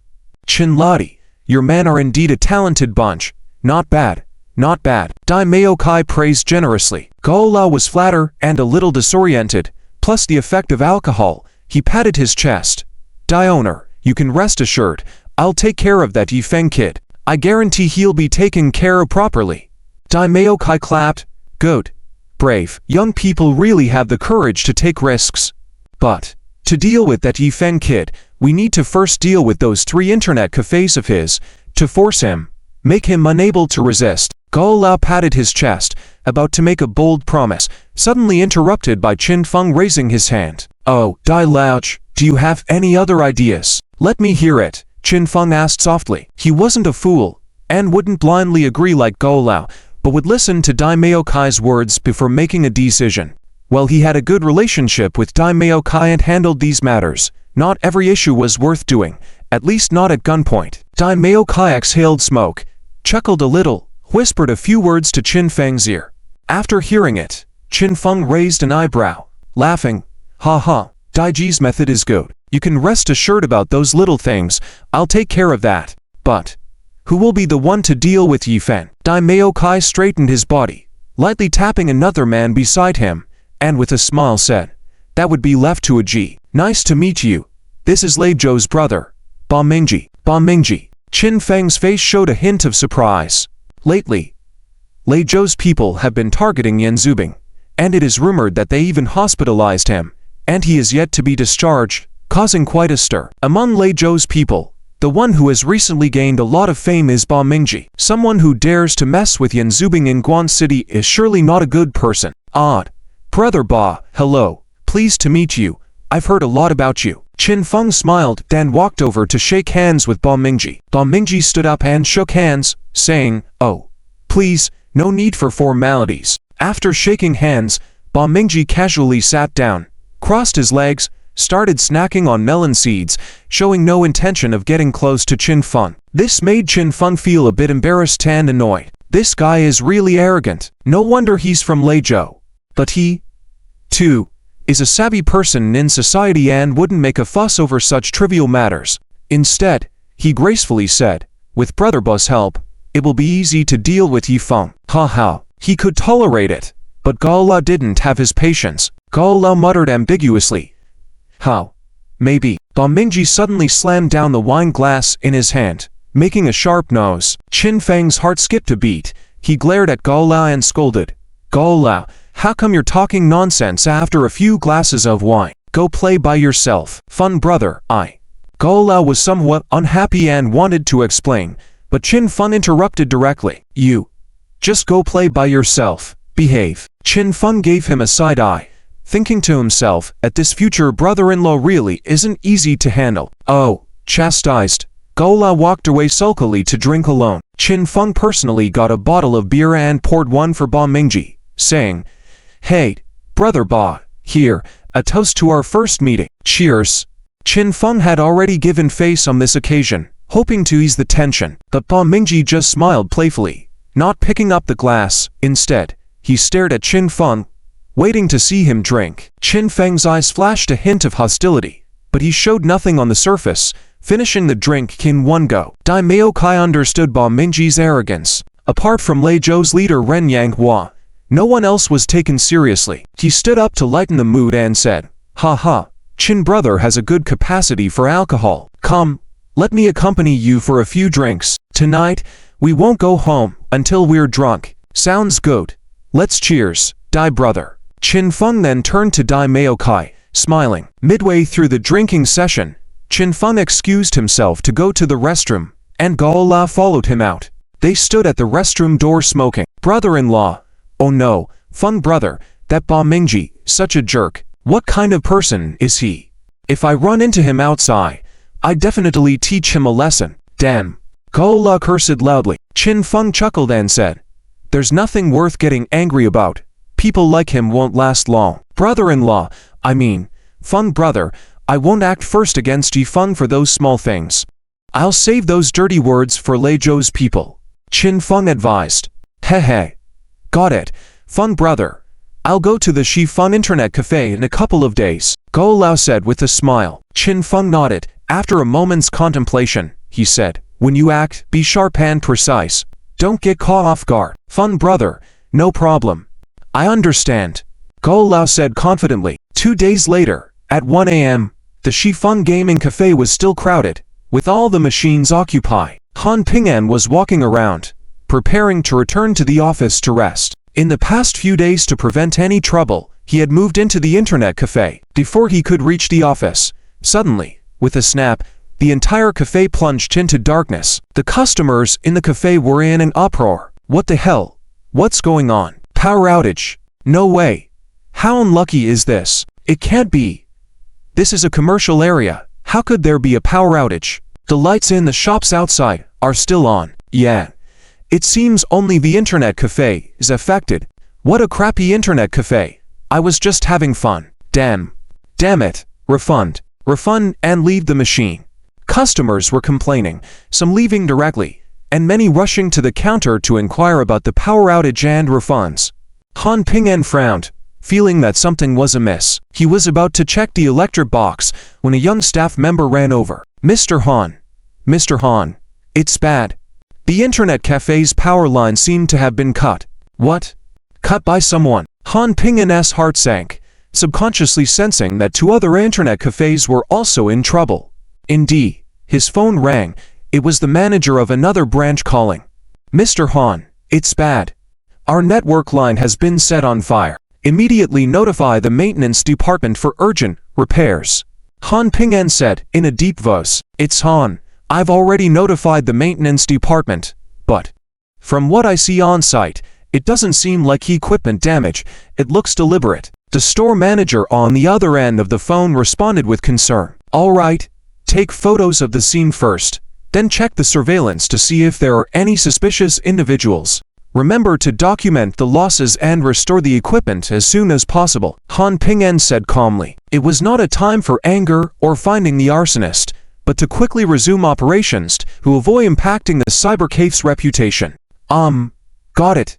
After hanging up the phone, Han Ping'en turned to the young service staff and said, let's go. Check out the scene. They hurriedly rushed to the outdoor transformer and, indeed saw one wire had been severed. Han Ping'en squatted down, staring at the cut wire which looked clean, as if it had been snipped with a certain type of clamp. However, there were no security cameras installed in that location, so they had no idea who did it. Notify the property management. Reconnect it as soon as possible. Han Ping'en stood up, feeling that the situation was becoming more serious. On the 5th day of the incident at West Maple Cybercave, a notice of temporary closure was hung at the entrance. In the conference room of West Maple Group that morning, all branch managers and department heads gathered. Yifeng sat at the head, looking somber, twirling a water-based pen in his hand. Fun brother, everyone is here, Wang Tai reminded softly beside him. Yifeng glanced at the crowd and nodded. Today, we are having an emergency meeting to discuss the recent incidents at West Maple Cybercave. Ping'en, please update everyone on the situation, Yifeng said. Han Ping'en nodded and stood up. In the past 5 days, 3 West Maple Cybercaves were deliberately vandalized, including cutting wires, burning cables, throwing feces, releasing pests, and other destructive acts, particularly targeting the electrical and network equipment, causing severe impacts on cafe operations and significant losses. Most importantly, these incidents had greatly damaged the reputation of our cybercafes among customers, potentially resulting in even greater losses. Therefore, after discussing with Feng Brother, we decided to temporarily close the 3 cafes to prevent further losses. Han Ping'en's words surprised and angered everyone present. No one expected someone to resort to such low tactics. It's truly shameless. Luo Xiang stroked his chin and asked, have they been caught in the act? Han Ping'en shook his head and grimaced. Those people are very cunning. They strike at random times. They run away after causing damage. We can't catch them at all. They also wear masks. Even the surveillance cameras can't capture their faces. And there's no clue after reporting to the police. Luo Xiang furrowed his brow. So, no eyewitnesses, no physical evidence, and we can't even know who is behind the vandalism. This makes it difficult. Infuriated, Wang Tai slammed the table. There's no doubt it's Dai Maokai's doing. Or maybe that guy named Qin Feng. Feng brother, just bring the police with us and confront them face to face. Yifeng shook his head. If they dare to do these acts, they must have anticipated this situation. Even if we catch them, do we add evidence? Can we convict them? Even if there's evidence, if not complete, will they admit it? This method won't work. Wang Tai scratched his head, unable to come up with a response. Fun brother, what do we do then? Are we going to keep our businesses closed indefinitely? Are we going to be targeted as soon as we reopen? After pondering for a moment, Luo Xiang said, if we can find a breakthrough, as long as it's related to them, I can make sure they all end up in jail. The key is finding that breakthrough. Yifeng stopped twirling his pen and a glint passed through his eyes. Lao Luo is right, we need to find a breakthrough. Since we can't find it on our own, let's make them deliver it themselves. Wang Tai looked puzzled. as did others in the room. Make them bring the breakthrough themselves. Wang Tai scratched his head, not fully understanding the implications of the statement. Yifeng tapped the table, a cold smile on his face. Yes, let's have them bring it themselves. Ting-an, open the cyber cafe in the university town tomorrow morning, and keep the other two closed. Han Ping-en seemed to have realized something and nodded. Okay Feng brother, I'll go first thing tomorrow. Yifeng turned to Wang Tai. TZ, the West Maple Electronics Store has more personnel. Arrange them to guard around the cyber cafe. I'll have Big Head cooperate with you. Got it. Wang Tai nodded heavily. Yifeng looked at Luo Xiang and instructed. Lao Luo, get ready to sue Mauxin Company. Any reason will do. Don't let Dai Mao Kai escape. President, no problem. I'm good at this. Luo Xian pushed his glasses and smiled like an old fox. Yifeng turned to Han Ping-an.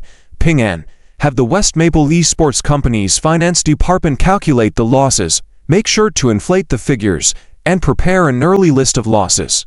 All right, I'll inform the finance department shortly. Han Ping-an replied. Yifeng tightly clenched the water pen and said coldly, since Dai Mao Kai wants to play games so badly, then we'll play a big game with him. The next day, at 11 p.m., the street outside West Maple Esports Cybercafe was deserted. Two motorcycles approached and stopped at the entrance of the shopping mall. Gao bro, we're here. What do you want to do tonight? Hehe. A young man in black security uniform asked with a grin. Hehe. Just burn the transformer and leave. To save the trouble. Gao laughed viciously, patting the backpack on his back containing homemade incendiary bottles. Hey, West Maple's Cybercafe is quite stubborn. After being hit by us so many times and still daring to open, they deserve it. Damn them. The young man in black uniform was excited. Committing such acts gave him a thrill. Gao sneered. As long as they open for a day, we'll hit them once. Keep hitting them until they close. See Juan 2. You go check it out first. See what's inside. See Juan 2. An ordinary-looking guy with black-framed glasses was usually the first to scout ahead. As long as there were no guards or police, he could proceed with the plan. Within seconds of smashing and burning, they would run away, the whole process taking less than 20 seconds. Even if they tried to catch them, they wouldn't succeed. All right, Gao bro, I'll go now, Si Juanta said, adjusting his jacket, putting his hands in his pockets, pulling down the security hat, and heading towards the cybercafe. After about 10 minutes, Si Juanta came out of the cybercafe in a hurry and whispered to Gao, Gao bro, there are two service staff at the door. People inside are a bit alert, we can't mess up the network cables, but no one is watching the transformer box. Gao's eyes lit up upon hearing this. He extinguished his cigarette, grinned.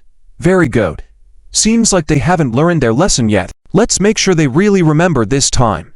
Hey, you come with me. You to stay here as backups. With that, Gao donned a black headgear that only showed his eyes. Gesturing, he said fiercely, let's go. Let me give them some warmth. Gao Lao and Zihei wore headwear and sneaked into the mall under the cover of night. The Shifun Internet Cafe was located in the mall, but the specialized transformer was placed in a corner of the corridor outside the Internet Cafe, which was the target of the two. Gao Lao, carrying a backpack, ran through the surveillance area of the Internet Cafe, arrived at the end of the corridor, and found the newly repaired transformer. The transformer had been locked in an iron cabinet to prevent it from being cut again, but there were gaps all around the cabinet that couldn't resist the burning flames. Gao Lao looked around and saw no one. Let's do it, Gao Lao whispered, taking a bottle of lamp oil from his backpack. This kind of lamp oil is highly flammable and is usually used for lighting.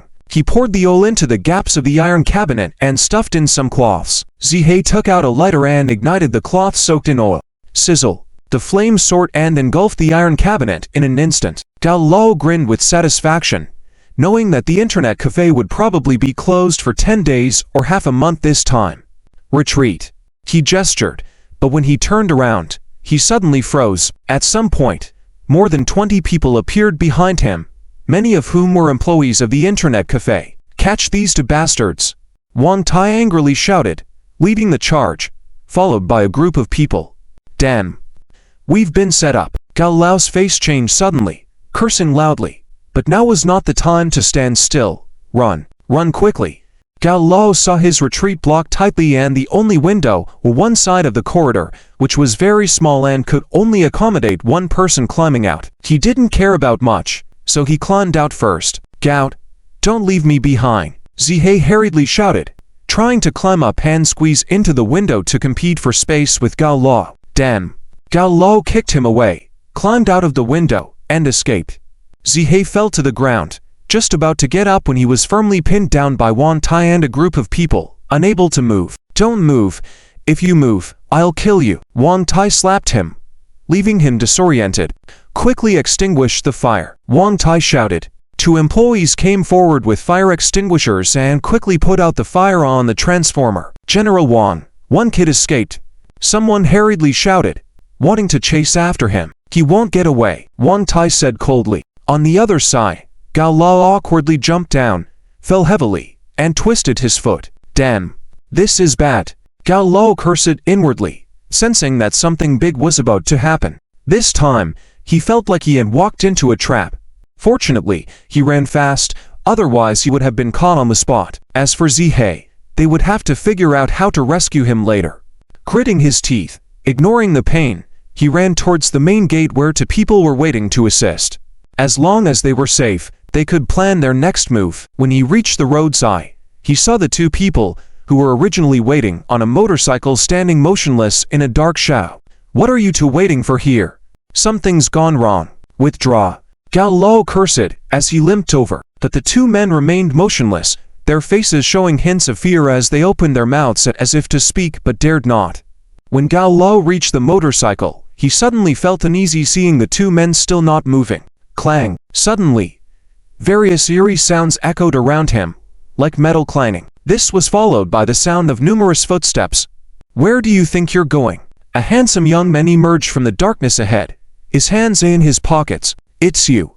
Gao Lao's pupils constricted. The handsome young man in front of him was the secret boss of the internet cafe, Yifeng. He was dumbfounded, a sense of shock flooding his mind. Yifeng's appearance here meant his 2 henchmen had been captured. Sure enough, behind Yifeng was Big Head, and 2 people emerged behind the 2 henchmen with shiny objects pressed against them. No wonder the 2 henchmen didn't dare move. Before he could react, the once empty street was now filled with countless figures, making it impossible to count them all. Many of them held steel pipes and forks. His pupils constricted, and instinctively he began to retreat, wanting to turn and run. But when he looked back, he saw even more people emerging, all dressed in black, smoking cigarettes, exuding a formidable air. The roads in front and behind were blocked. Despair flashed in Gao Lao's eyes, leaving only 2 words in his mind. It's over. Big Head made a dash, kicking him in the stomach with such force that Gao Lao was sent flying several meters away. Tane. He felt like his internal organs were about to be crushed. He managed to prop himself up, and when he looked up, he saw Big Head standing right in front of him, with his massive head and fierce face, intimidating. Get up. Big Head pulled off his headgear with one hand and lifted him off the ground as if lifting a chicken. Gao Lao was completely limp, fear taking over his mind. His hands couldn't help but tremble, making him unable to muster any resistance. Heh. Weren't you quite arrogant not too long ago? Let's see how arrogant you are now. Big Head sneered coldly, slapping him again. Smack. The slap was crisp and loud, leaving his cheeks instantly swollen. Mr. Yi, how should we deal with him? Big Head brought him to Yifeng. Yifeng, hands in his pockets, stared coldly at Gao Lao. Gao Lao was petrified by his icy gaze, his back shivering, unable to meet his eyes. Yifeng suddenly grabbed his hair and said coldly, Daimao Xiang Chen Feng seemed to have a liking for games, right? I said I would see this through with you. Now that the game has begun, don't think about stopping. It's a matter of life and death between you and me. Today, now that you're in my hands, it will be something you regret for the rest of your life. Gao Lao thought Yifeng wanted to deal with him, his face pale with fear. Don't touch me. Chen Feng is my sister's husband. If you harm me, he won't let you go. If you let me go, I promise I will never come looking for you again. Before he could finish, Yifeng released his hair and gave him another slap, this time, knocking him senseless. Yifeng drew out a handkerchief and wiped the fresh blood off his palm, indifferently saying, It's too late for that now. Gao Lao's eyes were filled with terror at his words, his legs trembling uncontrollably. Yifeng waved his hand calmly. Big head, take these people away, take them to your place. They might have to stay with you for a while. Hey. No problem. I'll take good care of them. Big head grinned, emphasizing the word care heavily, making the implied threat clear to all who heard it. Take them down. We'll have more fun later. Big head ordered his men. Gao Lao was dragged away like a dead dog. Big head asked in a low voice, Mr. Yi, should I take care of him? Yifeng shook his head, laughing, keep him around. He still has a purpose. Do as I said. You go inform Dai Mao Tsai that Gao Lao has betrayed him. He pointed fingers at him to the authorities. All of these were instigated by Dai Mao Tsai. Then, go arrange a meet with Qin Feng. Tell him, Gao Lao is in my hands. If he wants Gao Lao to come out safely, he should come see me alone at the Tian Hotel tomorrow night at 9. Big Head listened attentively, his eyes flashing with excitement after hearing Yifeng's instructions. Mr. Yi, impressive. Gao Lao was a breakthrough point. Once Dai Mao Tsai found out that Gao Lao had implicated him, whether or not he believed it, doubts would have already been planted in Qin Feng's mind. When Qin Feng was asked to come alone to meet Yifeng, it would inevitably make Dai Mao Tsai suspect whether Qin Feng would betray him. Regardless of the outcome, Dai Mao Tsai would never be able to fully trust Qin Feng, even developing serious doubts about him. Big Head had encountered many tough individuals before, but never someone as adept at playing mind games as Yifeng. He was deeply impressed by Yifeng's cunning strategy. As Brother Bing put it, Mr. Yi's machinations were truly unfathomable. Yifeng was a force not to be trifled with, despite his seemingly powerless appearance. Mr. Yi, should I give this guy a good beating? Big Head inquired softly. Yifeng smiled. Of course. He needs to know he has no choice. If he doesn't betray Qin Feng, he's worthless, and he'll believe that Qin Feng has abandoned him. Big Head slapped his palm excitedly. Ha ha. Mr. Yi, I understand. Mr. Yi, should I deal with this guy first? Yifeng nodded. Go ahead. Big Head bowed to Yifeng, a gesture of respectful admiration deeply felt within him. Big Head left with his men, while Han Ping'an walked over. Brother Feng, are we starting the operation tomorrow? Yifeng's eyes gradually filled with a hint of ruthlessness as he coldly replied, yes, it's time for them to pay the price.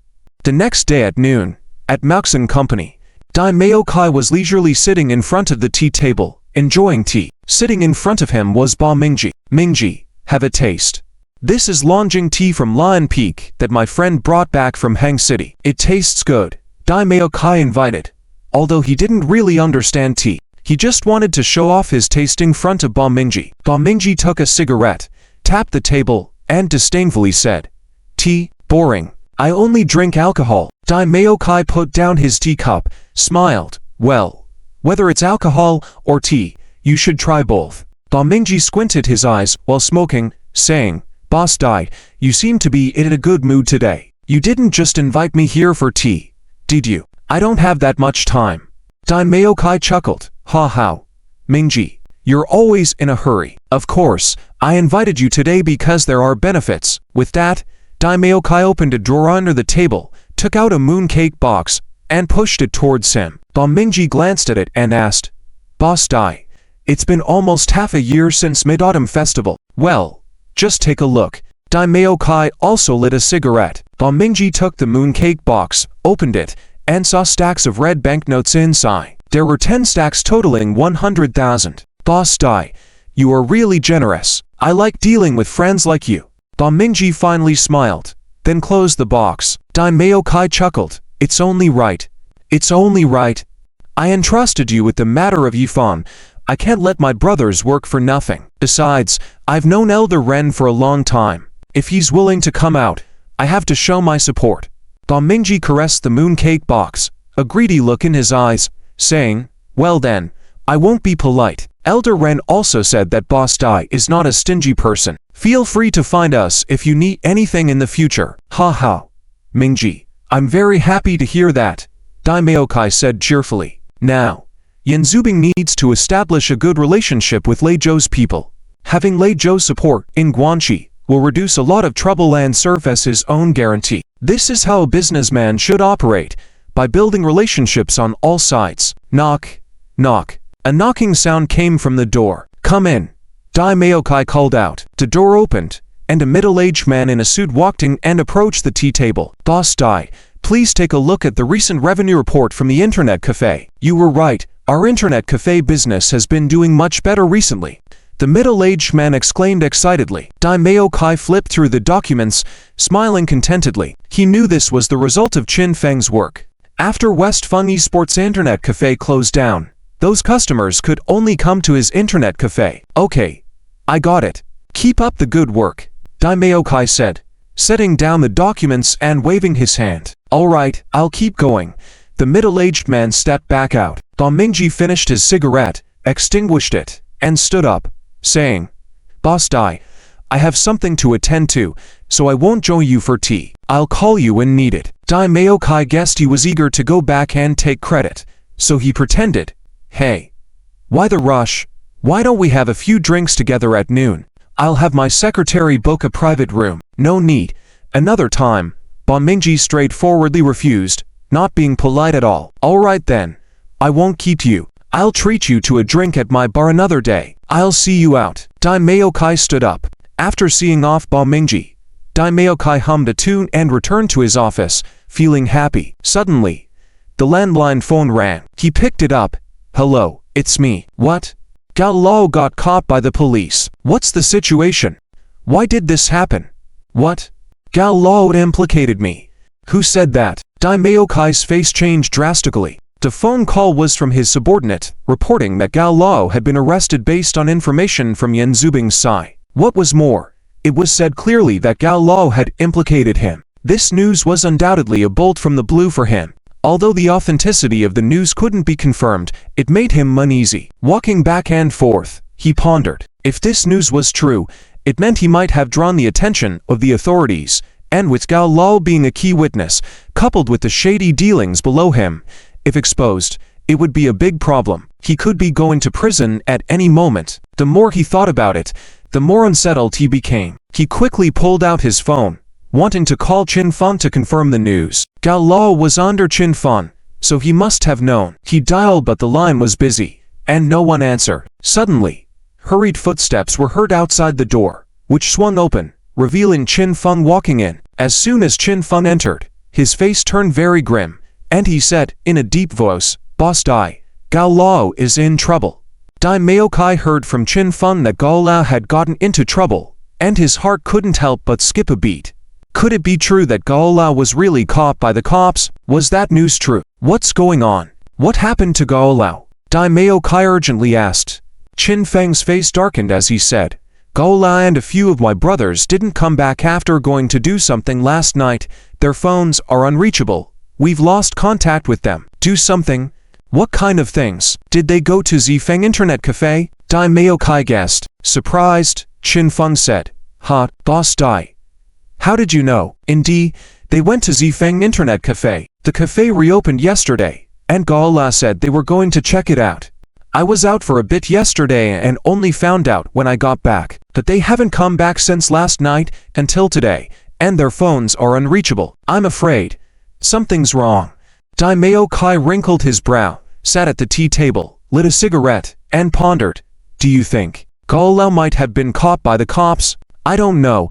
The most important thing now is to find out where he is, Qin Feng said solemnly. Daimyo Kai exhaled smoke, saying, Where could they be if they went to Zifeng Internet Cafe last night but didn't come back? If they're not in Zifeng's hands, then they must be in the police station. I just received information that Gao Lao is likely already in police custody, and he might be implicating me. Are you aware? What? In police custody? Where did you get this information? Qin Feng's face showed surprise, unable to maintain his calm anymore.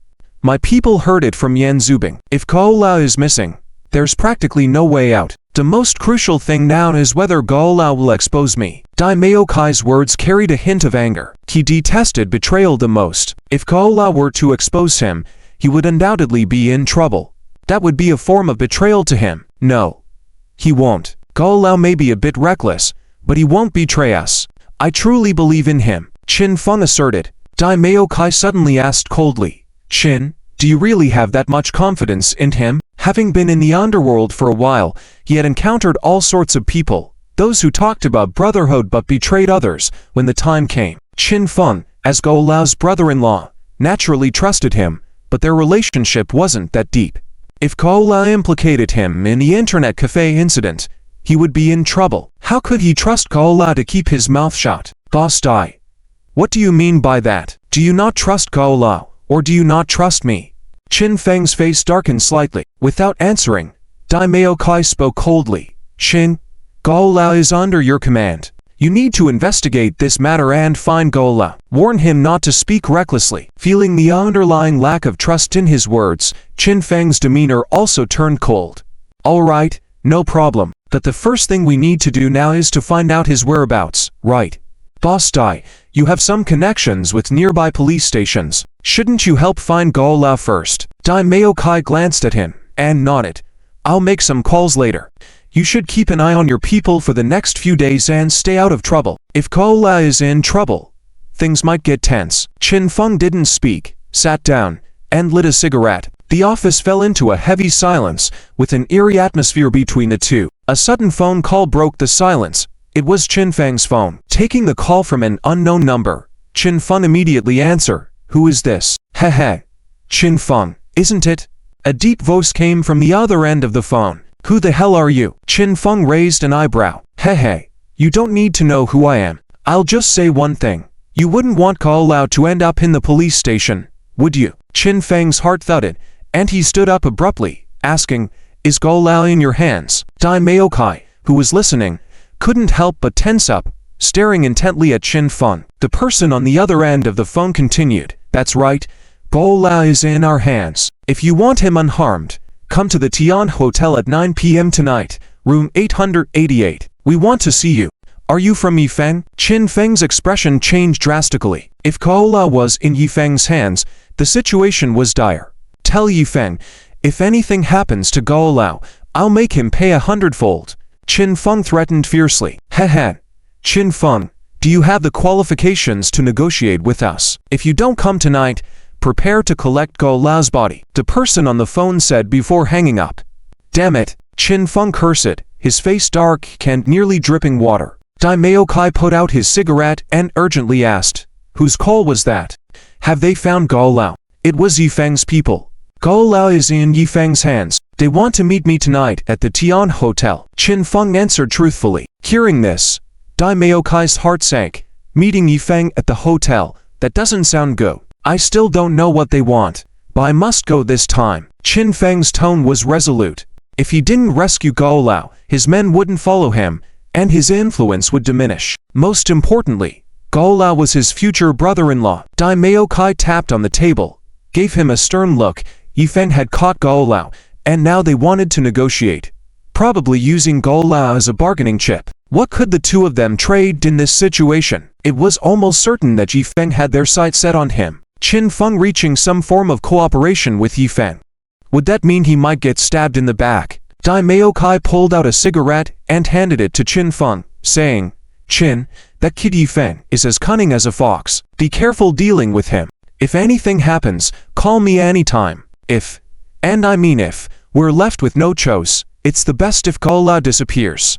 With a tone of ruthlessness in his voice, his eyes flashed with a hint of cruelty. Qin Feng raised an eyebrow, didn't take the cigarette, and couldn't help but show a hint of anger, questioning, What do you mean by that, Boss Dai? Do you want Kola dead? Dai Maokai replied coldly, It's the best outcome for us, isn't it? Suppressing his inner anger, Qin Feng played with the lighter in his hand, repeatedly igniting it. Boss Dai, there's no need to go to such extremes, is there? Dai Maokai took back his cigarette, lit it, and said, I also hope it doesn't come to that. It's best if we don't reach that point. He pushed the lighter toward Qin Feng and continued, However, Qin, when you're in this line of work, don't we all have to be prepared for this? Qin Feng stood up, grabbed Dai Maokai's lighter, then smashed it hard on the ground. Bang! The lighter exploded on impact. Boss Dai, are you drunk? I hope this is the last time you say such things to me. Qin Feng, what do you mean by this? Dai Maokai was also furious, slamming the table with force, causing the entire table to shake. What do you mean, Mr. Dai? You should understand, Qin Feng said coldly. With that, he turned and left without looking back. Dai Maokai watched Qin Feng leave with wide eyes, unable to contain his anger any longer. He grabbed a teacup from the coffee table and smashed it on the ground. The cup shattered. Damn it!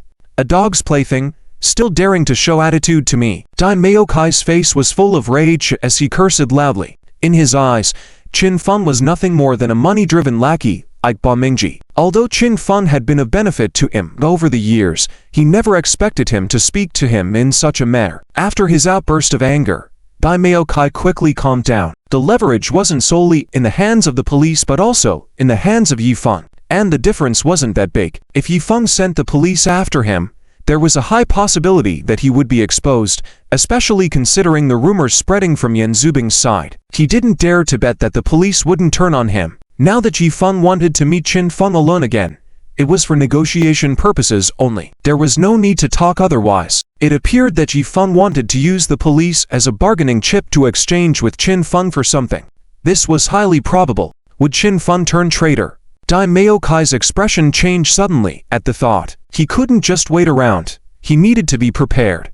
He paced around the office a few times before suddenly taking out his phone and making a call. Zisu, ask the legal department manager Guo Zhuan to come to my office. Also, prepare a ticket for me to go to Shenzhen tomorrow. Yes, tomorrow. He planned to get away for a while, see the situation on Qin Feng's end. He had planned for the worst. If the police turned on him, he would utilize all legal resources to resist. As long as the evidence was lacking, he could buy himself some time, then figure out a way to save him as a witness. If Qin Feng dared to betray him, he would use his connections to make Qin Feng pay a painful price.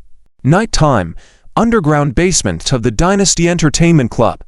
In the dimly lit basement, the boss was tied to a chair, unable to move, physically and mentally exhausted. Having struggled for a long time, having not eaten or drunk anything for a day and night, having been beaten all night long, sleep was nowhere to be found. Suddenly, footsteps echoed in the room. Dato came down with a bottle of water and sat in front of the boss. Do you want a drink? Dato shook the water in front of his eyes. The boss's lips were dry, but when he saw the water, he was even thirstier.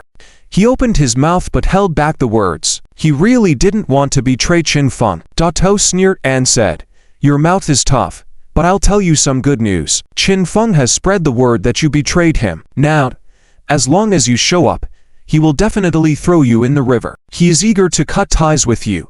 The boss's pupils shrank suddenly. Hoarsely, he said, no, impossible. Dato crossed his legs confidently and said, heh, you are too naive. In this world, for money, anything is possible. Even if you admit that he instructed you to cause trouble, he has many ways to distance himself from you. You don't understand the kind of person Qin Feng is.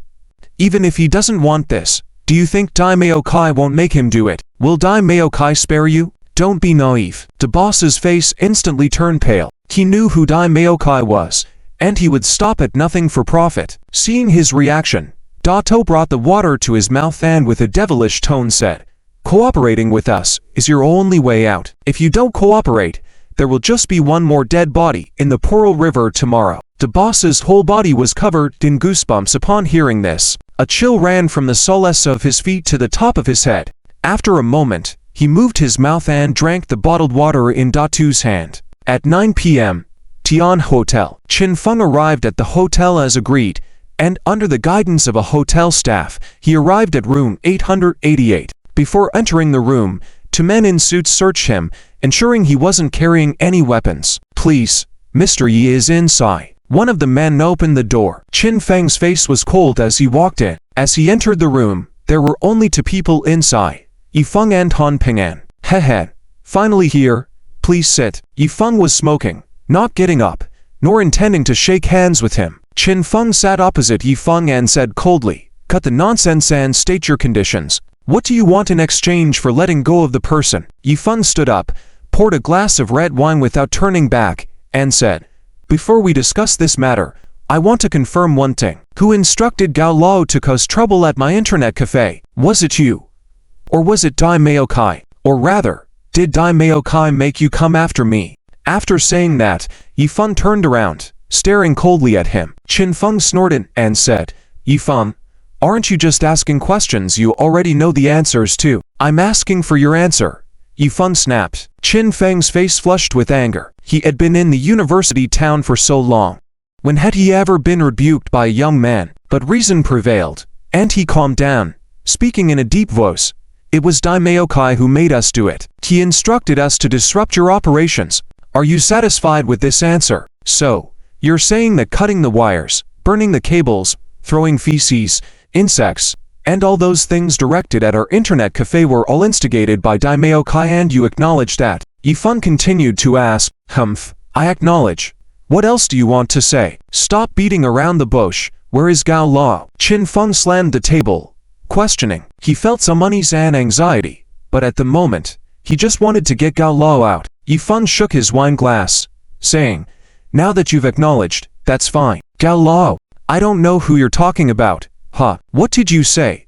Qin Feng was puzzled by what Yifeng meant. Yifeng smiled and said, oh, right, you might be referring to one of your little henchmen. I'm sorry, if that's the case. He's already in jail and has confessed to all your criminal activities. Your so-called Gao Lao little henchman may just personally identify you. Qin Feng's expression suddenly changed, and he rose from the table, shouting hysterically, Yifeng, what do you mean by this? He suddenly felt that this negotiation was a trap. Yifeng didn't really intend to negotiate. Yifeng's eyes flashed with a hint of ruthlessness as he said coldly, what do I mean? I'll tell you nicely. I want to see you behind bars. Wang Tai, standing aside, turned off the hidden camera in the corner and took out his phone. Officer Zhou, the person you wanted has arrived. Qin Feng's face turned bleak white instantly, staring at Yifeng in astonishment. Yifeng didn't want to negotiate. He wanted to send him in. This young man was too sinister. It was an outright trap.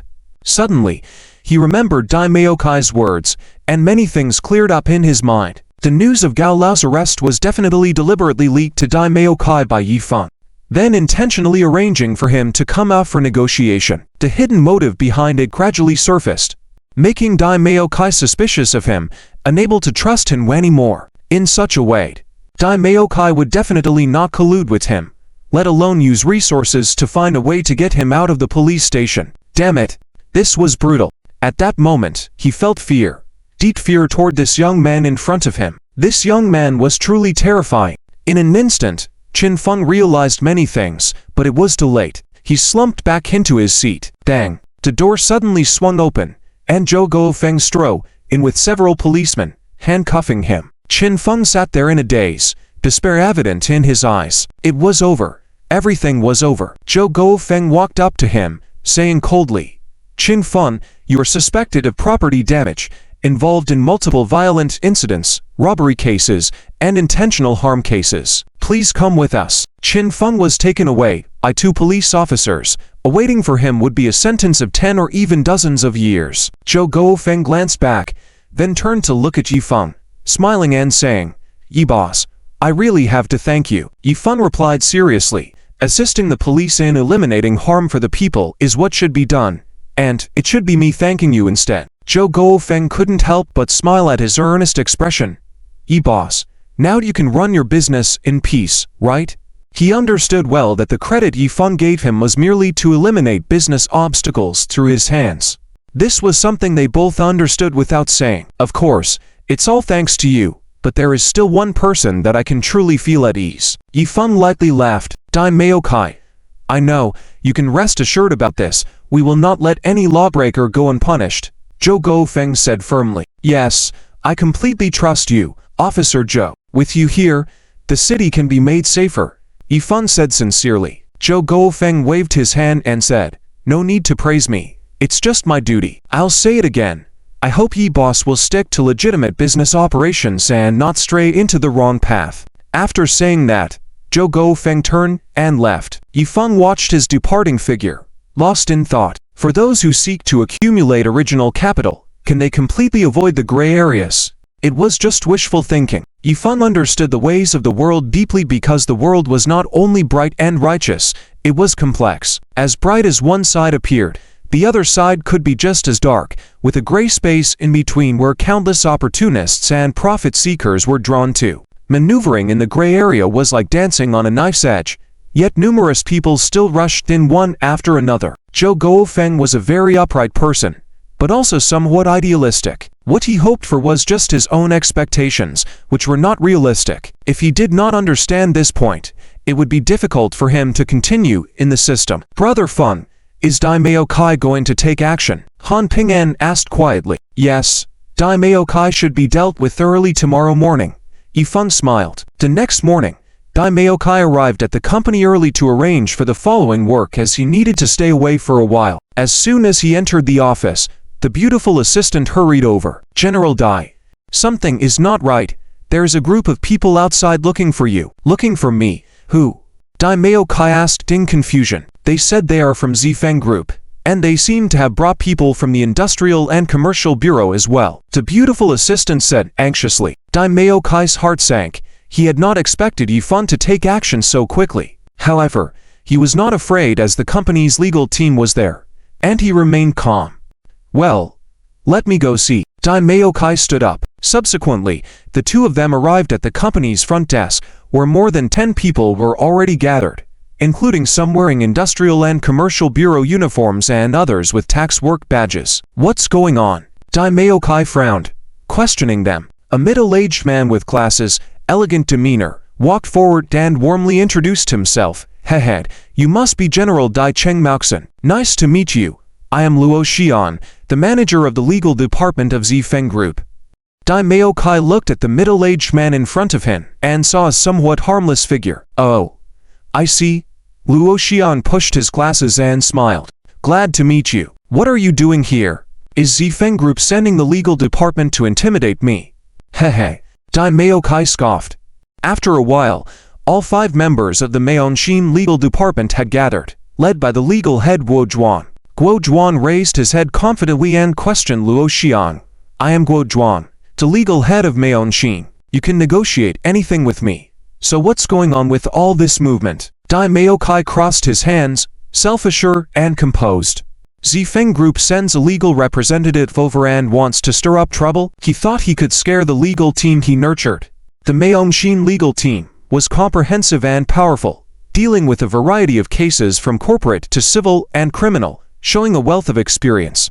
Facing the 5 people alone, Luo Xian remained calm, without any fear on his face, and said, Yesterday, our Zifeng Group employee slept at your internet cafe due to the slippery floor at your place. Instead of apologizing, your staff insulted and humiliated our group employee. Afterwards, our employee went to the hospital for minor injuries, and Maonshin Company must take responsibility for this. I have already filed a lawsuit with the court, accusing you of personal insults and demanding a public apology and compensation for all losses incurred by our employees, including medical expenses, nutrition fees, loss of work costs, and mental damages totaling 80,000 yuan. As Luo Xiang finished speaking, all the Maonshin Company staff were dumbfounded. What?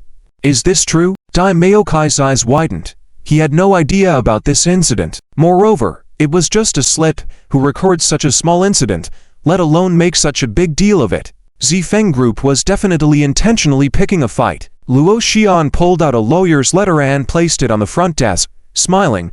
This is indeed the case, and we have collected evidence. Daimyo Kai burst out in anger. Even if this incident did happen, it was just a slip.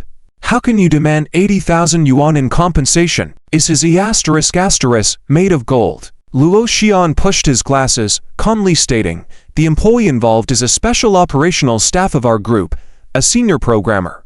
His 2 days off work is enough to cause our group company to lose tens of thousands in profit. Thus all losses incurred must be borne by your Maonshin.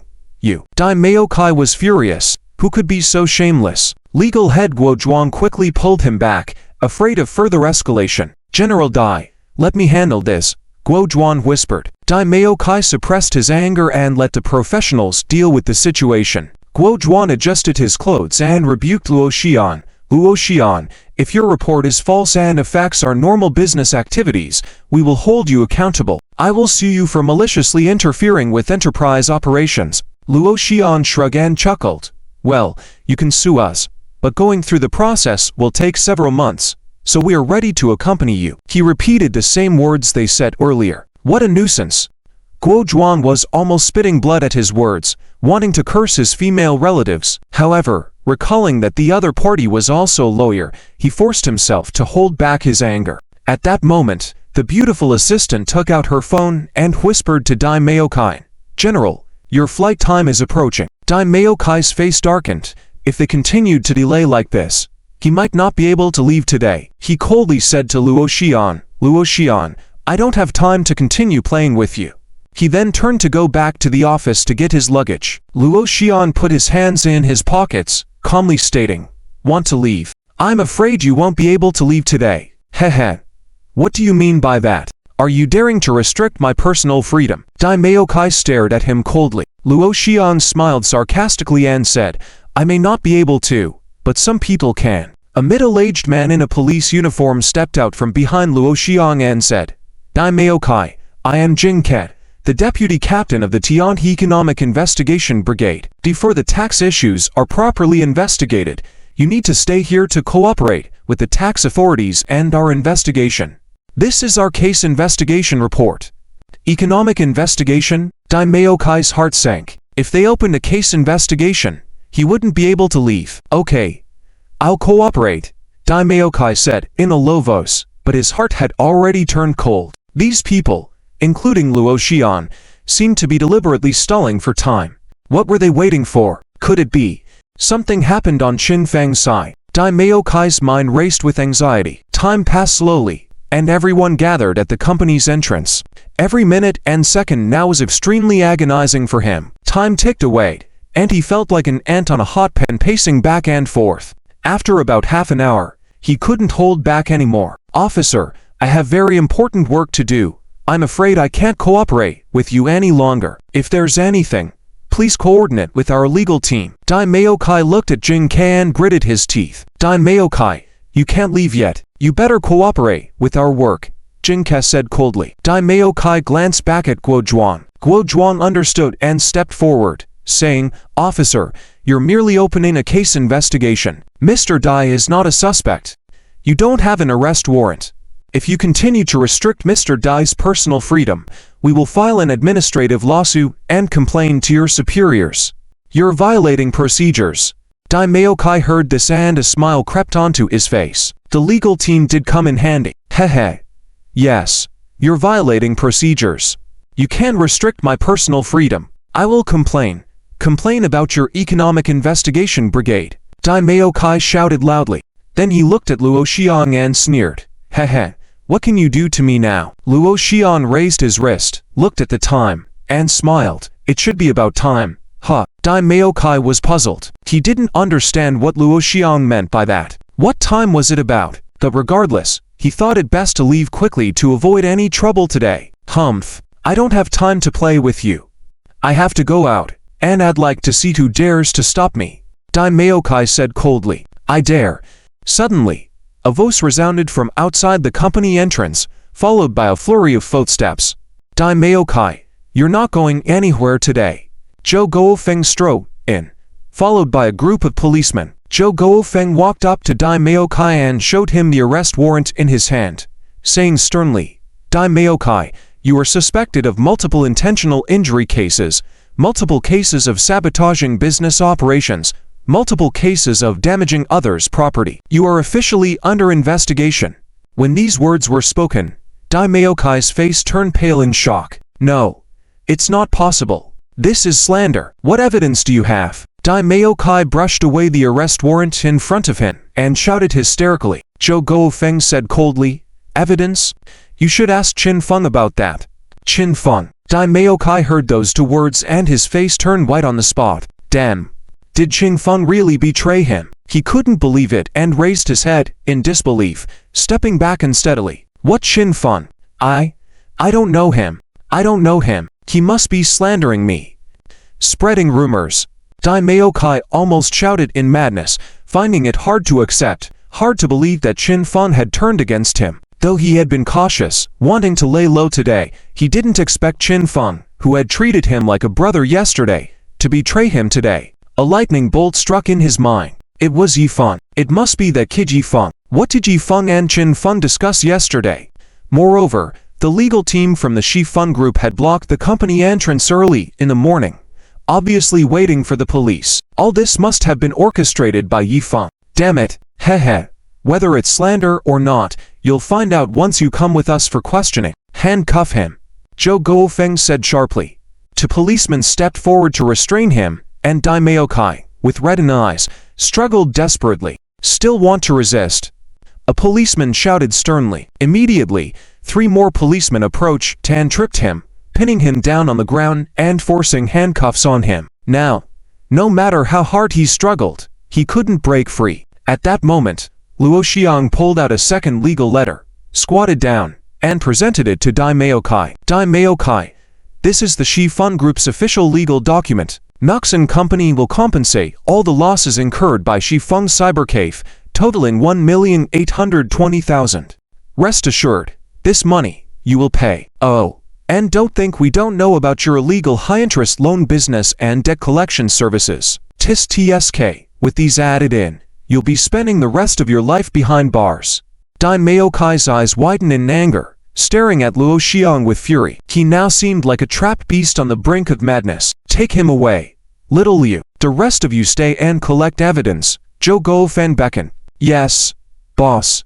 Little Liu, a young police officer, responded, and together with another policeman, they led Dai Maokai away. The other policemen began entering the company to gather other criminal evidence. Zhou Guofeng followed behind Little Liu's group, escorting Dai Maokai downstairs. As they arrived downstairs, Dai Maokai was taken away on the spot by the police, drawing the attention of passers-by who stopped to watch. Dai Maokai's face darkened as he lowered his head, covertly scanning his surroundings. The police car was parked on the side of the road, and a policeman went to open the car door for Dai Maokai, leaving only Little Liu supporting Dai Maokai's left arm. At that moment, the traffic light at the intersection turned green, and a large crowd of tourists surged towards the pedestrian crossing. Dai Maokai's eyes flashed with a hint of madness. Seizing the opportunity, while Little Liu was distracted, he suddenly headbutted him, pushing him away with his shoulder. Escape. Quick escape. I refuse to spend the rest of my life in prison. Absolutely not. Dai Maokai darted out with lightning speed, rushing towards the crowd at the pedestrian crossing. If he could blend in with the crowd, he might have a chance to escape. Bastard! Zhou Guofeng cursed inwardly and quickly pursued him. Before he could catch up, the traffic light at the crossroad turned red, and the cars on both sides started moving, posing a dangerous situation. Zhou Guofeng was blocked by the cars, watching helplessly as Dai Maokai dashed through the traffic. Dai Maokai ran looking back at Zhou Guofeng. Seeing him obstructed by the traffic, a sense of excitement flickered across his face. Ha ha! I have a chance to escape. But the next moment, as he turned his head forward, a van was speeding towards him. Bang! A loud collision rang out. Dai Maokai was sent flying backward by the impact, hitting a nearby dumpster with tremendous force. The impact was so powerful that his head nearly bent backward at 180 degrees, and his body hung in a grotesque and horrifying position on the dumpster. At the scene of the car accident, screams were heard, and the crowd was in panic, creating chaos. Everyone was terrified by the scene, instinctively moving away. Go check it out. Protect the scene. Zhou Guofeng's face darkened as he immediately took charge. Head. I'm sorry. Shaoli ran up to him, looking ashamed. It's too late to do anything now.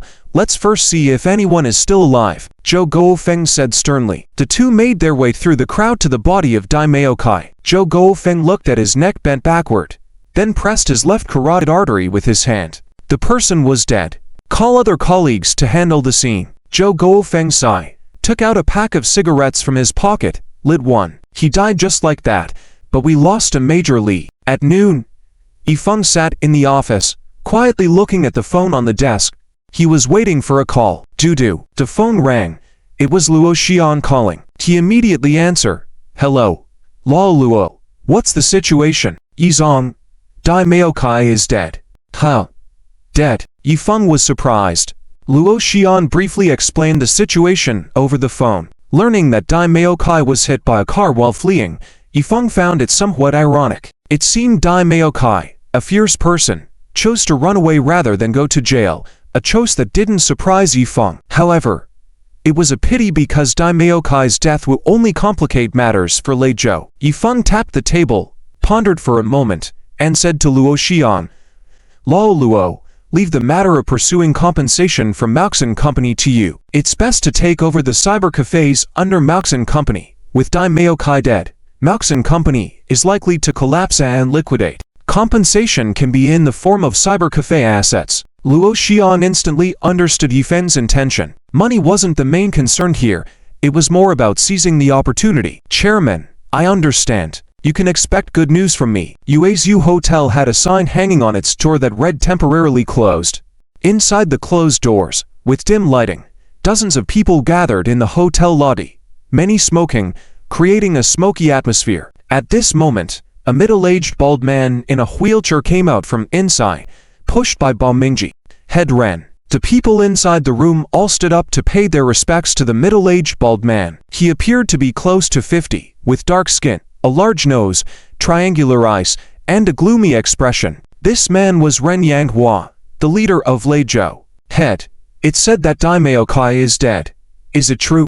A man with a huge mouth asked in a low voice. Yes, it's true. Ji told me, Ren Yanghua hoarsely replied. Head, what about the matter he asked us to take care of earlier? Are we still going ahead with it? The man with the huge mouth continued. Of course, we are going ahead. Touch the money. Do the work. We can't be laughed at for being ineffective. Ren Yanghua glared at him. The man with the huge mouth smirked but dared not speak further. Ren Yanghua scanned the group, saying coldly, if it's not done spectacularly well, how will the people on the street know that we, the members of Leizhou, are back? If we don't avenge the grudges from the past, where do we put our face? Ren Yanghua slapped his legs forcefully, showing no sign of feeling. This was because of his legs that had turned numb after escaping from the police and falling into a mountain ditch, never to stand again. The one who caused him to be wanted by the authorities was Yan Zubing. Yan Zubing must die. Yifeng must die too. Anyone who opposes us, Leizhou, will suffer. Ren Yanghua's anger pressed down on the people present, making them quiet. After a while, Ren Yanghua coughed twice, slightly calming down, and said, I've called you all here today to discuss one thing. I'm getting old, too old, disabled, and it's hard for me to make money with you all in the future. Ji has been with me for so many years, dedicated and diligent. I believe you all have seen that too. I intend to pass on my cane to Ji. Any objections from you? The cane was a dragon-headed stick made of old Hainan Huanhuali wood, not very valuable, but it symbolized the right to control this family of brothers. Many people in the room were surprised by this statement, but no one dared to speak out. Since Ren Yanghua said so, he wasn't seeking their opinions. Leizhou now was still under his command. Who would dare to oppose him? Since no one has objections, then it's decided. Ren Yanghua handed the cane to Ba Mingji. Thank you, head. Ba Mingji couldn't help but show excitement in his eyes, the feeling of excitement hard to contain. He held the dragon-headed cane tightly and solemnly said, Head, rest assured, whatever you order, I will do it all properly for you. Guanxi still belongs to us. A week later, nearing noon, as the bell rang for the end of the class, cheers erupted in the various teaching buildings of South China Polytechnic University as countless students poured out of the buildings. Today was the end of the final exams for the semester, which meant the winter break was approaching. In the School of Architecture, Gumuxi and her roommates emerged from the teaching building. She was dressed in a blue wool sailor suit, with pleated skirt and leggings underneath, her figure slender and graceful, exuding a youthful vibe that drew the attention of passers-by. She. How did your exam go? The architectural site design was so difficult. Chen Jiajia held her hand and asked, Are you questioning this little lady's learning talent? Of course, I breezed through it, Gumuxi said proudly. Chen Jiajia sighed. That's true, you're a university genius. I'm done for. I'm not very confident. Gumuxi comforted. Hey, think of it this way. In case you really fail, you can always retake the exam. Chen Jiajia. Zixi. You talk too much. Dingying covered her mouth and laughed. Ha ha. Jiajia. Don't worry too much. It's good or bad fortune. Just take it as it comes. Su Xiaomei echoed. Yan. Don't think too much. After the exam, go outside and relax. Maybe find a cute boy to hang out with. Chen Jiajia snorted. I'd like that, but where did the cute boys come from? Hey, the cute guy is here. Suddenly, a voice came from behind them. Startled, Chen Jiajia turned around to find it was Wang Tai. Ow. Wang Tai, what are you doing here? Don't you have an exam? Chen Jiajia asked in surprise. I finished my major exam earlier. Today I came with Feng Jie, Wang Tai said somewhat nervously. Gumuxi squinted at him, staring, then immediately exposed him. Why do I feel like you came here just to see Jia? Ah, Zixi, you're talking nonsense. Blushing, Chen Jia glared at her. By the way, where is Yifan? Chen Jia quickly changed the subject, trying not to focus on herself. Gu Muxi looked around but didn't see Yifang's figure. Puzzled, she asked. Wang Tai, where's Stinky Fang? Weren't you here with him? Why can't we see him? Wang Tai smirked mysteriously and said, Head, Mace, Stinky Fang has finished his exam today. He's waiting for you in a special place. He also said, to celebrate your successful exam, he has a big surprise for you. Gu Muxi was stunned, puzzled. What surprise? Wang Tai grinned mischievously. Head, Stinky Fang said, if you ask, then let you guess. Go ahead and guess. Gu Muxi. She rubbed her fist, making a chilling crackling sound. Then, she placed her hand on Wang Tai's shoulder, speaking in a calm tone. TZ, remember this, be careful with some things. Don't follow Stinky Fang and learn bad habits. You understand? Wang Tai saw the killing intent in Gu Muxi's eyes, and his whole body was covered in sweat. He awkwardly swallowed. Cough. I understand. Hurry up and speak. My patience is wearing thin. Gu Muxi huffed. I'm telling you, Funjay plans to give you a big plush doll, and he's hiding it in the trunk. Wang Tai confessed without hesitation. Gu Muxi finally showed a hint of a smile upon hearing this. Okay, fun is still quite romantic after all. Chen Jia covered her mouth and said, oh no, I think I can already smell dog foo. Ding Ying envy. TSK. Someone has a boyfriend who gives gifts, while we're still single dogs. When will we ever have such treatment? Oh, it's not like it's a particularly special gift. Gu Muxi pretended to be serious, but her sweet smile couldn't hide her true feelings. That being said, she felt warm inside at the thought of her dear Fang. Wang Tai, lead the way. Take me to find him. Gu Muxi waved her hand. Yes, my lady, please. Wang Tai looked like a loyal follower as he extended his hand. Chen Jia was amused by his appearance. Wang Tai, you have the potential to be a flatterer. Hehe, if you want to experience it, I can be a flatterer for you too. Wang Tai half-jokingly said. Chen Jia blushed and said, I don't want that. Gu Muxi urged, stop bickering now, there will be plenty of opportunities in the future. This made Chen Jia even more embarrassed. Who's bickering? I'm not. Let's go. Let's see the gift together. Wang Tai took the 4 girls to the parking lot, where they indeed saw Yifang's car, a black Mercedes-Benz S320, which stood out among the other cars in the parking lot. My goodness, oh my god, is this Yifang's car? Chen Jia was shocked to see the Mercedes and couldn't believe how expensive it looked. My goodness, this must cost 70 to 80,000, right? Ding Ying was impressed. 70 to 80,000 can only buy half. This car is over $1 million. What? Over $1 million? The 3 girls exclaimed in unison, surprised by the price. So Xiaomei smirked and said, in '99, our average annual disposable income per person was just over 6,000. With an average monthly salary of about 700. To afford this car, we'd probably need 200 years. Zixi, your boyfriend is really generous. I have to admit, I'm jealous. I wish I had a boyfriend like that. Ding Ying nodded eagerly. Yes, I want one too. Zixi, your boyfriend is really rich. Hearing them praise Yifang, Gu Muxi felt a bit proud as well, saying, haha, of course, the men Gu Muxi, fancy can't be simple. Chen Jia teased, alright, your tail is practically wagging.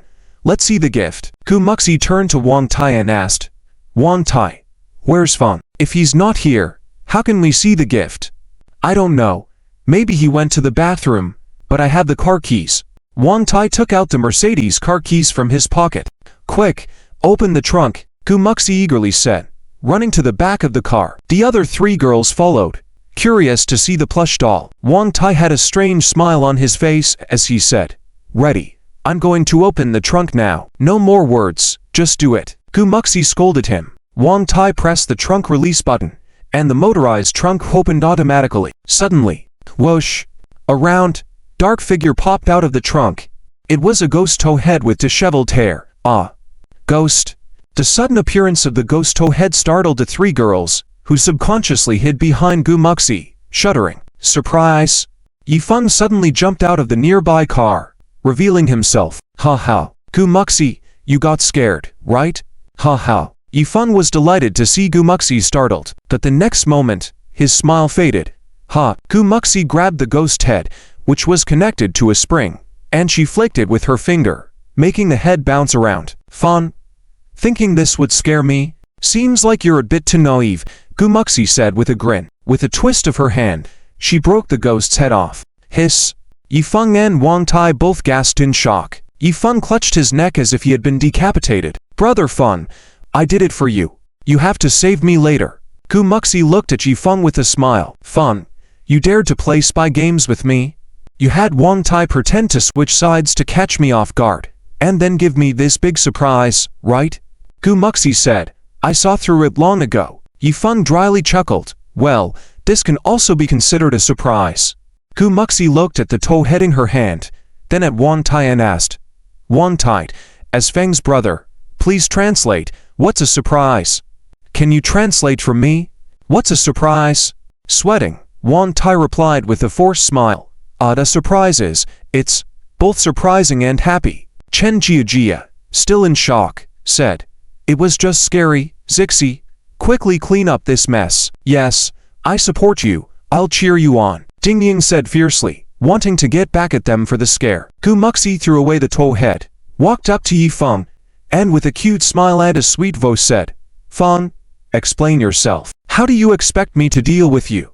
Yifeng immediately put up a defensive stance, explaining quickly, Zixi, let's talk it out. Wang Tai didn't mistranslate, it is indeed surprising and joyful. Look inside the head.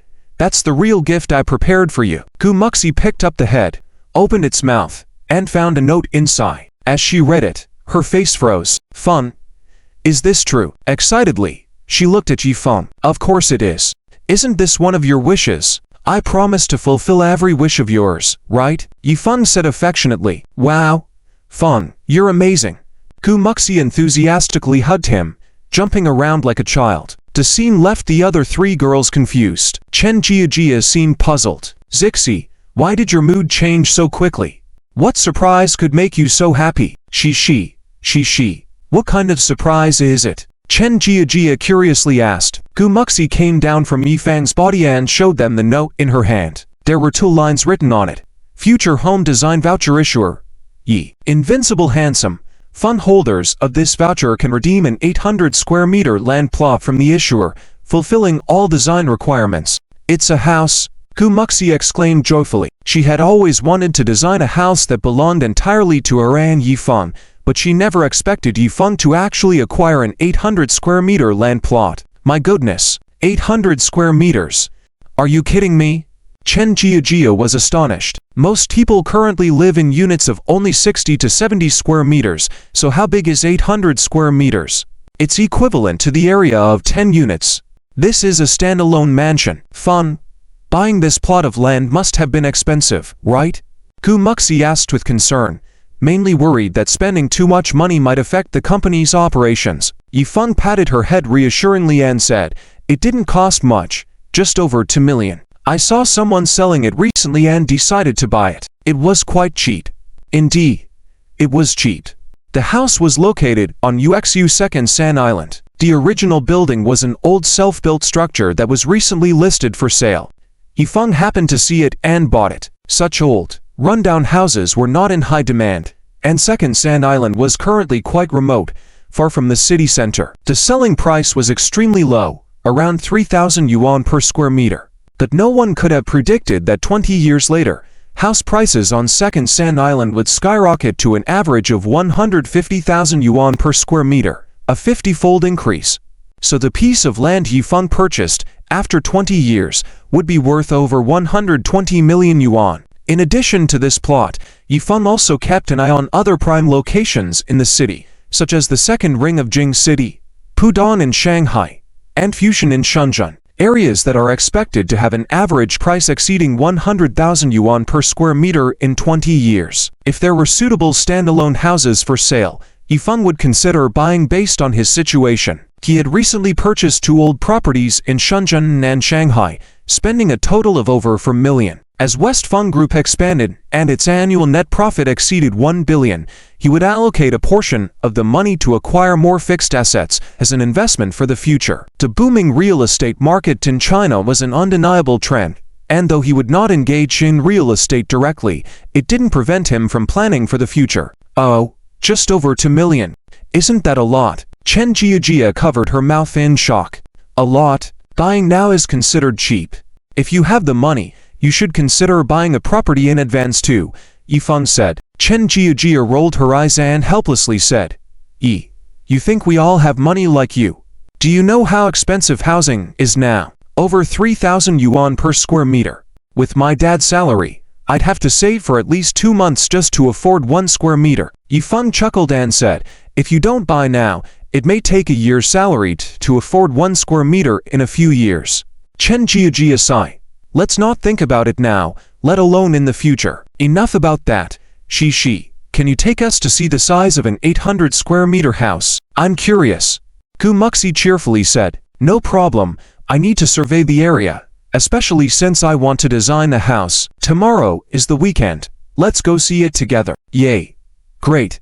The 3 girls welcomed the idea enthusiastically. Gu Muxi turned and linked arms with Yifeng, playfully asking, Stinky Fun, can you take us to see it tomorrow? Bring a camera and measuring tools too.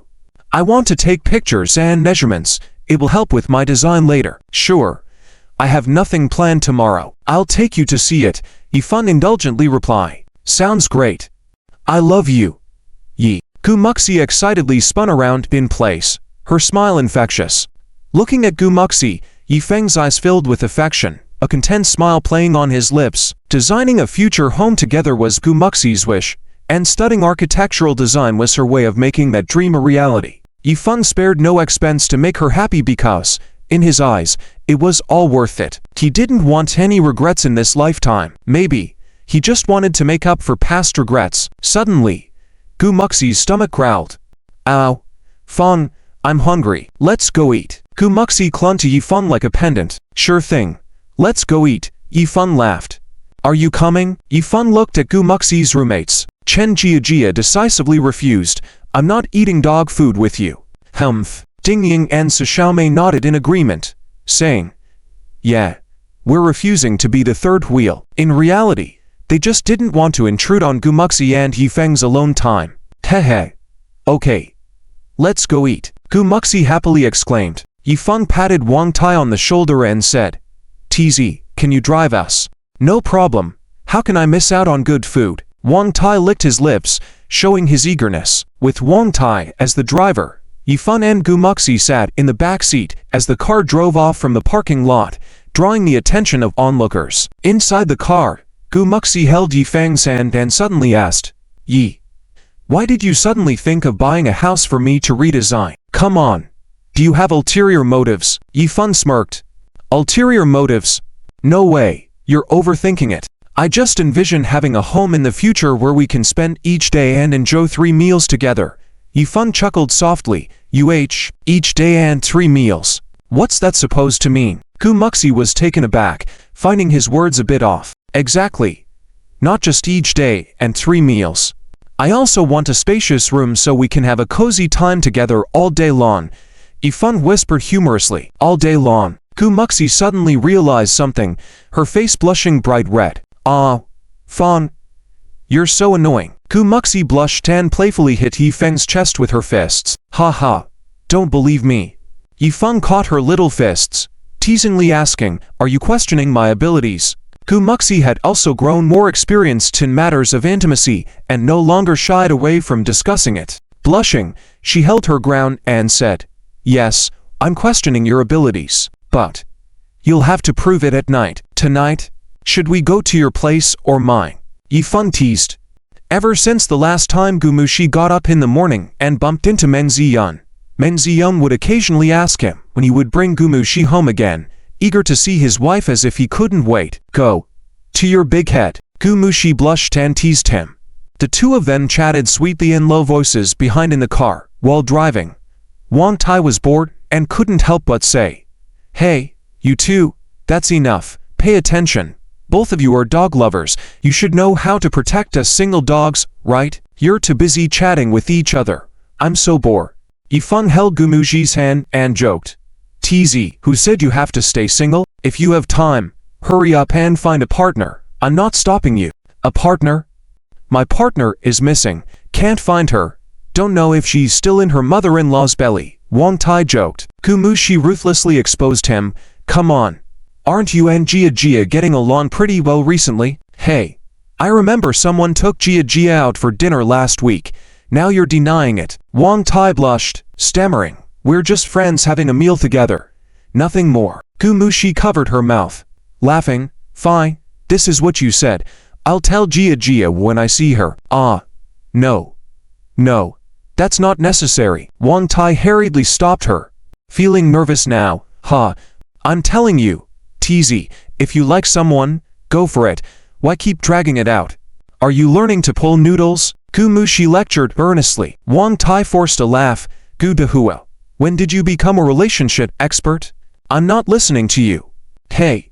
Don't ignore the advice of the elderly. It's for your own good. Gumuxi said with a touch of authority. Yifeng pinched her delicate nose and laughed. You're really a love guru. Just leave them be. It's their own business. If they have fate, they will naturally be together. Fate is a mysterious thing.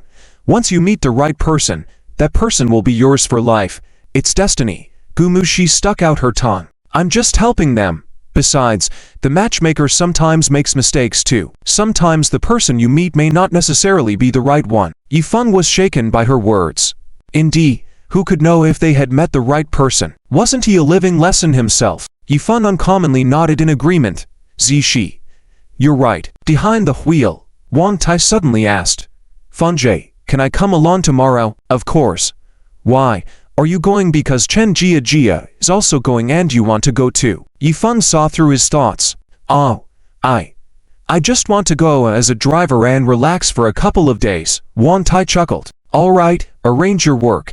Tomorrow take the Audi 100 and set off from the residential area. We'll go to Ursha Island for 2 days. Yifeng waved his hand. No problem. Wang Tai was happy. The three of them finished lunch. In the afternoon, Yifeng and Gumuxi went shopping, buying all kinds of camping tools and equipment, tents, cooking utensils, portable gas cylinders, various foods, snacks. Although the self-built houses on Ursha Island were still there, they had been abandoned for a long time, and the place was still relatively remote, with no water or electricity in the houses. Without camping equipment, they couldn't spend the night there, and Gumuxi wanted to see the sunrise over the river on Ursha Island, so they needed the equipment. Ursha Island was a sandbar in the middle of the Pearl River, covering 126 million square meters, surrounded by river water on all sides, with beautiful scenery, considered a leisure destination by locals, and famous for its river sunrise. Since Gumuxi wanted to see the land and surroundings, to design her own house, Yifeng unconditionally fulfilled her wish. After purchasing the supplies, it was already dark.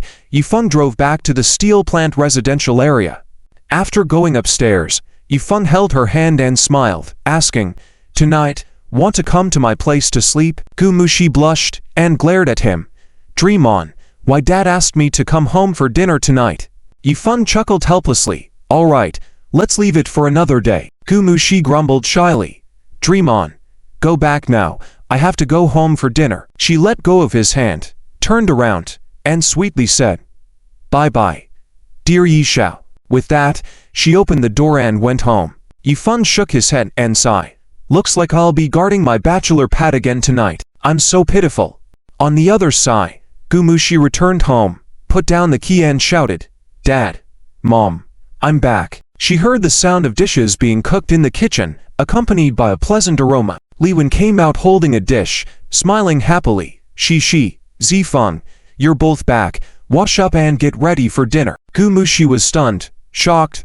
Mom, what are you talking about? It's just me who came back. That guy Yishao has gone home. What? Just you came back? Li Wen's smile froze on her face. Oh, you two are always inseparable, always together. I thought you came back for dinner and brought Zifeng along. Li Wen scolded her. Gumuxi pouted, muttered softly, How was I supposed to know you wanted to invite him for dinner? All right, child's mom. Let's eat first. Another time. There will be plenty of chances. Gu Xingzhang came out with a food bowl, persuading. Li Wen shook her head. Okay. Rare that I prepared so many dishes today. Oh, by the way, I'll pack some dishes later, after dinner. Ask Zifeng if he wants supper. I'll save some for him, Li Wen said. Gu Muxi widened her eyes, astonished. Mom, it's not necessary. I never had this treatment before. Li Wen said firmly. What do you mean? Don't we often leave food for you? Gu Muxi, but those are leftovers. Gu Xingzhang couldn't help but laugh. Okay, hurry up. Wash up and eat. I can't control your mom now. Gu Muxi rolled her eyes, went to wash her hands in the bathroom. After washing her hands, Gu Muxi came to the dining table and saw the sumptuous dinner on the table. 5 dishes and a soup in total, which surprised her. My God, it's quite lavish. I only get to eat this well on special occasions. Roast duck, garlic sprout stir-fry with pork, mustard and clam soup. Mom, all these dishes are Zifeng's favorites. What about mine? Gu Muxi was stunned. They're all delicious. There's no such thing as favorites. Where's the food? This child. How can you still be picky now that you're so grown up? Li Wen wiped her apron, scolding. Gu Muxi. Mom, you're my real mom. All right, now I finally understand what it feels like to have a double standard. Okay, sit down and eat. Gu Xingzhang sat down, then waved at her. Gu Muxi also sat down and took a bowl of soup to drink. Li Wen took off her apron and sat beside her. Gu Muxi drank the soup and suddenly felt 2 pairs of eyes staring at her. She raised her head, looked around, and found Gu Xingzhang and Li Wen staring at her with a strange and satisfied look, as if they were saying, our child is all grown up now. Ow, Dad. Mom, why are you looking at me like that? Drink your soup. Gu Muxi drank the soup, looking bewildered. Gu Xingzhang coughed twice, pondered for a moment and said, She, we have something to ask you. It's about last time you. He didn't finish his sentence. Li Wen immediately interrupted. She, how many kids do you and Zifeng plan to have? Gu Muxi. Faft, Mom, what are you saying? How many children are you talking about? Gu Muxi wiped her mouth, blushing with embarrassment. I just asked a simple question. Why are you reacting so strongly? Li Wen shot her a look. Gu Muxi, embarrassed, said, Mom, I haven't even thought about this kind of question. And, isn't it too early to have kids now? Li Wen smiled and said, all right, it's your decision. As a couple, I was just asking. Don't you guys have a plan? Gu Muxi was taken aback, her face blushing. What plan? We don't have any plans right now. Gu Xingzhang dryly coughed twice, saying, oh dear, Muxi is just a freshman. No rush, no rush. Li Wen decided not to dwell too much on this issue further. All right, let's eat first. Gu Muxi felt pressured for the first time to have kids. She ate the meal quickly and left the table. Back in her room, she sat by the bedside, holding a piglet in her arms. Mom, really? Wanting to have grandkids so quickly? Wait. Why do the older generation always seem to think this way? She muttered to herself, lifting the piglet and blushing. But how can I decide on this alone? She continued to talk to the piglet, asking about names and expressing her dilemma. Li Wen entered the room, questioning. Muxi, who were you talking to just now? Whispering. Gu Muxi awkwardly smiled. No, I wasn't talking to anyone. Mom, you must have misheard. She was conflicted about the idea of having children. On one hand she wanted to, but on the other hand, she felt it was still too early. Li Wen sat next to her, saying, Muxi, your dad was around earlier, so I couldn't chat with you privately. But now just the two of us, I can be straightforward. She then brought up the topic of staying overnight at Zifeng's place, causing Gu Muxi to admit to it reluctantly. Li Wen, excited and understanding, said, I'm a seasoned parent, I understand. Do I look like an old-fashioned person? It's the millennium, I'm open-minded. Gu Muxi asked, so? Li Wen whispered, young people like a bit of excitement, that's why I asked you about having children. But I see you're not ready yet. She cryptically mentioned bringing a raincoat, confusing Gu Muxi. The misunderstanding led to a humorous conversation, revealing Gu Muxi's embarrassment about purchasing certain items. Thinking it over, Gu Muxi decided to ask her crush, Yifan, to buy the item. The conversation between the two hinted at the private matter they were discussing. Despite the awkwardness, Gu Muxi couldn't hide her blush, while Yifan joked about her reaction, causing a commotion with the neighbors overhearing the amusing dialogue. The next morning at 7 o'clock, Gu Muxi knocked on the door of the Yifeng family while carrying a suitcase. After a while, the door opened and it was Meng Xiaoyun who opened the door. Meng Xiaoyun saw Gu Muxi and immediately smiled with her eyes slitting, very happy. "Oh, Zixi is here, come in quickly." "Huh? Why are you carrying a suitcase? Where are you going?" Gu Muxi entered the door obediently and replied, "Auntie, Yisha and I agreed to go out and play for 2 days." "What? Hasn't he woken up yet?" Meng Xiaoyun, upon hearing this, was very pleased and said, "That's great. Have fun and you can stay longer too." "Gu Muxi, it wasn't like this before. That lazy bum probably hasn't woken up yet. You go call him, I'll make breakfast for you." Meng Xiaoyun smiled. "Okay, Auntie." Gu Muxi responded, put down the suitcase, and ran to Yifeng's room door. Without knocking, she barged in. "Yi De Xiao, wake up." However, when she opened the door, she saw Yifeng changing clothes in red underwear. "Oh my. Gu Muxi, can't you knock on the door first?" Yifeng was caught off guard. Gu Muxi smirked and disdainfully said, "What's the big deal? It's not like I haven't seen it before." "Yifeng, alright, you win. Wait for me, I'll be out once I'm dressed." Gu Muxi pretended to be calm, walked into the room, closed the door, crossed her arms, and said, "You can change, I'll wait here." Yifeng chuckled, "Okay, but you wait and see. I'm going to take off my pants." Gu Muxi blushed, quickly turned her head away. "Hehe, are you trying to compete with me? Is your face thicker than mine?" Yifeng chuckled with a thick skin. "You're the one with the thickest face." "Humph," Gu Muxi retorted. After a while, Yifeng changed into clothes and patted her shoulder, saying, "Okay, I'm all dressed." Gu Muxi finally turned around to see Yifeng dressed in an elegant black coat, looking somewhat handsome and enduring. Stinky Yifeng still has a little charm to him. He's the kind you can look at for a while. Suddenly, Yifeng leaned in, pressed her against the door, and moved his head closer.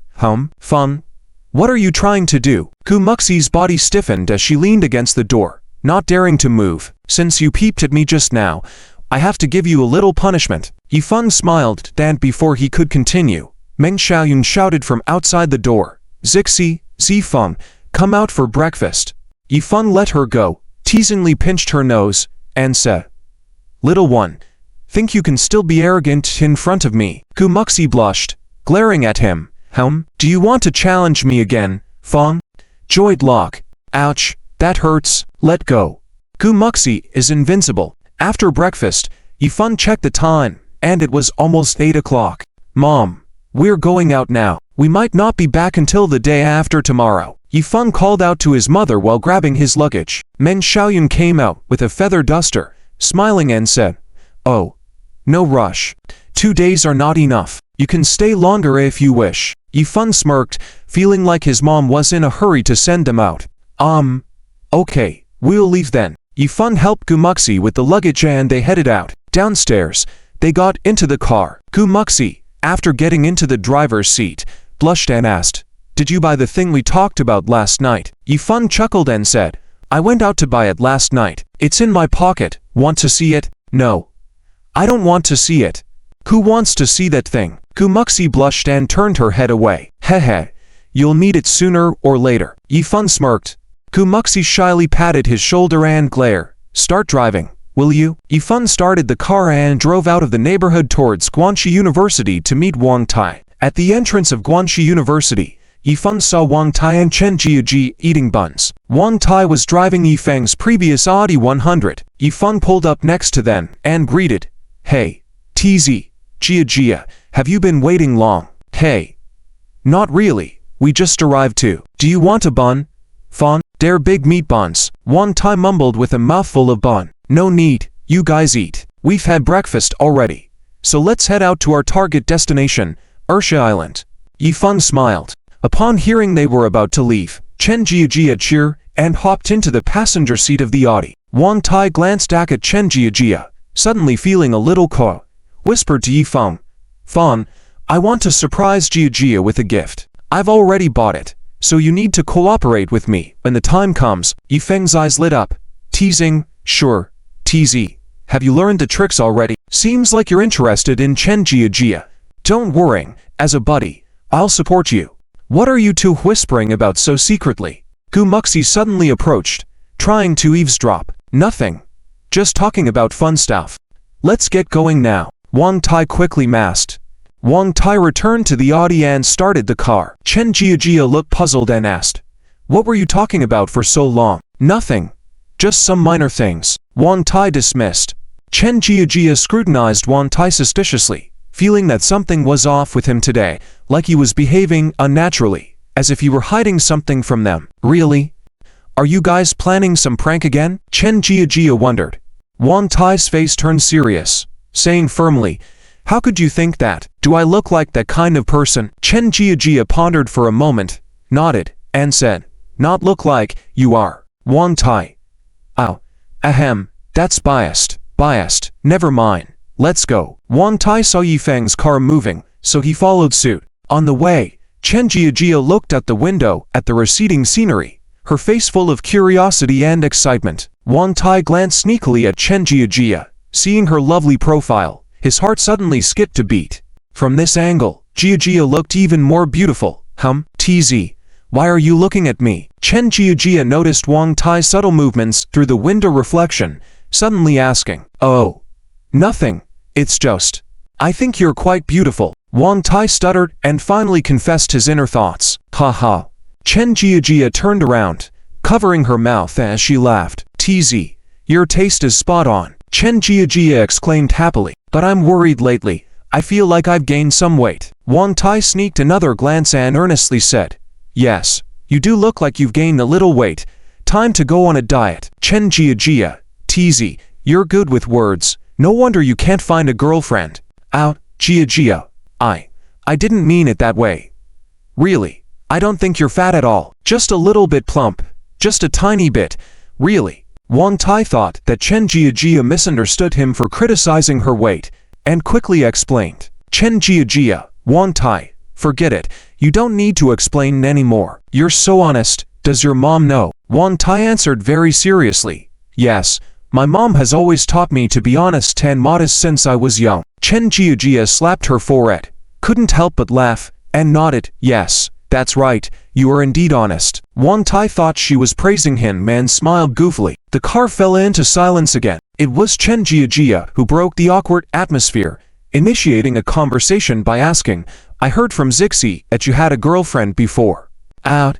Yes, I did, had one, but later, we broke up." Wang Tai dryly laughed. He said they broke up, when in reality, she cheated on him, but he couldn't bring himself to say it. Thinking of his ex-girlfriend Su Xiaoling, his heart still ached. She was like a thorn deep in his memory. "Why did you break up?" Chen Jiajia asked in confusion. Wang Tai fell silent for a moment and said, "Maybe our personalities weren't compatible." "Oh, I see," Chen Jiajia casually responded, but she could tell from his words that Wang Tai was the one who got dumped. Those who were dumped often use that excuse. "Hey, there are plenty of fish in the sea, plenty of beautiful women in the world. What type do you like? Maybe I can help you find someone," Chen Jiajia teased. Wang Tai blushed and jokingly said, "What if I like someone like you?" Chen Jiajia blushed and turned away. What? What are you saying? What's good about me? I'm crazy all the time." Wang Tai chuckled. "Being a little crazy is good. No need to hide things. More cheerful. Living more transparently." Chen Jiajia was praised, feeling a bit warm inside, but she maintained a composed demeanor, saying, "I'm not as great as you say." But deep down, she started to wonder, does Wang Tai really mean that about me? Could it be true? Honestly, she quite liked this earnest, silly guy. He was very genuine, even though he didn't understand romance or flowery words. Sometimes she found his silliness adorable. She didn't know why the term adorable would be used for a grown man, but it suited him perfectly. "Oh no. Why am I thinking about this?" Blushing, Chen Jiajia turned her head away, not wanting Wang Tai to see her red face. "Jiajia, actually, you're really great." Suddenly, Wang Tai said, "Anyway, in my heart, you're a great girl. You just mentioned not knowing how to sweet talk. Looks like I have to take back that statement." But, I mean it." "Alright then, I'll take that as a compliment." Chen Jiajia laughed, and Wang Tai joined in. He put down his left hand and pinched the small box in his left pocket, the gift he wanted to give Chen Jiajia. He wanted to use this opportunity to bring them closer. Hopefully, everything will go smoothly. On the other side, Yifan put down his left hand, touched the pack of Durex condoms inside his left pocket, feeling amused. Seizing this chance, maybe he could have some physical contact with little Zixi. Hopefully, he could find the right moment. Why are you laughing, Stinky Fong? Why do you laugh so lecherously? Gumuxi turned to glare at him. What? Lecherous? How could I, a serious man, laugh lecherously? That's a sunny smile. Okay, Yifan earnestly said. Sunny. Faft, you think I'm blind? Clearly, you're laughing very lecherously. Tell me, are you having dirty thoughts? Gumuxi questioned. No, you're slandering me. Pure slander. I'll sue you for defamation, defaming me, Yifan staunchly declared. Gumuxi reached out and pinched his thigh. Ouch. Gumuxi, why are you pinching me? HMPH. Do I not know you? Always so evasive. I'll deal with you later. Gumuxi huffed. Yifan grinned. Deal with me? How do you plan to handle me? Actually the positions you like, I know them all. Gumuxi blushed, glaring at him. Stinky Fong, I see you're feeling cheeky. After about an hour, the two cars crossed the bridge and entered the Ursha Island. Within Ursha Island, one could faintly see some self-built houses and a few old villas, with the rest of the area barren.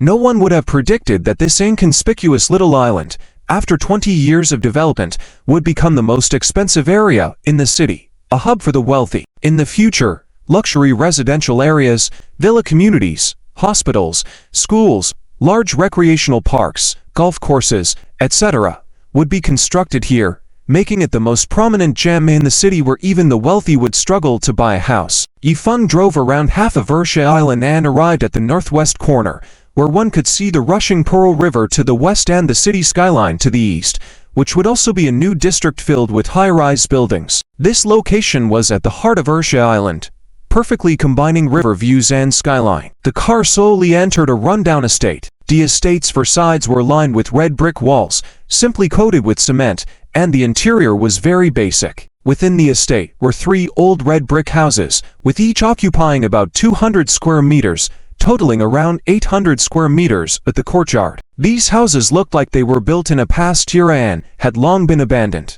The original owner was a man in his 40s who inherited these 3 houses, but due to business losses, he urgently needed money and decided to sell them. The houses were utterly uninhabitable, the courtyard desolate, and in a hurry to sell. Yifan was able to acquire them at a low price. This plot of land was one of the largest in the vicinity. Demolishing and rebuilding, it could definitely become one of the best villa estates on Ursha Island. The car stopped in the desolate courtyard. Yifan got out, followed by Gumuxi. Yifan looked at the 3 rundown houses and said, Zixi, this is it. Here is our future home. Gumuxi looked around in astonishment and exclaimed, it's so big. While she anticipated that 800 square meters would not be small, seeing it in person still shocked her. Big? Well, it's okay. Not like it's 3,000 to 5,000 square meters. Yifan smiled. He had seen many mansions with over 100 acres of land worldwide, which he could afford but saw no use for. Living in a place that big might not necessarily be a good thing. 3,000 to 5,000 square meters. Yishao, are you out of your mind? I don't want to live that large. Gumuxi shook her head. True, 800 square meters might be a bit smaller, but it's fine. It's large enough for us to rebuild a new villa. Yifan chuckled. And this is still small. Gumuxi facepalmed. Stinky Fun, did you buy this at a high price? I even think it's too big. Gently hugging her, Yifan indulged. Not expensive at all. Not even a little. My dear little Zixi, this is a gift I specifically got for you. A future home for you to design. In the future, this will be our home, with our parents, sons, and daughters living here. Starting now, this home is in your hands. Gumuxi's nose tingled. Tears welled up in her eyes. She nodded heavily and said, I will design it with all my heart. Designing a house for them was also a big wish of hers. Yifan was willing to spend a lot of money to buy a piece of land for her, specifically handing it over to her for design, which moved her deeply. She made up her mind. She must build this future home well. Silly girl, why are you crying? Yifan chuckled and comforted her by patting her head. That stares of Joe. Gumuxi wiped away a tear, smiled, and happily hugged Yifan. The two stood there, embracing tightly. Hey, You two started throwing dog food as soon as you got off the car, ignoring the existence of us to single dogs. Chen Jiajia teased, walking quickly over. Yishe, how about we make way for them first? Wang Tai followed closely, asking. Gu Muxi quickly let go of Yifeng, her cheeks turning red, but still proudly said, if you dare, why don't you throw some dog food too? Chen Jiajia glanced back at Wang Tai and said, for what? There's no chance. Even if there's no chance, one can create opportunities, right? Teasy, Gu Muxi hinted. Wang Tai blushed and stammered. Yes. What my sister-in-law said is right. All right. Well, it's not dark yet. Let's split up to take some photos. Zixi needs to draw up a floor plan, document the house and its surroundings for future design. Yifeng changed the subject to avoid an awkward situation for Wang Tai and Chen Jiajia. Yishe, I'll go with you. Wang Tai eagerly raised his hand. Wang Tai's urgency indicated to the two girls that something was up. They didn't understand, looking puzzled, but Yifeng naturally knew. He nodded and said, okay, TZ. Let's take photos together. After taking many photos, they joined the others for a picnic in the desolate yard. Gu Muxi asked Yifeng, have you both finished taking photos? Yifeng assured her that they had, and Gu Muxi suggested they start setting up the tents. This excited Yifeng and Wang Tai as they shared a look. It was time to execute the plan. In the era before convenient pop-up tents became popular, setting up a tent was a meticulous technical task. Among the various support structures with slight differences in length, installing them in the correct positions was not a simple task. Even a slight mistake could result in the tent setup being declared a failure. Yifeng had rich experience in setting up tents, but he still needed to be careful. Any careless mistake could lead to misalignment, especially for the other three beginners. Yifeng, where does this pole go? Yifeng, this interface doesn't seem right. Funjie, can you take a look for me? Amidst the continuous inquiries, Yifeng found his patience wearing thin. Stop. Don't ask for now. The three looked at Yifeng in surprise. Yifeng slapped his forehead and smiled helplessly. Bringing you guys out for camping might have been the worst decision I made recently. In order to improve efficiency and control the product assembly process, I've decided to split into groups for cooperation. It's better to work together in splitting the workload, rather than individually setting up each tent. Zixi, come help me take over. TZ and Jiajia, lay out the tent and find the correct positions. We'll pass the poles through after the supports are set up. This was Yifeng's way of giving Wang Tai a chance. Once the tent was set up, Wang Tai could sneak the gift box inside. With this plan, success was within reach. Hehe, sure. Funjie, Wang Tai happily acknowledged, understanding Yifeng's intentions. The two girls also had no objections, and the four of them began to work together. Yifeng stood by teaching Gu Muxi to take over. Gu Muxi held a support structure in her hands, but couldn't seem to get it in place. Yishao, I can't fit this in here. Gu Muxi exclaimed in frustration. Yifeng approached and said, here, let me show you. Look, from the top down, the movement must be slow, not rushed. Sometimes you might need to rotate it slightly to get it to slide in. Yifeng patiently guided and demonstrated to her. The support finally slid into place. See? It's in. Did I teach you well, Muxi? Gu Muxi gave him a puzzled look and said, but I did learn. Thank you. Yifeng. Yifeng smiled. Now that you know, do it yourself. Just remember to be gentle. What are you whispering about over there? What feeling? Yifeng suddenly interrupted their conversation. Gu Muxi seized the opportunity to run behind Yifeng, pulling a face at Chen Jiajia. Looking back, the two friends' eyes met, and their gazes locked for a moment. Yad, Funjie and Gu Xiaohua are a perfect match. It's really enviable. But Jiajia, don't be discouraged. You'll surely find your own special someone in the future. Wang Tai reassured, slyly adding in his thoughts, like me, ... After some playful antics, Yifeng and Gu Muxi returned to their task at hand. With their coordinated efforts, they quickly connected the poles of the tent together, then linked it with Chen Jiajia's tent. The four of them worked diligently, and after about an hour, they finally completed the first tent setup. A light yellow two-person octagon tent with a double roof stood before them. Not bad. One can handle these high-difficulty tents too. Gu Muxi clapped her hands in satisfaction, feeling a sense of accomplishment. Chen Jiajia observed carefully and whispered to Gu Muxi, Muxi, This tent isn't particularly big. Are you guys going to manage comfortably at night? Gu Muxi blushed and scolded her friend. What are you talking about? Chen Jiujia chuckled. Based on my years of studying romance novels, how can men and women in the honeymoon phase not think about creating life together? Gu Muxi retorted. I don't have such high demands like you. Yifeng suddenly approached, interrupting their conversation. Gu Muxi took the chance to escape, leaving Yifeng with a questioning look. What were you two discussing? What feeling? Yifeng asked. Gu Muxi quickly diverted him, and urged to continue setting up the tent due to the rain starting to fall. As the rain intensified, they hurried to set up the second tent. Wang Tai, reaching for a gift box with a bow from his car, fumbled as it began to rain.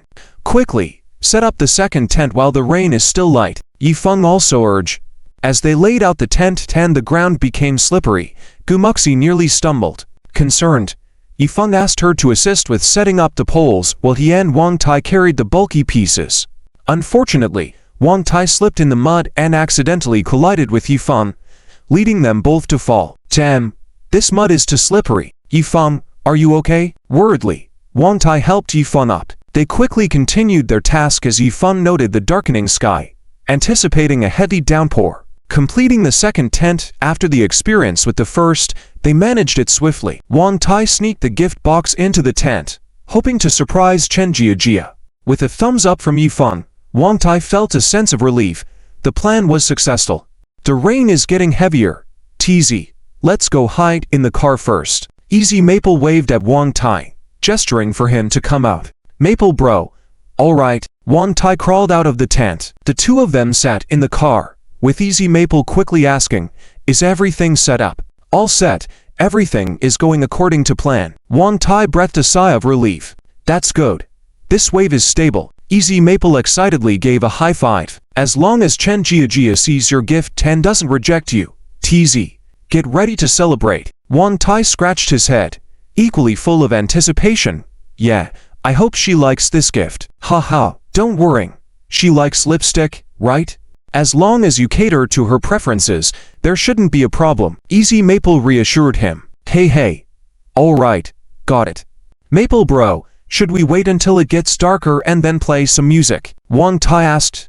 Easy Maple nodded. Of course, I prepared some romantic songs for you. This card is the sound system. Easy Maple rummaged through a storage compartment and pulled out an English CD. Once he put it in the car and turned up the volume, the atmosphere was instantly set. TZ, remember, let me set the mood first, then find a private space for the two of you, and then you can tell her. When she sees the gift, she surely be touched beyond words. Easy Maple advised. Got it. I'll follow your lead, Maple bro. Wang Tai nodded firmly. Now, practice how you're going to tell her. How will you do it? Easy Maple curiously asked. I'll just say it directly. Like, Jia, I have a gift for you. It's inside your tent. You just have to look for it and you'll find it. Wang Tai replied honestly. Easy Maple immediately facepalmed him, scolding, you're so clueless. How can you be so straightforward? Oh, TZ. You still lack a lot in wooing girls. Wang Tai rubbed his head, muttering. Then how should I say it? Clearing his throat, Easy Maple adopted a mentor-like tone. TZ, you need to say it in a more romantic way, not so blunt. Listen, for example, Jia, I have a secret in my heart that I'm too embarrassed to say out loud.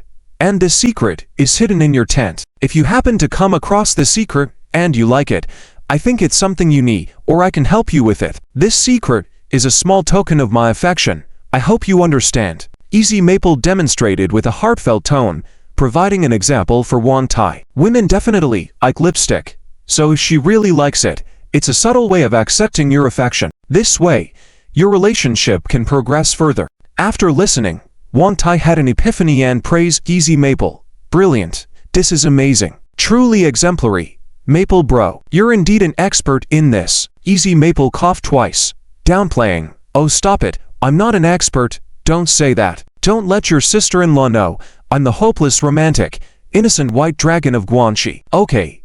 Maple bro, got it. Wang Tai gestured his understanding. Knock knock. Suddenly, someone knocked on the car window, startling both of them. Easy Maple turned to see Gu Muxi holding an umbrella outside, staring at them. He quickly rolled down the window. Hey, Zixi, What's up? Gu Muxi eyed them suspiciously. What's going on with you two? Always together. Are you hiding something from me? Tell me, are you up to something behind my back? Easy Maple held up her fingers. I swear, nothing's going on for real. Wang Tai added. Sis-in-law, Maple Bro and I are innocent. Easy Maple?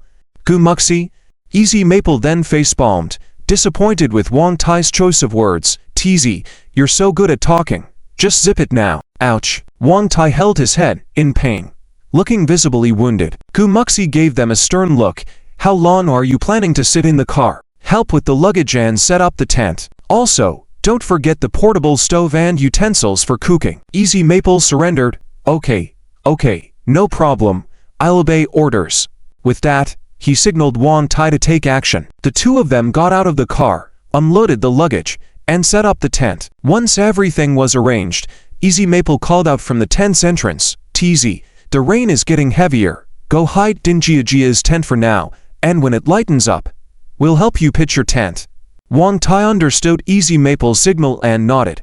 All right, Maple Bro, you guys rest first. I'm in no rush. Excited, Wang Tai practically ran to Chen Jiajia's tent. Meanwhile, Easy Maple and Gu Muxi changed their outerwear inside the tent and lay down to rest. After hours of busyness, neither of them felt like moving. After about 7 to 8 minutes of lying down, Gu Muxi suddenly sat up and asked, Stinky Maple, did you lose something? Lose something? I don't think so. Easy Maple checked his pockets, but then remembered his raincoat in the left pocket of his outerwear. He quickly grabbed the coat, feeling it empty.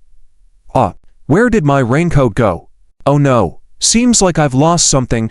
Easy Maple sighed. Gu Muxi smirked mischievously and pulled out the blue and white box from the pocket, triumphantly declaring, Haha, I knew it had to be yours.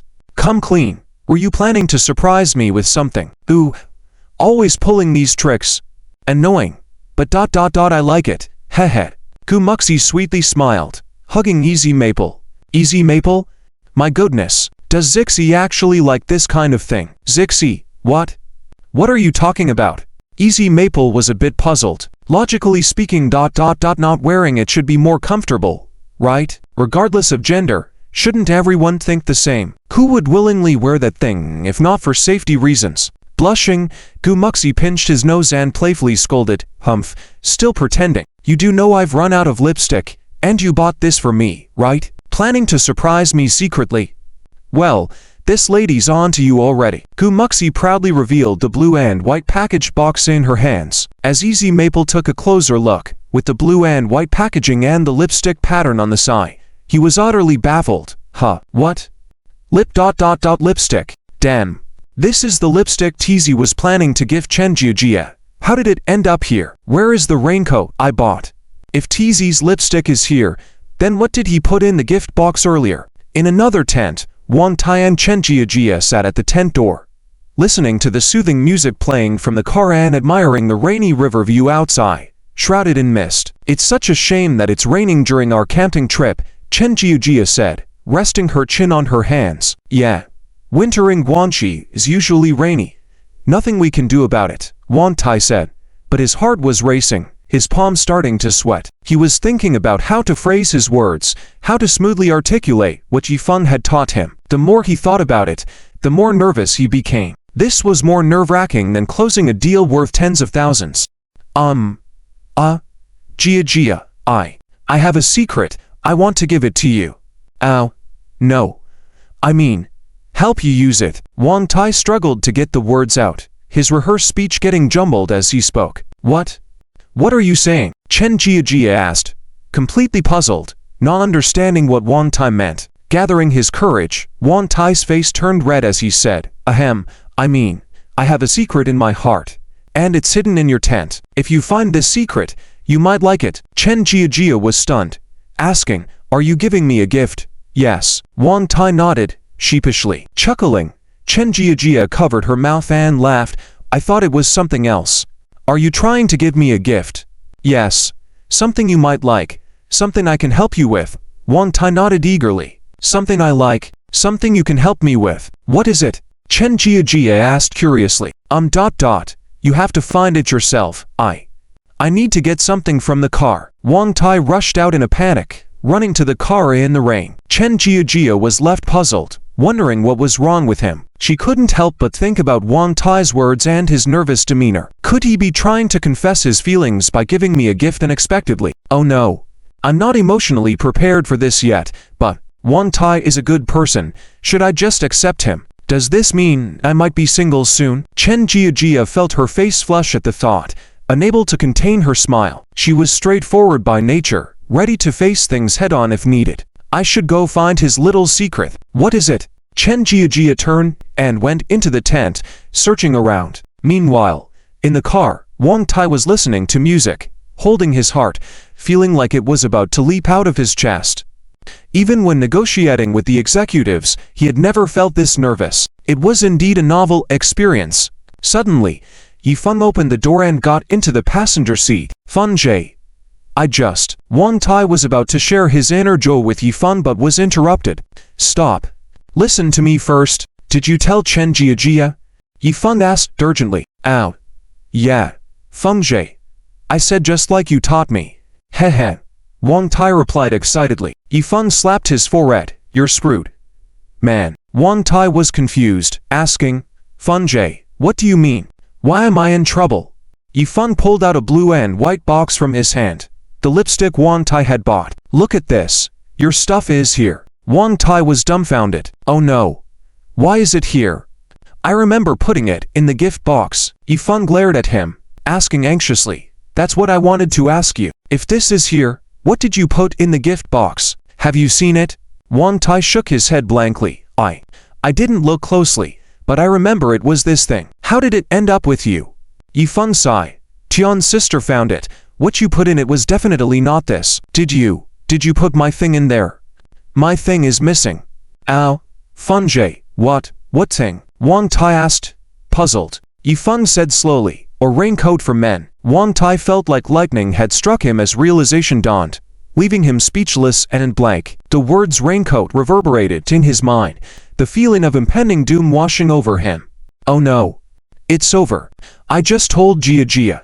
If she sees it, oh no, it's over. Wang Tai took a deep breath, overwhelmed, clutching his head. In that moment, it felt like the world was collapsing around him. How could he face her if she misunderstood? Just as his brain froze, Yifeng smacked him on the head, trying to clear his mind. Now is not the time to freeze up. Go see if she found it. There may still be a chance to fix this. Yifeng urgently reminded him. Ah, right. Let me go get it back. Wang Tai reacted. He prayed silently in his heart. Jiajia, please don't find it so soon. Please don't open it. Wang Tai rushed out, sprinting outside. On the other side, Chen Jiajia searched and finally found the gift box tucked in the tent corner. The exquisite pink gift box with a bow tied on it contained something unknown. Hot. He hid the gift here, making it hard for me to find. Chen Jiajia touted but couldn't hide her excitement. What was inside? She was curious about the gift Wang Tai had for her. The suspense of revealing the truth by lifting the lid was thrilling. She slowly uncovered the box, eager to see what lay inside. But as she caught sight of the gift, her whole body froze. The expression on her face was one of disbelief and shock. What was this? My goodness, Wang Tai is giving me this. What does this mean? Chen Jiajia was stunned, shocked, the gift box slipping from her hands, a blue and white box sliding out. The box bore English words and a number, 0.03 millimeters. Chen Jiajia might not have experienced such a situation before, but she knew what it meant. However, what shocked her even more was why Wang Tai would give her this. Why? Could there be any hidden meaning inside? Remembering Wang Tai's strange words, a lightning bolt struck her mind. Her cheeks blushed red as she picked up the small raincoat box and examined it.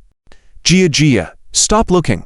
Wang Tai suddenly pulled back the tent curtain, drenched all over from the rain. But when he saw Chen Jiajia holding the box, he was thunderstruck, standing there dumbfounded, utterly embarrassed. His one thought, this is a disaster. A highly awkward atmosphere filled the tent, surrounding the two people. In that brief moment of eye contact, Wang Tai felt like centuries had passed. Jiajia. Wang Tai opened his mouth, wanting to explain something, but his brain froze for a moment, and he had no idea how to explain. Is this the gift you wanted to give me? Blushing, Chen Jiajia asked, questioning. Yes. Jia, I'm not what you think. Wang Tai tried to explain hastily, but his tongue was tied now. Chen Jia, with a red face, holding the box in her hand, glared at him, saying, You go out first, I haven't made up my mind yet. Huh. Wang Tai was stunned. I didn't expect you to be so direct, so bold. Hemph, I really misjudged you before. But you are very straightforward. You go out first. Chen Jia crawled over, pushed Wang Tai out of the tent, and then pulled down the zipper of the tent flap from the inside. Wang Tai stood at the entrance of the tent, looking utterly confused, completely at loss. What's going on now? Is she angry? Did she accept it? Did she just call me a bad person? Oh, she must be mad. Wang Tai was about to tap the tent flap, trying to explain something, but he thought that Chen Jia might be angry, so he withdrew his hand. Maybe let her calm down a bit first. Yes, Funjie said never to provoke girls, and they are angry, or terrible things could happen. An angry girl is like a bomb, ready to blow up men at any moment. Funjie said to coax a girl, you have to let her cool down a bit and then talk. Wang Tai sighed heavily, feeling dejected, and left. He returned to the car where Yifeng was waiting. How was it? Did you get it back? Yifeng asked eagerly, but seeing Wang Tai's dejected expression, he knew the situation wasn't good. Wang Tai shook his head, smiling bitterly.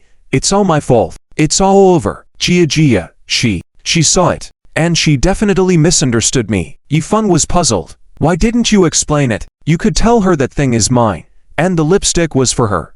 You didn't explain clearly? Wang Tai helplessly said. I wanted to explain, but my brain almost crashed, and I couldn't say it clearly. Upon hearing this, Yifeng chuckled helplessly. TZ, just rest, prepare for the aftermath. If you don't explain it immediately, explaining later would seem fake. You can chat with anyone outside, but why can't you speak to the woman you like? Even if the matchmaker came here and connected you both with a steel bar, it wouldn't help. Wang Tai was speechless for a moment, unsure of what to say. Forget it. Heaven, destroy me. Night fell, the rain stopped. Yifeng and Wang Tai set up a third tent, the one Wang Tai would sleep in. After finishing, Gu Muxi called out to them. Did you set up the tent? Come over for dinner. It's clay pot rice with Chinese sausage. Yifeng replied. We're done. We'll wash our hands and come over. Oh, come here for a moment. What's up? Gu Muxi walked over, asking curiously. After pondering for a moment, Yifeng asked, Is Jia okay? Nothing's wrong. Everything's fine. Why? Why the sudden question? Gu Muxi examined the two of them with suspicion. Wang Tai couldn't speak up and sneakily glanced at Chen Jia, who appeared calm. The calmer she appeared, the more anxious he felt. What to do? How to speak? How to apologize? He was frantically thinking. Suddenly, Chen Jia served the four of them, placing the portion with the added ham sausage in front of Wang Tai. Wow! Jia, you specifically added a ham sausage for Wang Tai. Gu Muxi admired, but Wang Tai saw that the ham sausage was cut in half and his heart sank. Oh damn! Did Jia want to? What had she figured out? Don't just stand there. Come on, eat. Chen Jia smiled and stared at Wang Tai. Okay.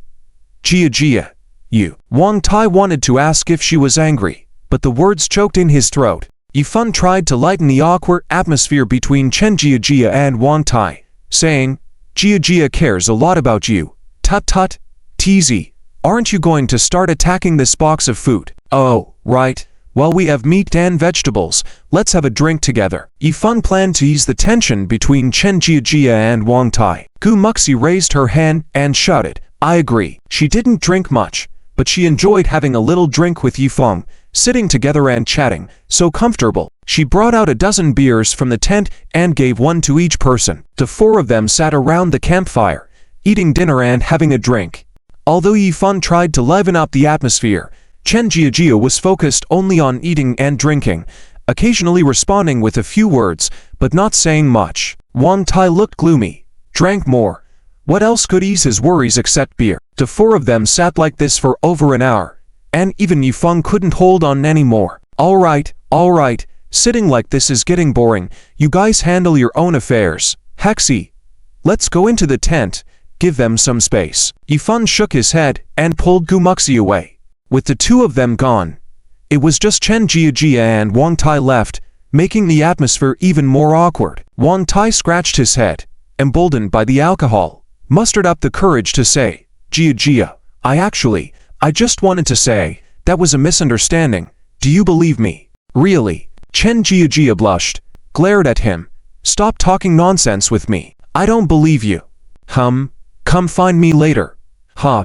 Wang Tai looked bewildered as Chen Jia turned and left, slightly confused. He felt that Chen Jia's tone seemed a bit off. Why was she getting a bit shy? On the other side, inside the tent, Gu Muxi grabbed Yifeng's hand and curiously asked, you, what's going on? I feel like something's off between Wang Tai and Jia. I noticed tonight that Jia seems to especially care about Wang Tai and be particularly kind.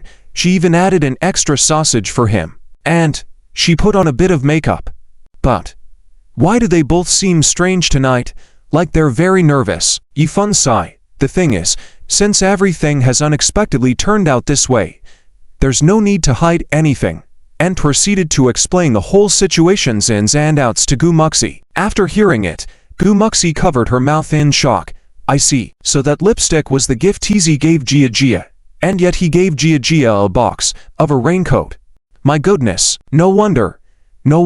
I thought the atmosphere between them was quite awkward. Yifeng lamented, took a sip of the warm wine. So, I think I'll give them some space and time to sort things out themselves, apologize if they need to, and explain clearly if necessary. I guess TZ and Jia might break up. Gu Muxi, however, wore a slightly strange expression, chuckling, you, this isn't necessarily true. She's Chen Jia. Hot. What do you mean? Yifeng asked in surprise. Gu Muxi leaned over and whispered a few words in Yifeng's ear, blushing after finishing. Oh my. Really? Chen Jia has such a fierce side privately. Gu Muxi nodded, her face red, and said, so, some girls, when they drive, they don't need men for anything. Yifeng was surprised by this revelation, thinking that maybe this side of Chen Jia was only visible in the girls' dormitory, but considering her behavior tonight, he suddenly felt enlightened. In other words, Chen Jia wouldn't really think that TZ gave her that for that reason, right? Gu Muxi covered her mouth and chuckled. You see, the two of them often go on dates together, eat out and go shopping.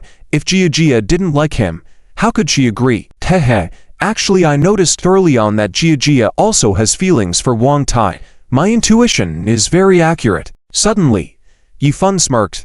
So tonight, TZ might be in danger. TZ, take care of yourself. As night fell like water, Wang Tai finished half a dozen beers by himself.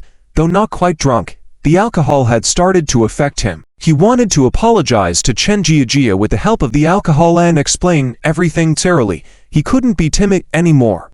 Even if Chen Jia were to reject him, he would accept it. Wang Tai took a deep breath, then walked to the other end of the courtyard to Chen Jia's tent. He stood in front of the tent, hesitated for a moment, then tapped the tent. Jia, it's me.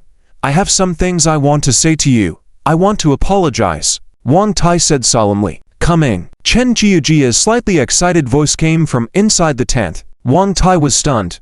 What was going on? Puzzled, he still unzipped the tent flap and entered. The space inside the tent was not big, only enough for two adults to lie down.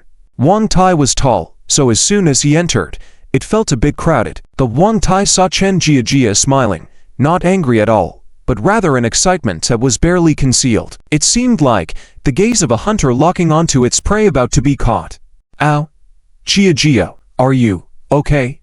Wang Tai was taken aback. Rather than speaking, Chen Jia went to the tent's door, pulled the zippers closed, sealing the tent shut. Chen Jia turned back, stroked her hair, licked her lips, and said, since you're here, what else can it be? Actually, I understand your intentions. TZ, I'll ask you one question only. Do you like me? Wang Tai blushed at the question, but emboldened by the alcohol, he admitted openly.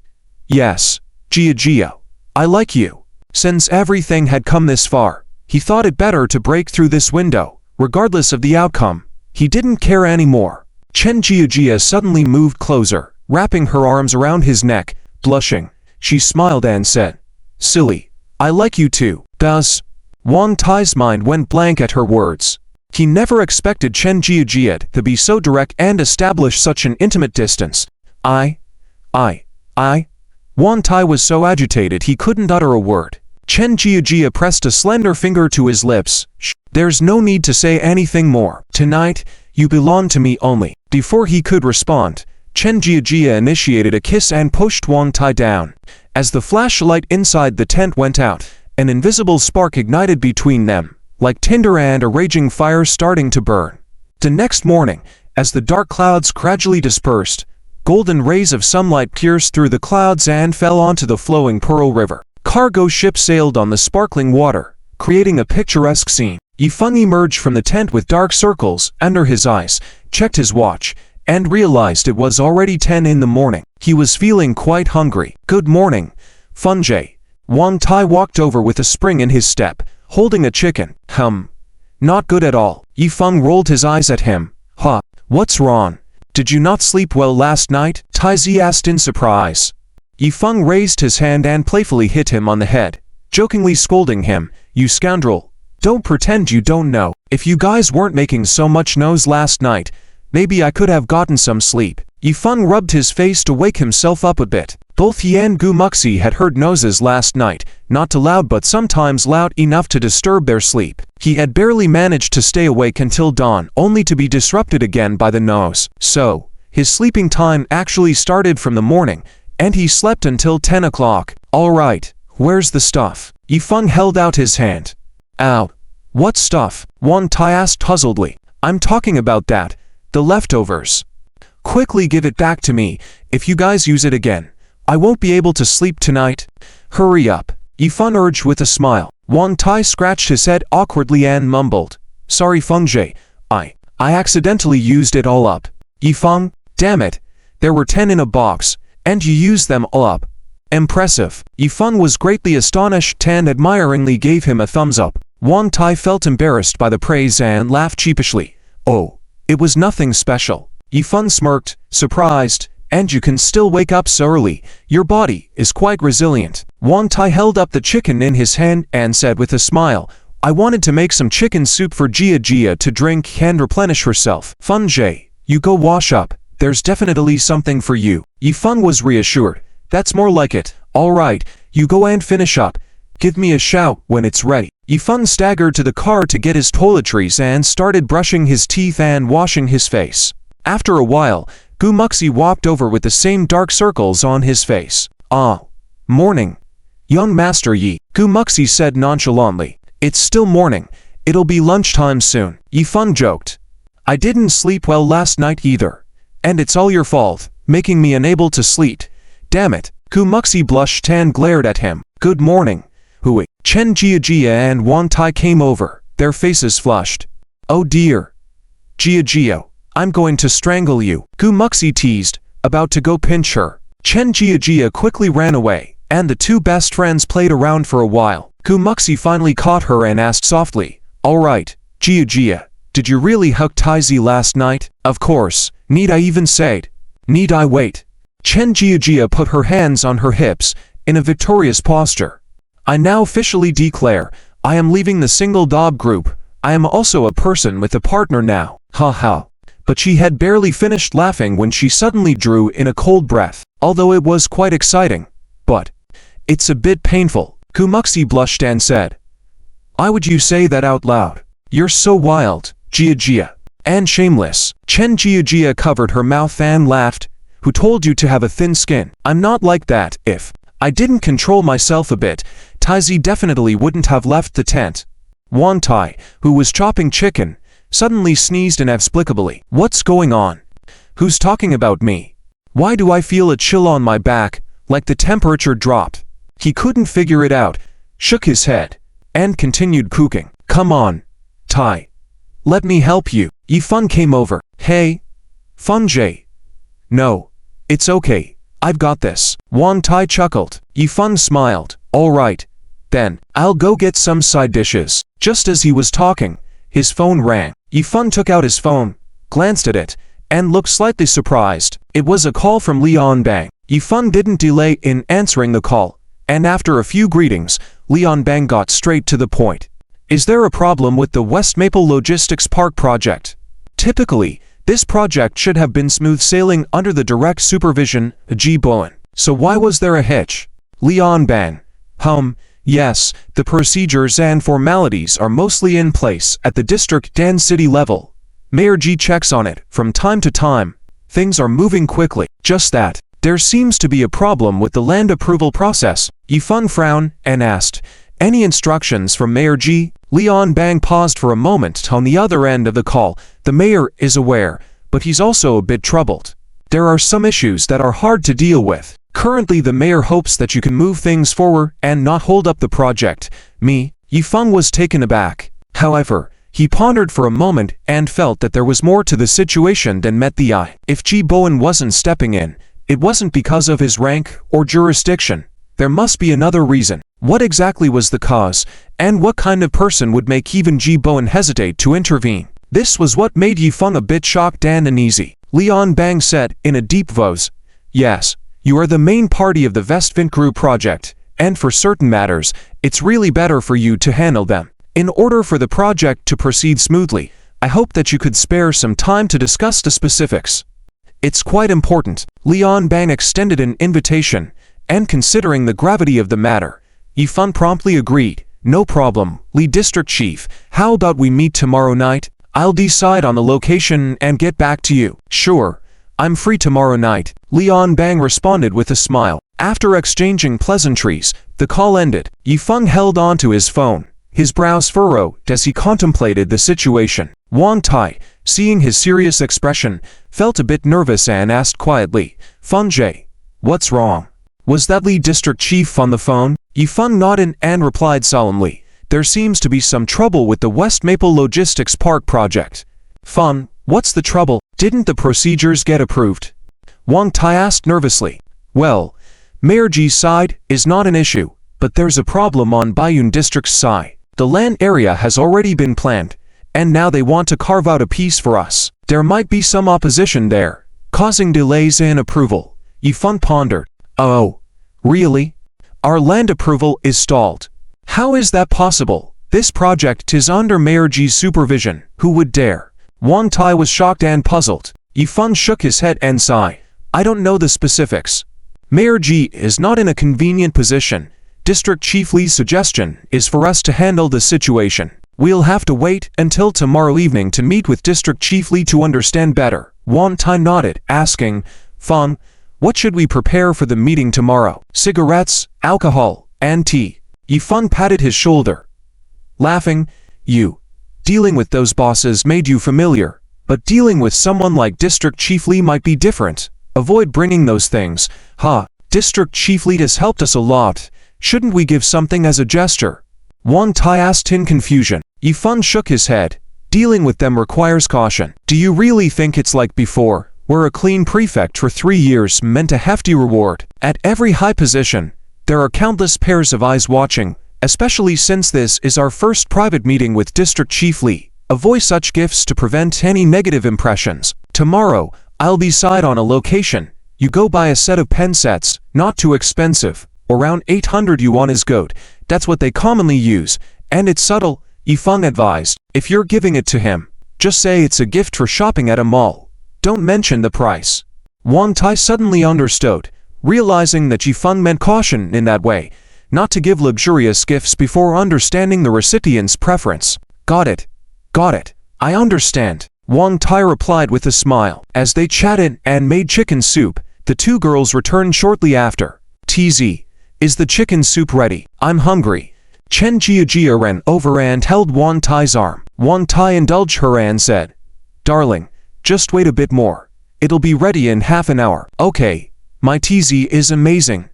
"Ma'am." Chen Jiajia pecked Wang Tai's cheek. Jokingly, Yifeng said, Hey, what are you two doing? Feeding the dog in public?" Their behavior seemed too intimate. After breaking that barrier, their relationship seemed to have progressed by leaps and bounds, maybe even 1,000 miles in a day. Yifeng was happy to see Wang Tai find his ideal partner, realizing that he wouldn't have to keep warning against being too affectionate with others in the future. "Hey, President Yi, do you have any objections now?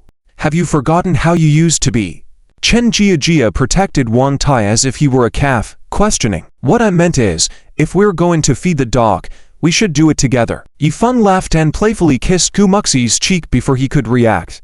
You sneak, attacking me again. Gumuxi blushed and chased after him, playing around. By late afternoon, the group realized it was getting late and started packing up to head back. Before leaving, they all stood in the courtyard for a group photo to remember the fun and relaxing 2 days they had. Yifeng and Gumuxi arrived back in their respective neighborhoods as night fell. She. The two held hands tightly, reluctant to part. Let's have one more kiss before we go back. Yifeng grinned mischievously. No.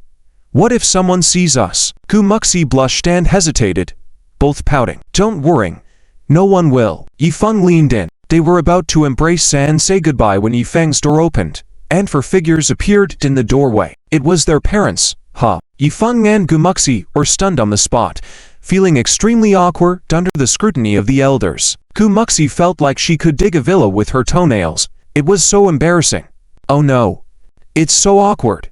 They were caught about to be affectionate by their parents. It's all your fault. Bad fun. Gumuxi's face turned red from her cheeks to her neck as she quickly pulled away from Yifeng. Surprisingly, Yifeng remained unfazed, thick-skinned as ever. Dad, Mom, Uncle Gu, Auntie, you're all here. Yifeng turned his head to greet them with a forced smile. Tonight I was just treating old Gu to dinner. Just finished eating. You guys just came back from having fun. Yifeng's father, Yi Jianjun, looked at him and inquired. Hehe. Yeah. We were out having fun for 2 days, just relaxing. Yifeng replied truthfully. Yi Jianjun chuckled. All right then. Continue. We didn't see anything. Just keep going. Uncle Gu, shall we go back and have some tea? Gu Xingzhan eagerly agreed. No problem. Let's have a few more pots. Even though he was bursting to pee, he wanted to give the two youngsters some space. Li Wen looked at the two with strange and excited eyes, then quietly closed the door. Yi. It's all your fault. Now look what happened. I'm going back. Gumuxi, with a thin face, quickly blamed Yifeng and rushed to leave. Dang. As soon as the door closed, Yifeng was left alone between the two houses. Once again, I have to bear this alone. Yifeng shook his head with a smile, turning back to his home. He could already imagine the scene where those four elders would start their interrogation. However, upon entering with a resigned attitude, he found that all four elders were waving him away, asking him to rest in his room and not disturb their world discussions or decide which primary school their potential grandchild would attend in the future. Yifeng, so, I'm an outsider again. The next day at 7 in the evening, Yifeng and Wang Tai arrived early at Guanxi Restaurant. This is a well-known and moderately priced restaurant. Yifeng chose this place not for its cost, but because it suited his relationship with Lian Bang. Yifeng has had limited contact and knowledge of Lian Bang. The last time they met was in the office of the factory, and Jay Bowen was also present, yet they hadn't delved into deep conversation. So, technically, this was their first private dinner meeting. Yifeng and Wang Tai arrived at the restaurant early and waited at the entrance. Yifeng checked the time and thought it was about time. Sure enough, a black Sonata stopped at the entrance of the restaurant, and Lian Bang got out of the back seat, right on time. Yifeng, upon seeing this, went up and greeted him. Ha. Director Li, I've been looking forward to seeing you for so long, and you are finally here. Lian Bang shook his hand and politely said, I apologize for making you wait. President Yi. No. We've only just arrived as well. Yifeng gestured with a smile. Lian Bang was also very astute and guessed that the two of them had arrived early. These were all social pleasantries. How could he not understand? Normally, he would just smile and move on if someone else said such things. But in front of this young man, who was highly regarded by Mayor Ji and the owner of Shifeng Group, it was different. Oh, President Yi, you don't need to arrive so early next time. Then it makes me look like I'm late. Or do you want me to punish myself with 3 cups? Lian Bang jokingly said. Being able to joke around a bit indicated that he didn't consider Yifeng just an ordinary person. Yifeng picked up on the unspoken message and quickly replied, Oh, Director Li, how could I make you punish yourself? You've spoken, so next time, I'll definitely be on time. After exchanging pleasantries, Lian Bang turned to Wang Tai and asked, Who is this? Director, Let me introduce to you. This is Wan Tai, the person in charge of Shifeng Electronics, a subsidiary of Shifeng Group. He is my capable assistant and right-hand man. Yifeng introduced. Hello, Director. My name is Wan Tai. I've heard about you before. Everyone in Tian speaks highly of you. Wan Tai stepped forward and introduced himself. Haha. Mr. Wang is joking. It's all about serving the people wholeheartedly and conscientiously. Only when one gains recognition from others can it be considered an affirmation of one's work. Lian Bang warmly shook his hand. Come on, Director. Please come in. It's noisy out here. Let's chat in a private room. Yifeng gestured. Yifeng accompanied Lian Bang up front, with Wan Tai following behind. The three of them went upstairs to a private room. The room was quite spacious, with only 3 people, but the conversation and laughter between Yifeng and Lian Bang made the room lively. After settling down, Yifeng invited Lian Bang to take the main seat in the center. As they sat down, Wan Tai, tactfully, poured tea and offered cigarettes to both of them. Leaving the tea halfway filled, all performed gracefully and efficiently. Lian Bang couldn't help but admire Wan Tai's manners. He thought to himself that it was rare to see a young man who understood etiquette so well. He shouldn't have underestimated the people around President Yi. Here, Director, please try our newly added tea at the restaurant. It's Yunnan Pur from Cloud Mountain, Yifeng offered. This step was to observe whether Lian Bang knew and enjoyed tea. Lian Bang picked up the cup, smelled it, took a sip, and savored it, then praised, not bad at all. The taste is sweet and the aftertaste is long-lasting. It does have the flavor of old tree tea. Although it is not as good as golden silk pu'er, it is still considered high quality. Yifeng's eyes lit up. It seemed that Lian Bang also appreciated tea. This gave Yifeng some confidence. Director, you have a good palate. I've indeed served you an old tree tea. It has a good flavor. I happen to have some golden silk pu'er in my company. I'll have someone deliver it to you to taste another day. Yifeng tested the waters and smiled. Oh, no need. That's not something I can afford. President Yi, I appreciate the gesture. Let's skip to tea. Lian Bang politely declined, with a hint of caution in his eyes. Yifeng could see that Lian Bang was cautious and that developing their relationship would require gradual contact. Ahaha, Director, you're kidding. How about this? Next time I can bring some over to your place, and we can taste it together, Yifeng suggested. To be honest, the progress of the logistics park project and the garment factory project owes much to your great help. I'm truly grateful, Yifeng expressed sincerely. Lian Bang smiled and replied, it concerns the livelihood of thousands of workers at the steel factory and their families. The old leader is personally overseeing this project, so I naturally put in my best effort. You don't need to say much about this, President Yi. In Lian Bang's mind, this project was indeed significant. Otherwise, he wouldn't have called Yifeng to have a private conversation. If he could handle this matter perfectly, it would be a credit to him, and he might get some recognition from the old leader. Haha, with your words, I feel very relieved, Director, Yifeng chuckled. As they chatted, the dishes started arriving one by one. Mostly the specialties of Guanxi restaurant. The 3 of them ordered 8 dishes and a soup, clearly ordering too much. Lian Bang wasn't surprised, but he noticed that some of the dishes seemed to have a bit more chili added, which surprised him. Did this young man in front of him actually know my preference for spicy food? On another note, Yifeng was very attentive in his preparations. They began toasting and enjoying the meal. After a few rounds of toasts and tasting the dishes, Yifeng leaned in and asked, Director, what problems have arisen with the land in the logistics park?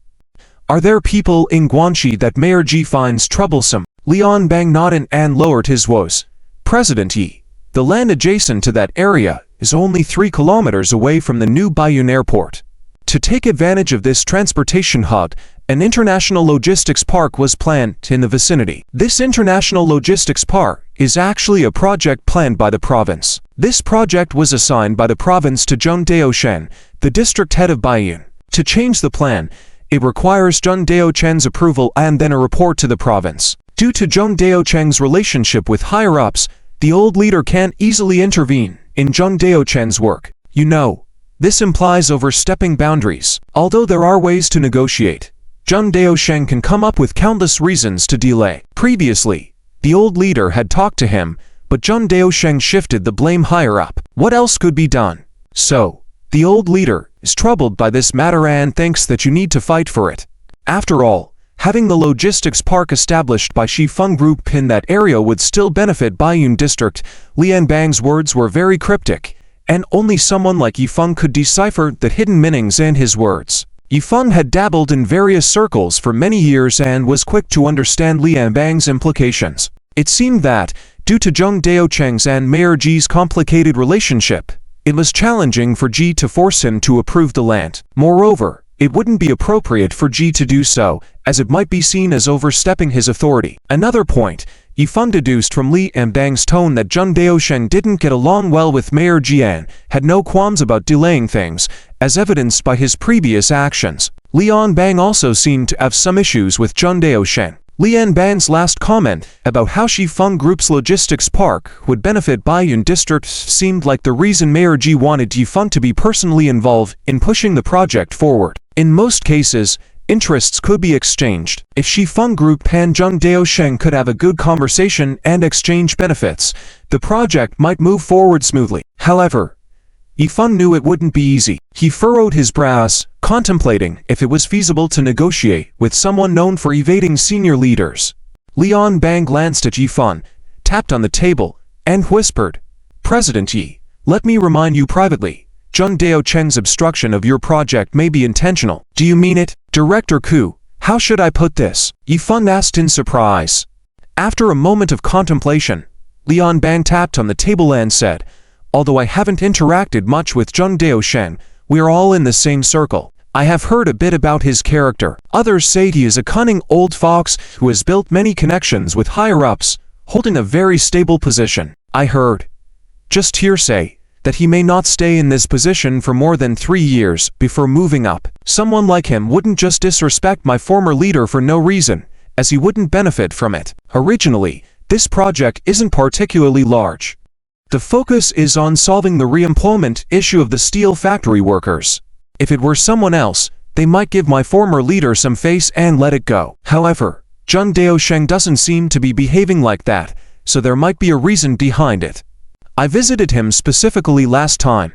I have an old classmate working with him. From what he mentioned, when Zheng Daosheng first heard about this project, he immediately rejected it without any hesitation. If he wasn't intentional about it, I really can't think of a reason why he would refuse so decisively. After listening, Yifeng's heart sank even more. If the other party was deliberately causing trouble, it would be even more difficult to handle. He had never met Zheng Daosheng before, and they had no grudges or interaction. Why would this happen?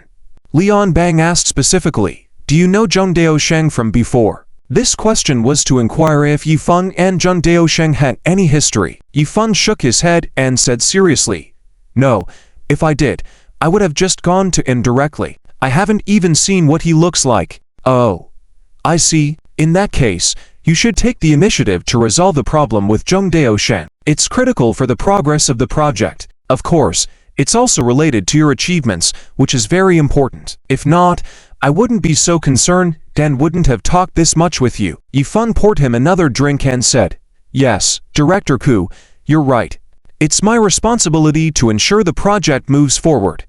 Thank you for your continuous support." Lian Bang raised his glass, clinking it with Yifeng's and smiling. "You're too polite, Yifeng. It's all part of the job. Though this is only our second meeting, I truly admire a young talent like you. Don't call me Director Ku. It sounds a bit strange. I'm several years older than you, so you can call me Lao Li or Li Jie." Yifeng quickly stood up, pretending to be shocked, and said, "Oh, Lao Li, I'm truly honored. Here, let me toast to you." With that, Yifeng drank half his glass, signifying respect. Lian Bang also smiled and drank the contents of his glass in one go. As they continued to chat and drink, their relationship deepened. By the time they finished, it was past 10 at night, having spent 3 hours together. Lian Bang had consumed quite a bit of alcohol, almost 2 bottles of Mayo Tai, showing signs of slight intoxication. Yifeng arranged for his driver, Li Fu, to take Lian Bang back. After seeing Lian Bang off at the hotel's entrance, Yifeng and Wang Tai returned to their private room to rest and wait for Li Fu to return. "Whoa, Feng Jie, from what Director Li said, Zheng Daosheng doesn't seem easy to deal with. I wonder what he wants. Wang Tai handed Yifeng a cigarette. Yifeng lit it, took a puff, exhaled a puff of smoke slowly, his expression slightly serious. If he's looking for some benefits, it wouldn't be difficult to handle. I'm just worried if he has other intentions against us. Yifeng furrowed his brow. Would he dare? If needed, we can change the location for the logistics park. But if he targets us, I'll confront him. Wang Tai slammed the table, fueled by alcohol and his fiery temper, unwilling to let anyone disrespect him. At least Zheng Daosheng didn't have that privilege. Yifeng shook his head, saying, well, that's true. I don't want to give up that location unless absolutely necessary. It's the best spot for the logistics park, and our success depends on it. That piece of land offers a significant advantage in the regional logistics and express delivery industry, affecting both domestic and international businesses. Acquiring that land is crucial, and if we don't do it now, we might miss the opportunity. Wang Tai was puzzled by Yifeng's strong attachment to the logistics park near the new Baiyun airport. Shay, what do you plan to do next? Wang Tai asked. After some contemplation, Yifeng said, we need to approach Zheng Daosheng, but for our first meeting, it should be in the context of work, a formal introduction. Just now, Director Li agreed to let us borrow his work group. So, under the guise of the West Maple Logistics Park Project Work Group, we'll meet with Zheng Daosheng. We have to pay a visit, Wang Tai said in surprise. Shay, why don't we use the West Maple Group's name and meet him privately first? Wouldn't that be more convenient for certain discussions? Yifeng chuckled. It seems like you haven't dealt with this kind of people much. Wang Tai laughed awkwardly, scratching his head. That's true. Inside dealings are more complicated and different from business interactions. Definitely. Their motives aren't always about wealth, sometimes it's about power. We've never met Zheng Daosheng before, and we don't know him at all. You can't approach them like other companies, making appointments for discussions about projects. Without a middleman, people like them won't meet us, unless they need something from us. There's a saying in business talk business, and there's another part. In official matters, it's about relationships. When there are no relationships, even a simple meeting is difficult, let alone discussing other matters. This is why there's a profession called relationship broker in society. They specialize in connecting bosses, navigating relationships inside, making deals, and ensuring smooth business transactions. They get substantial rewards for their services. Wang Tai felt enlightened by Yifeng's explanation, understanding that dealing with officials was more complex than business dealings. Shay, I get it now. This is why you want to approach Zheng Daosheng through the work group, taking advantage of Director Li's relationship. Zheng Daosheng will naturally meet us for work purposes. Exactly. In 2 days, you and I will go see Zheng Daosheng, Yifeng said. 2 days later, at 10 a.m. in the morning, 56 Airport Road, Baiyun District. A Nissan car entered the gate and parked in the parking lot. Yifeng and Wang Tai got out of the car one after another, both dressed in formal suits that were only worn for formal occasions. There was also a middle-aged man with thick glasses who got out of the car with them, smiling broadly. He had a chubby stature and a smile that resembled Maitreya. Director Yi, Director Wang, it's getting late. Shall we go straight in? The middle-aged man with the thick glasses said, with a gentle smile. Yifeng politely extended his hand. Sure, Director D, after you. Oh come on, Director Yi, you don't have to be so polite with me. Please, after you. The middle-aged man stepped back half a step and then reached out to Yifeng with a smile. Yifeng found it amusing. This man was the director of the investment office from the Li district, named Di Yinghua. Although Yifeng didn't see any sense of righteousness in him, all he saw was slickness. Director D was polite and smiling to everyone he saw, talking smoothly and using the same set phrases. Yifeng found it somewhat amusing, understanding that those who could stay in that position for so long must have some skills, and being smooth-talking was just part of their job requirement. All right, let's not be so polite, let's go in together. Yifeng waved his hand. The three of them walked quickly into the building. Yifeng confirmed once again, Director D, have you really confirmed the meeting time with District Chief Zheng? Yes. It's confirmed for 10:30 a.m. in the lobby. Di Yinghua nodded confidently. All right, let's go straight to the lobby to wait then. Yifeng nodded. He knew the protocol. When conducting official business, they couldn't directly enter another district's office for a meeting, but instead, They would meet in a neutral place first. If the matter was significant, then they would proceed to the individual's office for further discussion. Guided by the secretariat staff, the three of them arrived at the lobby, where the receptionist poured them tea and then left.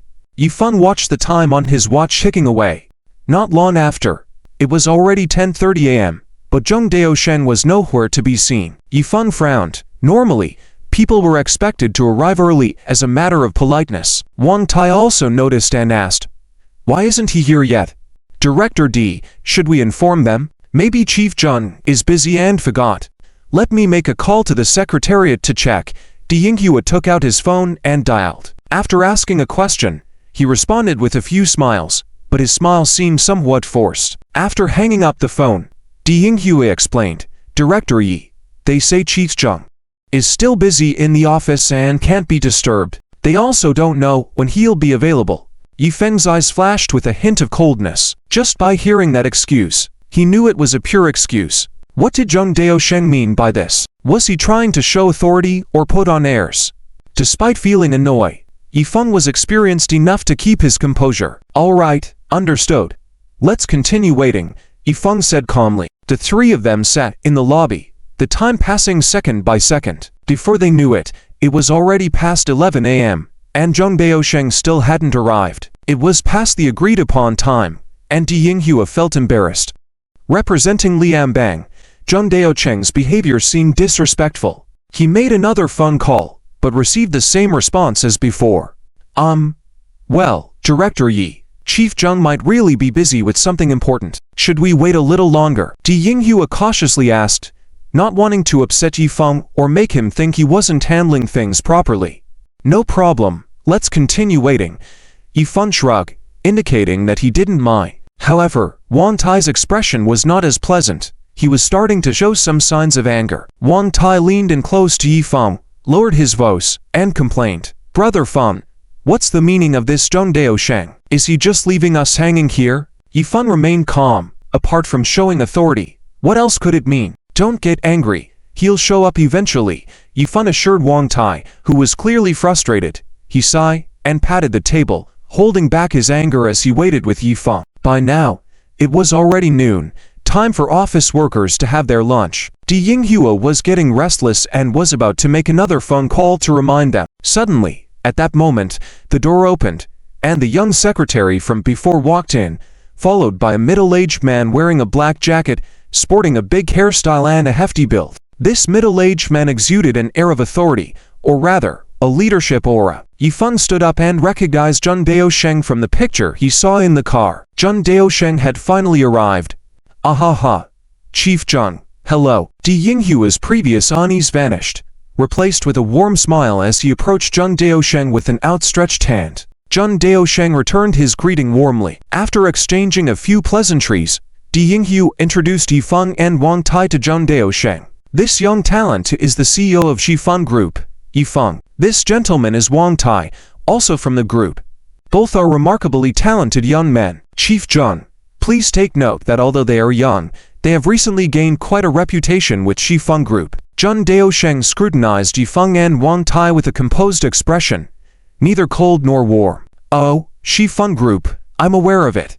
I didn't expect the founder to be so young," Zheng Daosheng said with a smile that hid some underlying meaning. Yifeng didn't take offense. Out of instinct, he sensed Zheng Daosheng's ill intentions, or rather, what kind of person doesn't even exchange basic pleasantries? What motives could they have? Moreover, now Zheng Daosheng wasn't even putting on a good face. "Chief Zheng, hello, I've heard of your name before." Yifeng took the initiative and extended his hand. Zheng Daosheng shook it casually and waved. "All right, it's getting late. It's lunchtime now. We should discuss business first." Yifeng's heart sank. Indeed, Zheng Daosheng was asserting his dominance by arriving late and now rushing to take charge, suggesting they should eat first when they hadn't even started talking about business. Yifeng inwardly smirked at Zheng Daosheng's display of power. Even though he was seething inside, Yifeng was a seasoned businessman and maintained his calm exterior. Returning to his seat, Di Yinghua also sat down, and since they were getting down to business, he decided to speak first. "Ahem. Chief Zheng, I'm here mainly to discuss the Shifeng Logistics Park project. You know, The mayor has been pushing for this project. What are your thoughts on this land? Chief Zheng, we also want to hear your opinion. Zheng Daosheng sat on the head seat, sipping his tea, his tone unsatisfied. Regarding this Yifeng Logistics Park you want to set up, if others find out and want to do the same, what about the White Cloud International Logistics Park project that was entrusted to me by the province? This matter, I think, there's nothing to discuss. The atmosphere in the meeting room suddenly became awkward. Di Yinghua didn't expect Zheng Daosheng to speak like this, not even wanting to discuss. Does this mean there's really no possibility of negotiation? District Chief Zheng, I can understand your concerns about this, but you also know that Mayor Ji is watching closely. Di Yinghua said with a difficult look, implying that Zheng Daosheng should consider giving Ji Bowen some face. If Mayor Ji asks, I will personally explain to him. Besides, the provincial planning is not something that can be easily changed. Mayor Ji knows this and I believe he would understand. Zheng Daosheng said, indifferently, seemingly unaffected by the pressure from Ji Bowen. Hearing this, Di Yinghua's expression turned sour. The negotiation hadn't even started, but it seemed like there was no room for discussion. How can I fulfill my duty now? Should we change the location for negotiations? Di Yinghua looked at Yifeng, hesitated for a moment, and asked, General Yi, what do you think we should do? Yifeng tapped the armrest of his chair and said to Zheng Daosheng, District Chief Zheng, I really want to acquire that piece of land. In return, West Maple Group is willing to increase its investment in Baiyun District, not just in the logistics park, but also in other manufacturing industries. Yifeng laid out his thoughts and conditions, indicating that increased investment would be the terms for the negotiation. As the second-in-command responsible for economic development, this investment from West Maple Group would also benefit Zheng Daosheng. Zheng Daosheng asked with interest, Oh, how much do you plan to invest in Baiyun District? If we acquire the land, including logistics and intensive manufacturing industries, I estimate the investment in the next 3 years will not be less than 5 billion, Yifeng roughly estimated, providing a rough figure. This amount of investment is a considerable sum for the current city, enough to attract attention from the provincial level. Zheng Daosheng squinted, looking straight ahead, seemingly deep in thought. The meeting room fell into a brief silence again, with no one speaking. Wang Tai watched nervously from the side, but it wasn't his place to speak at this moment. He could only listen on the side. After a while, Zheng Daosheng spoke again.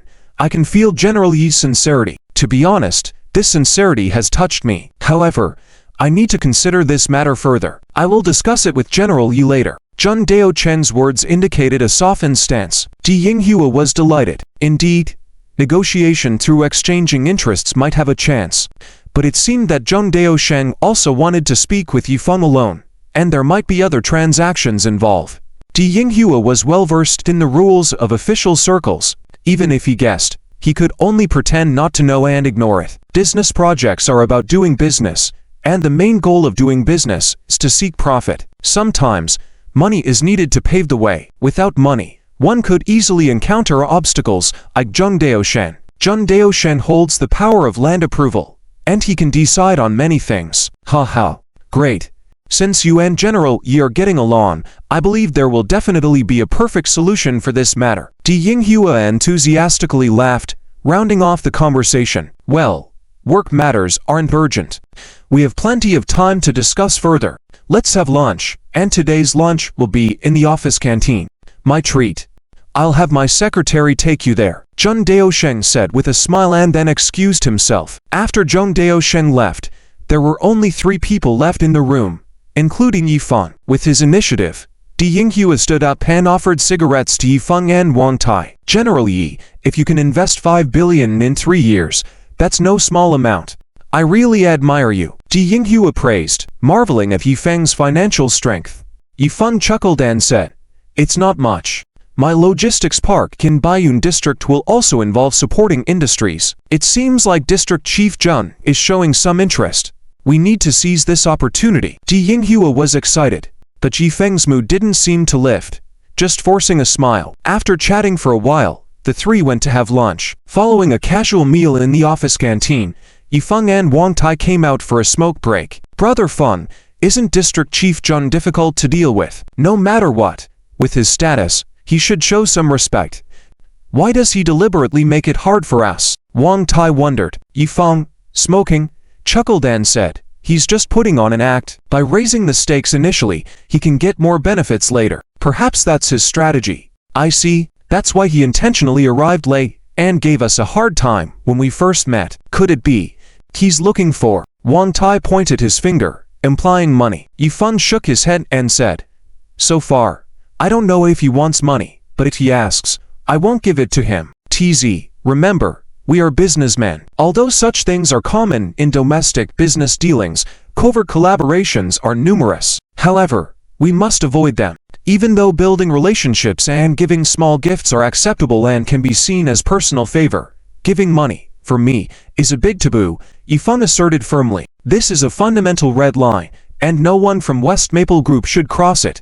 As he spoke, Yifeng's tone became more stern. Wang Tai felt a shiver in his heart and immediately replied, yes, yes, Brother Feng, I will remember that. But what if Zheng Daosheng really makes such a demand? Yifeng coldly snorted. Then, we will send him in. ... As evening approached, Zheng Daosheng finished his work and was preparing to head home. At that moment, his secretary knocked and entered. Leader, Miss Wu is here. Zheng Daosheng paused, then sat back down and gestured for her to enter. After a while, the sound of high heels echoed, and Wulan appeared at the office door. Husband, I heard that the young man surnamed Ji from West Maple Group came to see you. What's the matter? Does he really want that piece of land? Wulan hurriedly walked up to Zheng Daosheng with a worried expression. Zheng Daosheng quickly stood up, closed the office door, and sternly said, Little Lan, why did you suddenly come to the office without following the rules? Wulan looked aggrieved and said, Husband, I just couldn't bear it. That young man surnamed Ji caused the death of my husband. I wish I could tear him apart. Zheng Daosheng sat down and scolded. I know about it, but you can't just come to the office like this. No more next time, or ever. Husband, I understand. Wulan stood in front of him like a guilty child, head lower, not daring to speak. Zheng Daosheng's heart softened, waving his hand. All right, stop crying, have a seat. That young man named Ji did come here personally today. I could tell he really wants that piece of land. I wasn't planning to give it to him initially. No one could bend my decision, but later, I changed my mind. Wulan widened her eyes, amazed. What? Husband, are you planning to give that piece of land to the young man surnamed Ji? Didn't you say you wouldn't give it to him? Why should you? That guy caused my family's ruin. Why give it to him? Did he give you a lot of money? Is our family lacking in money? Zheng Daosheng, taken aback, quickly interrupted her, scolding. Nonsense. What are you saying? Do you even know where you are? It's a big taboo to talk about money matters in the office. Wulan shut her mouth hastily, looking displeased. Zheng Daosheng snorted and said, You are still so impatient. Listen to me first. Not giving him the approval for that land is indeed easy for me, as Mayor Ji cannot pressure me. But it won't have much impact on West Maple Group. They can just change to another piece of land. If it's just that, do you think it would help you avenge your husband? If you want to get rid of him, you need to use some other means. Zheng Daosheng lit a cigarette, his chubby face trembling slightly, a hint of fierceness flashing in his eyes. He lowered his voice. If you don't give fish a bait, how will they get caught on the hook? Uncle, do you have any ideas? Wulan asked eagerly. Zheng Daosheng took a puff of his cigarette and smiled. Didn't your dad mention a friend last time? That guy named Dong Zong, who owns a rundown shipyard with a lot of hidden debts. Want to throw this bombshell out there? I was actually thinking about having the subsidiary of Guangxi Shipbuilding Group, Third Shipyard, take over this deal. Now we have a perfect candidate, right? Wulan's eyes lit up at his words. Right. There is such a thing. If West Maple Group takes over, that will be a bombshell. She had also heard her father, Wu Haid, mention that there was a boss named Dong Chang'an who wanted to get rid of his shipyard. Besides the qualification certificates and the pier, the old shipyard had nothing of value. What's more important was that the shipyard owed a lot of money to downstream suppliers, mostly in the form of commercial bills. By changing the name, it was called Outstanding Accounts Payable. Dong Chang'an had manipulated the accounts, making the company appear to be operating normally with no issues, but in reality, those accounts were uncollectible and essentially non-existent, and they could be written off at any time. The debts owed to suppliers were real. Therefore, this shipyard was a ticking time bomb. Dong Chang'an approached Wu Hai, wanting to sell the company at a low price, hoping to pass it on to a sucker. Wu Hai then approached Zheng Daoshen, hoping that he could sell this deal and make a considerable profit. This kind of situation was familiar to Zheng Daoshen. The best beer, of course, would be a state-owned enterprise. As long as they acquired the non-performing assets, ultimately, it would be the taxpayers footing the bill, and the financial department wouldn't have any issues with it. They could even gain a lot of benefits. Zheng Daoshen flicked the ash from his cigarette and chuckled. That piece of land is my bait. When the surnamey takes the bait, as long as he wants the land, he'll have to take over that shipyard. Eating this bait will come at a price. Wu Lan's face showed excitement. Go, uncle, your method is great, but can surnamey take the bait? Zheng Daoshen smiled confidently. Today I not only suppressed his arrogance, but also left him with some hope. He's even willing to invest 5 billion over 3 years for that land, using it as leverage in our negotiations. It shows how much he cares about that piece of land. I just need to add a little condition, 6 million for him to acquire Dongchangong shipyard. For him, this condition is nothing.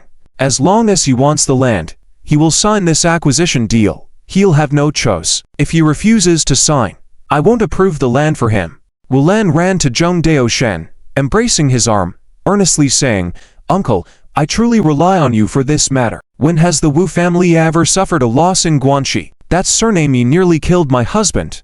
I must make him pay. Zheng Daoshen snorted, leaned back in his chair, glanced at Wu Lan. Zilan, we are family. Helping each other is natural. But sometimes, I feel like I have the will but lack the ability. I've been the district leader for 3 years, right? Wu Lan instantly understood him and said solemnly, Yes, uncle, it's time for you to make a move. Rest assured, after I return, I will talk to my dad and have him work his relationships. Zheng Daoshen finally showed a satisfied smile. Haha, that's good. I will go have a drink with your dad another day. It's late now, you should head back. Good. Uncle, I won't disturb you. Call me if you need anything. Wu Lan nodded happily and bid farewell. After Wu Lan left, Zheng Daoshen finished his cigarette and called for his secretary. Is there anything you need, leader? The middle-aged secretary asked respectfully. After a moment of contemplation, Zheng Daoshen instructed, Contact Dong Jianan. I need to talk to him tonight. Also, inform West Maple Group's Yifan. We can have a private discussion about the logistics park land in a couple of days. If he invites me for a meal, give me the time and place. I will be there. The secretary noted down the instructions and asked, Should I inform Yi General later? Yes. Give him a call later, Zheng Daoshen said with a smile. All right, leader, the middle-aged secretary responded. After the secretary left, Zheng Daoshen hummed a tune as he got up from his seat, walked to the window, watching the setting sun, feeling at ease. Yifan, you had to offend the Wu family. Oh well, it serves you right. I can only make use of your head for now. As night falls, Yifan drives around aimlessly, planning to take Wan Tai and Di Yinghua to eat somewhere. Director Yi, if we don't get the job done, and I end up having dinner with you, I'd really feel bad. Di Yinghua said politely from the back seat. Yifan glanced at the rearview mirror and smiled. Director Di, you don't need to be so polite with me. We're all on the same team. You've been running back and forth for the project for so long, it's only right for me to treat you to a meal. I won't accept if you insist on refusing my gesture. Di Yinghua felt relieved and thought to himself, no wonder he's the big boss of the group, he really knows how to talk. It's definitely a good idea to be friends with such a person. Well, okay. Then I'll consider it as accepting a favor, haha. Di Yinghua laughed. While the three of them were chatting, Yifeng's phone suddenly rang. He parked the car on the side of the road and saw it was Lu San, Zheng Daocheng's secretary, calling. With a sudden thought, he immediately answered. Hello, Secretary Lu. What instructions do you have? Hi. Director Yi. I'm just relaying a message. My leader said he's free in 2 days and would like to discuss the logistics park project with you. Are you available, Director Yi? Lu Song said. Yifan raised an eyebrow. Did Zheng Daoshen want to discuss the project proactively? Does that mean a private discussion? Sure. I'm available. Should I inform Director D? Yifan asked.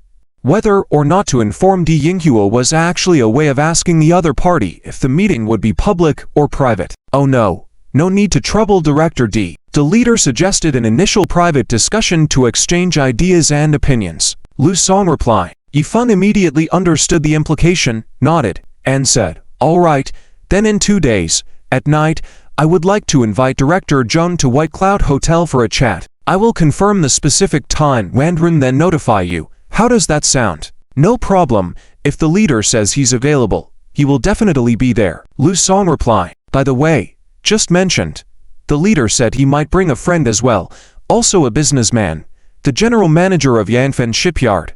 Let me inform you in advance." Yifeng heard the name Yangfen Shipyard and was momentarily stunned. The name sounded familiar. However, why did Zheng Daosheng bring the boss of Yangfen Shipyard along? There must be something fishy going on. In his memory, Yangfen Shipyard was not famous for its performance, but for being featured in a corruption case on the news. He didn't know the reasons behind it, but the news had been making headlines for several days, implicating many people who were either detained or held accountable, causing quite a stir in the city. Therefore, Yifeng had some impression of Yangfen Shipyard, but didn't know much about it. "No problem, it's always good to make new friends," Yifeng said with a straight face. "Haha, that's settled then." Lu Song laughed. After finishing the conversation, they exchanged a few pleasantries and hung up. Feng Jie, whose call was it? From Zheng District Chief. Wang Tai turned his head and asked. "Yes, from Secretary Lu. District Chief Zheng wants to discuss something with us. I've already arranged to meet in 2 days, at night, and also informed that a shipyard boss will be joining us," Yifeng said calmly. "If District Chief Zheng wants to meet privately, he must have some requests, probably related to money," Wang Tai speculated. "Don't worry about it. Let's go eat first. I'll personally investigate the Yanfen shipyard later," Yifeng said noncommittally. This matter felt complicated and needed to be looked into. "Feng Jie, if he wants to." Wang Tai was about to speak, but was interrupted by Yifeng's cough. "You don't need to say it. We can discuss it later. Let's eat first." Yifeng started the car and glanced back. Di Yinghua pretended not to have heard anything, staring out of the car window blankly. Wang Tai understood and quickly said, "Okay, we're not in a hurry." The three of them then found a well-established restaurant, Fusheng Restaurant, and went in for dinner. Yifeng and Di Yinghua chatted freely at the table, to bottles of white wine later. They started bonding like brothers. "Brother Yi, I may not have any other special skills, but I'm very good at reading people. It's like poking a mosquito with a needle. Very accurate. Brother, you are definitely not an ordinary person. You will undoubtedly rise to great heights in the future, soaring 9,000 miles. Di Yinghua, a bit flushed from the alcohol, began to stutter. "Ha, Director D, you're flattering me." Yifeng, still sober, humbly responded. Di Yinghua placed a hand on Yifeng's shoulder in a friendly manner and said sincerely, "Brother Yi, today if things didn't work out, I apologize, but I promise you, I will follow up on the project until it succeeds. You can rest assured Old D, will see things through from beginning to end." It was just a statement of intention, and Yifeng didn't take it too seriously, just smiled. As long as he had this attitude, it would be convenient to approach him in the future. Yifeng raised his wine glass with a smile, clinked it with Di Yinghua's, and said, "I'll rely on Director D in the future." 2 days later, at nightfall, an imported black Toyota sedan sped down the road. Zheng Daosheng sat in the back with a wealthy old man with a crew cut, whose eyes were small like mung beans. When he smiled, his eyes seemed to disappear. "Leader, if things go well tonight, you will have done me a great favor. This is a specialty product from my hometown. I brought it specifically for you to taste. This is just a little token of my appreciation. Please accept it." The old man took out a gift box from next to his seat, the packaging indicating apples. "Ha, Director Don, you're so considerate. But I haven't heard that your hometown grows apples." Zheng Daosheng smiled, accepted the box, opened the lid, and glanced inside. Instead of apples, the box was filled with bundles of red bills.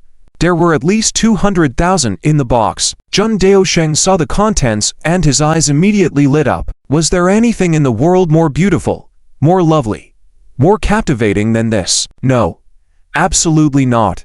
In life, what else is worth striving for? Women aren't worth fighting for a lifetime, but this is. Zheng Daosheng withdrew his gaze, quickly closed the box lid, and discreetly placed the box beside him. "Ha, Director Don, Your hometown specialty is indeed excellent. Since it's your gesture, if I were to decline, it would be disrespectful. Jun Daosheng smiled. Don Qianan laughed heartily, eyes disappearing in his smile. I should be the one saying that.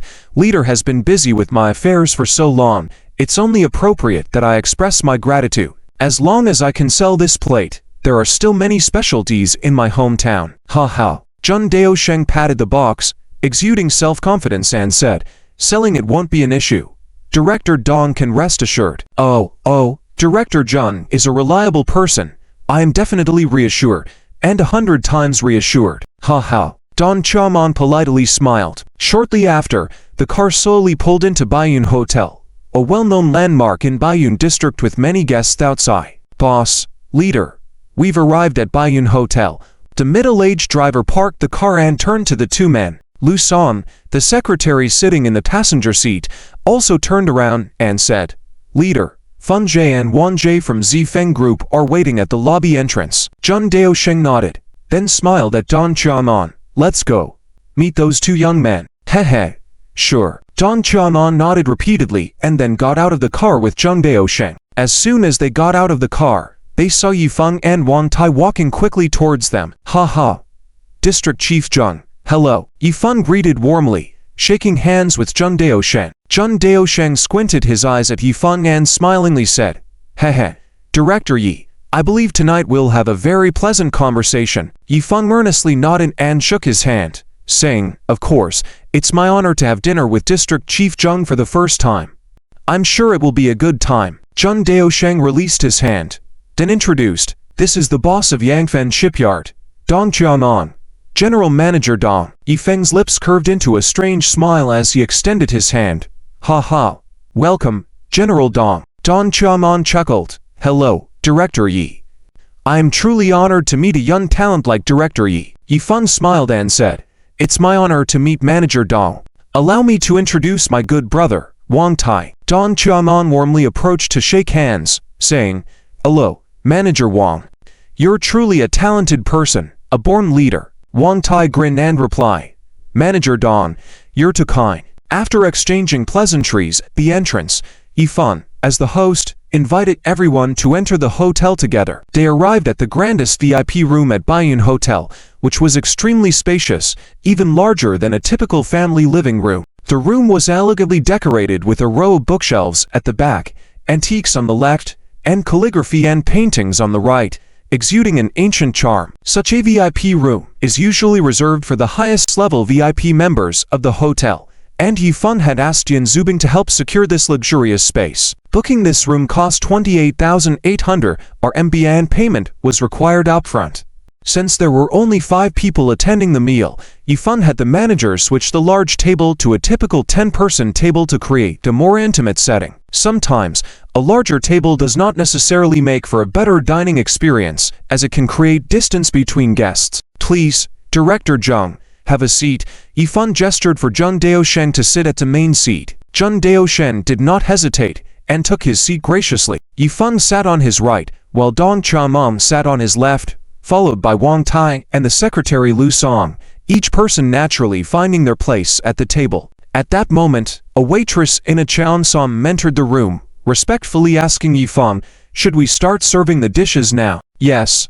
Please start serving, Yifeng replied. He then turned to Jun Daosheng and asked, Would you like white or red wine? Director Jun.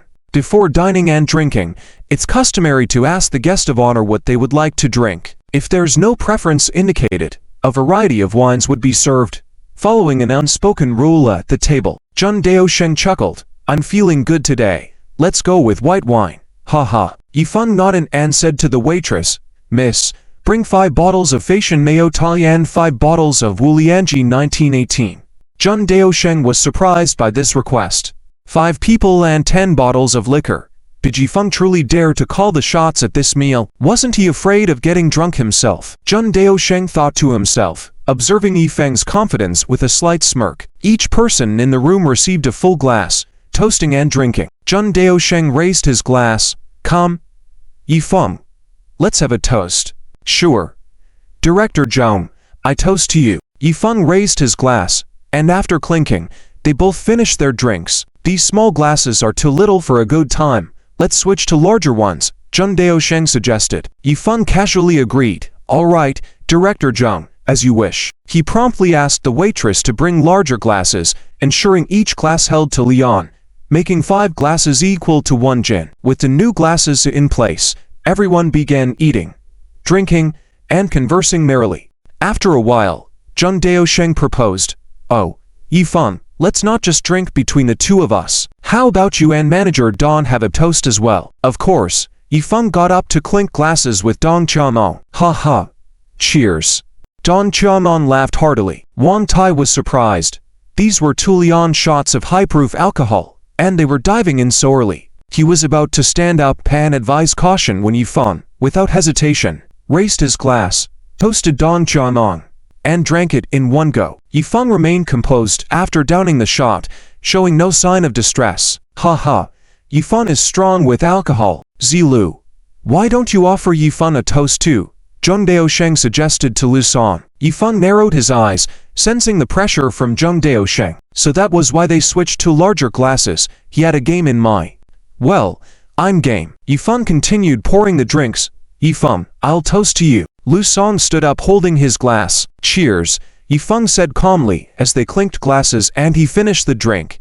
Yifeng consecutively downed to high-proof shots, in addition to the 2 shots he had with Zheng Daosheng earlier, totaling nearly a jin of white liquor consumed. Bro Feng. Wang Tai was about to stand up to intervene, concerned for Yifeng's well-being. It's okay, dig in. Dig in. Yifeng waved his hand to signal Wang Tai to sit back down. Zheng Daosheng inwardly chuckled, then clapped his hands and exclaimed, "Ha ha, Yifeng has great alcohol tolerance. Come, let's have another round," Zheng Daosheng suggested. "You've already had quite a bit. This time, I'll take the lead. Yifeng, feel free to join in if you'd like, no pressure."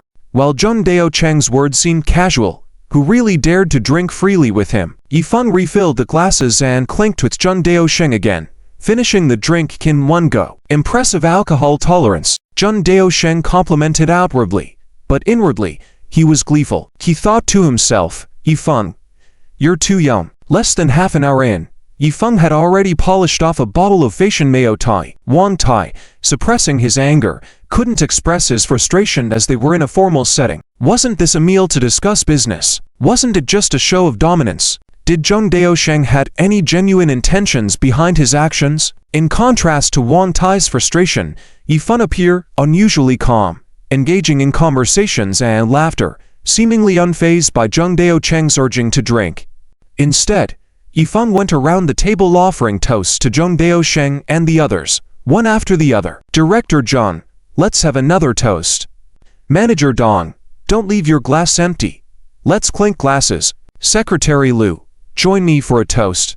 At first, Zheng Daosheng didn't think much of it, but after 2 drinks, he found it difficult to keep up, politely refusing further drinks. Dong Qiamong, wary of his alcohol limit, hurriedly suggested, Yifeng, don't drink so hastily. Have some food to fill your stomach." Lu San, who usually had good alcohol tolerance, couldn't handle the pace and ended up collapsing after a gin of white wine. Seeing this, Yifeng smirked to himself and decided to play along. If it came down to serious drinking, he was confident he could outlast the 3 of them. As the drinks made their rounds and the dishes were enjoyed, Lu San couldn't handle the alcohol anymore and passed out. Zheng Daosheng was starting to feel the effects of the alcohol and feared getting too drunk. He knocked on the table and said, "Yifeng, this meal today, I also wanted to chat with you about the West Fung Logistics Park. To be honest, this matter troubles me greatly." "Yifeng, do you truly want that piece of land?" Yifeng nodded solemnly, saying, "Of course, Director Zheng, I really want that piece of land. I hope you can help me." Zheng Daosheng leaned back in his chair, pondering, this favor isn't impossible to grant. Yifeng knew he was about to set conditions. Why else would he bring Dong Qiamong from the Yanfen shipyard if not to ask for something in return? However, there's also a matter I'd like to ask for your help with, Yifeng. You see, Manager Don here has a shipyard he wants to sell to recoup some capital for other ventures. The shipyard has been around for some years, and finding a beer has been difficult. Would you be interested in the shipping industry? Zheng Daosheng's eyes bore into Yifeng, implying that granting Yifeng's request for the land was dependent on his assistance with the shipyard. Dong Qiaomon immediately chimed in. Yifeng, rest assured, my shipyard may be a bit worn down, but all the paperwork is in order. If you're interested, I'll have the documents sent over to you tomorrow. I'll sell it for a fixed asset assessment value of 6 million, a fair price. Yifeng smiled lightly. Indeed, I am interested in the shipping industry. Westfeng Group is planning to expand its shipping business next year. Zheng Daocheng's face revealed a sly smile. The bait has been taken. It seemed that Yifeng was about to agree. Dong Qiaomon was elated. It seemed like he finally found a beer for his struggling business. Excellent, Yifeng, you truly are a savvy businessman. Dong Qiaomon praised eagerly. Yifeng raised his hand, interrupting. Manager Dong, hold on, let me finish. Acquiring the shipyard is possible, but our Westfeng Group will need to conduct due diligence, and we require both parties to sign a pre-acquisition agreement. This agreement, along with the subsequent acquisition plan and contract, will all be drafted by the legal representative of Westfeng Group. Manager Dong, if you agree, the acquisition will proceed smoothly as a natural development. Dong Qiaomon was taken aback, questioning, pre-acquisition agreement? What kind of agreement is this? Yifeng tapped the table, smiling gently.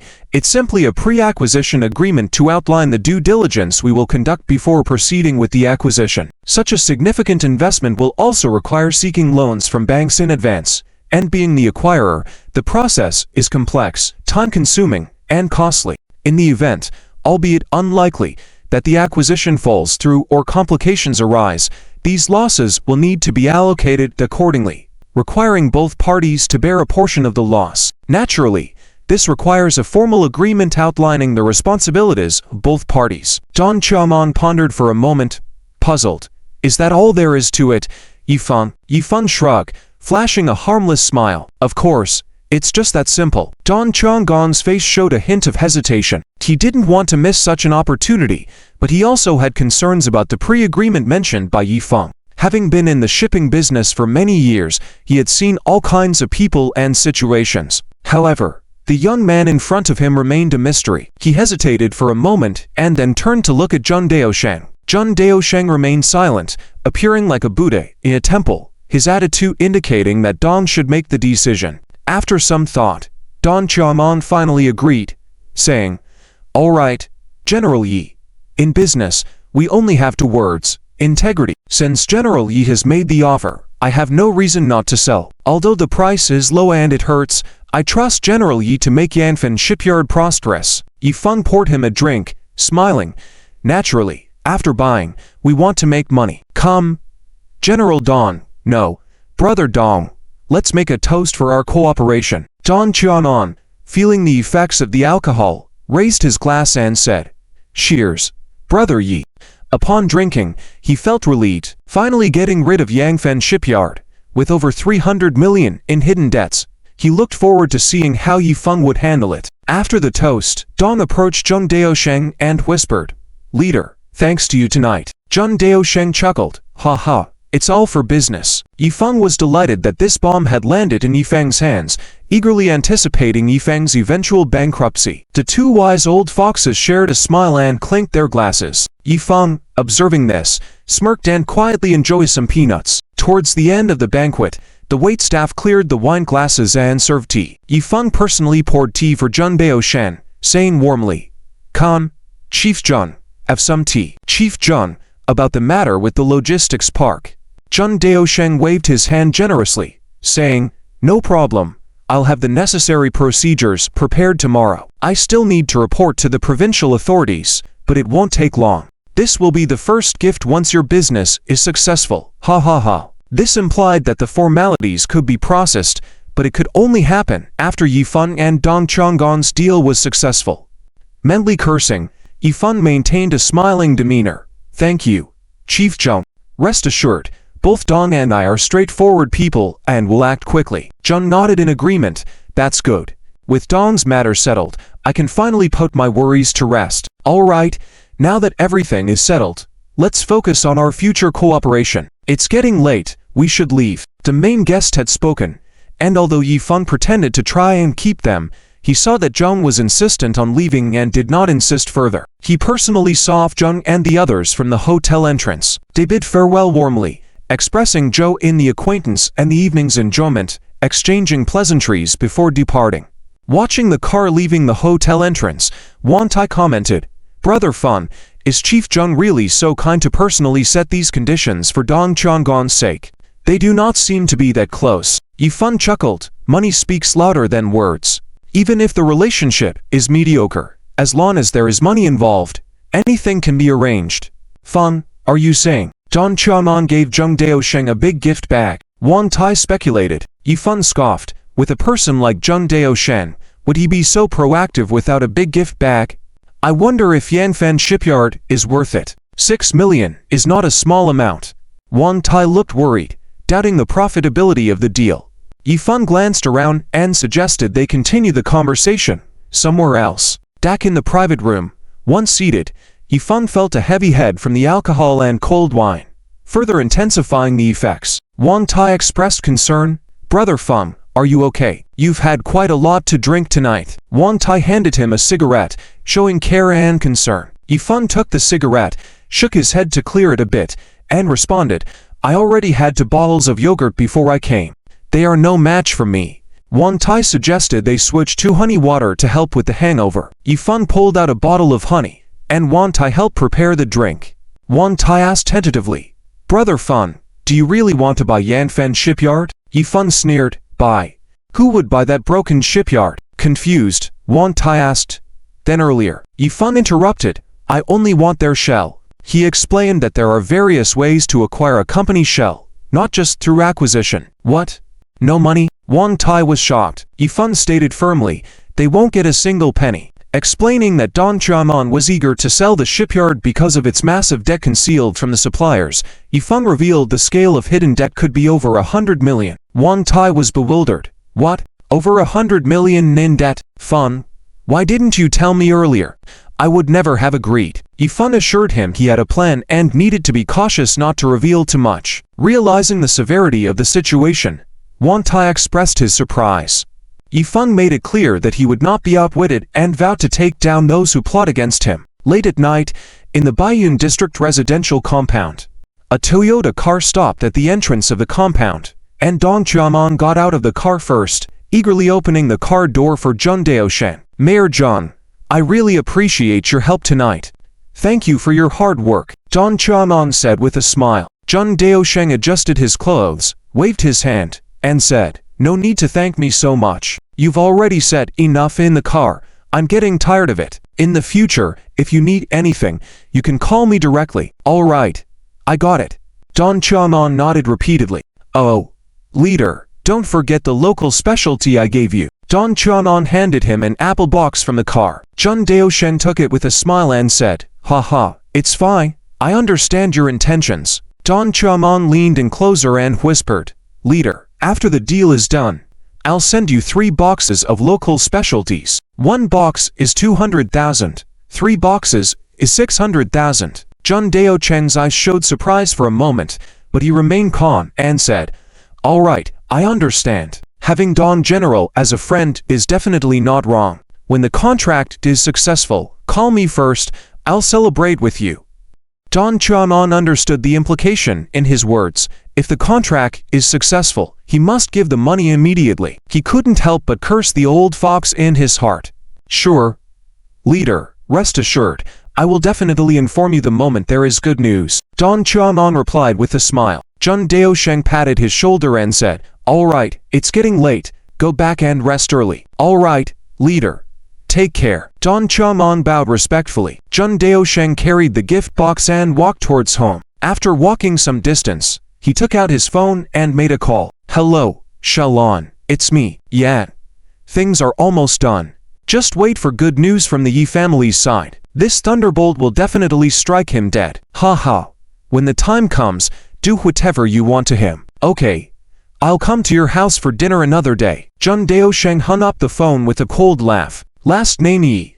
You're unlucky. Don't blame me for being ruthless. ... 1 week later, at noon, at the Yanfen shipyard, Don Chiaomon led a group of shipyard executives waiting at the entrance of the factory early in the morning, with a red banner behind them, warmly welcome Yi General from Zifeng Group to visit and guide. 100 cars approached from a distance and stopped at the factory gate. Don Qiamon immediately put on a smile on his face and hurried over, saying, "Ha, welcome, General Yi." But the moment the car door opened, his smile froze, because the person getting out of the car was not Yi Fan, but a middle-aged man with glasses, dressed in a suit and shoes, with an elegant and gentle demeanor. "General Don, hello. General Yi has other matters today, so he has entrusted me with full authority to sign the contract with the Yangfen shipyard on behalf of Zifeng Group."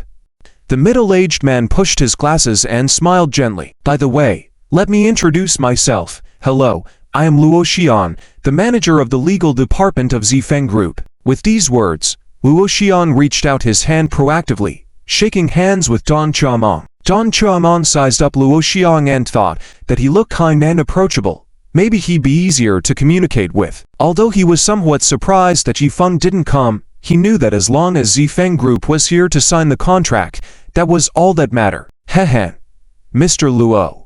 Welcome. Don Qiamon shook hands warmly. Luo Xian smiled and said, "General Dong, let's go straight to the process. Let's do a comprehensive financial understanding today, and if there are no issues, we can sign the contract. As you can see, I've brought everyone here. Besides the legal team, there were financial auditors and third-party financial review staff behind Luo Xian." Don Qiamon wanted to get the contract signed quickly and get rid of the mess. "All right, no problem. Mr. Luo is indeed efficient. I like that. Ha. Please.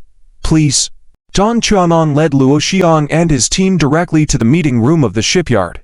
In the meeting room, Don Qiamon cooperatively presented various financial materials. He had already had the accounts prepare, so even if a professional organization checked, they wouldn't find anything suspicious. Zifeng Group's team began busy reviewing the documents, with Luo Xian leisurely sitting beside them. He appeared uninterested in the process, as if he was just here to go through the motions on behalf of Yi Fan. Don Qiamon didn't want to miss the opportunity to please Luo Xian and made a friendly gesture. "Mr. Luo, do you like this tea? I also have some premium Mao Feng tea.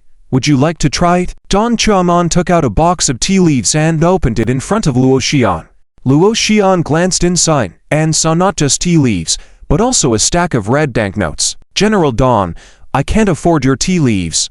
Luo Xian smiled and pushed the tea box back. Don Qiamon wanted to insist, but seeing Luo Xian unmoved, he smiled awkwardly and said, "Oh, Mr. Luo, if you want any particular tea, just let me know." Luo Xian pushed his black-framed glasses and said strangely, "Fine, no problem." Don Qiamon felt a chill from Luo Xian's peculiar gaze. Time passed quickly, and after the Zifeng Group team completed their final due diligence, a financial manager reported to Luo Xian, "Mr. Luo, there are no issues with the accounts."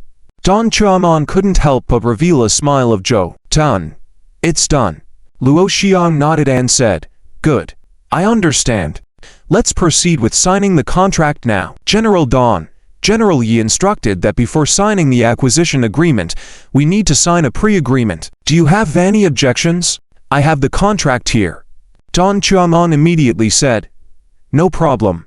Absolutely no problem." Luo Xian took out 2 sets of contract documents, each of which was over 30 pages, looking quite substantial. Don Qiamong's eyes widened at the thickness of the contracts. Luo Xian handed one set to Don Qiamong and said, "General Don, this is the acquisition agreement, and the other is the pre-agreement. Take a look. You can also have your legal team review it if you want." Don Qiamong used to rely on law firms for legal matters, and wouldn't keep a legal team around when it's not necessary. "No need. I'll look at it myself." Don Qiamong took the pre-agreement and skimmed through it roughly. The more he read, the more speechless he felt. The contract had too many detailed clauses, even specifying things like doors, cabinets, and keys after the factory handover. All right, no problem. Let's sign it." After a quick glance at the pre-agreement, and confirming that the transaction amount was acceptable, Don Qiamong wanted to get it over with quickly. Luo Xian smiled and repeated, "General Don, once you've finished reviewing and have no objections, do you approve of the contract content?" "I approve." "All right. There are so many details that it's making my head hurt." Don Qiamong chuckled. Luo Xian took the contract and sat opposite Don Qiamong, saying, Since there are no objections, let's start signing the contract. Both parties signed, sealed, and completed the 2 contracts. Don Chamon felt a sense of relief in his heart. It's done. Finally, the thunder has been unleashed. Last name Yi. You're on your own now. Ha ha. After the signing ceremony, Don Chamon made up an excuse to leave the office and immediately called Zheng Daosheng. In the corridor, he dialed Zheng Daosheng's phone. Hey, Chief Zheng, today I officially signed the contract with Zifeng Group. Ha ha. Heh. Great. Congratulations, General Dong. It's all thanks to your help. Don't worry, I will have the remaining 3 boxes of local specialties delivered to your home this afternoon. Understood. You are thoughtful. Oh, it's nothing.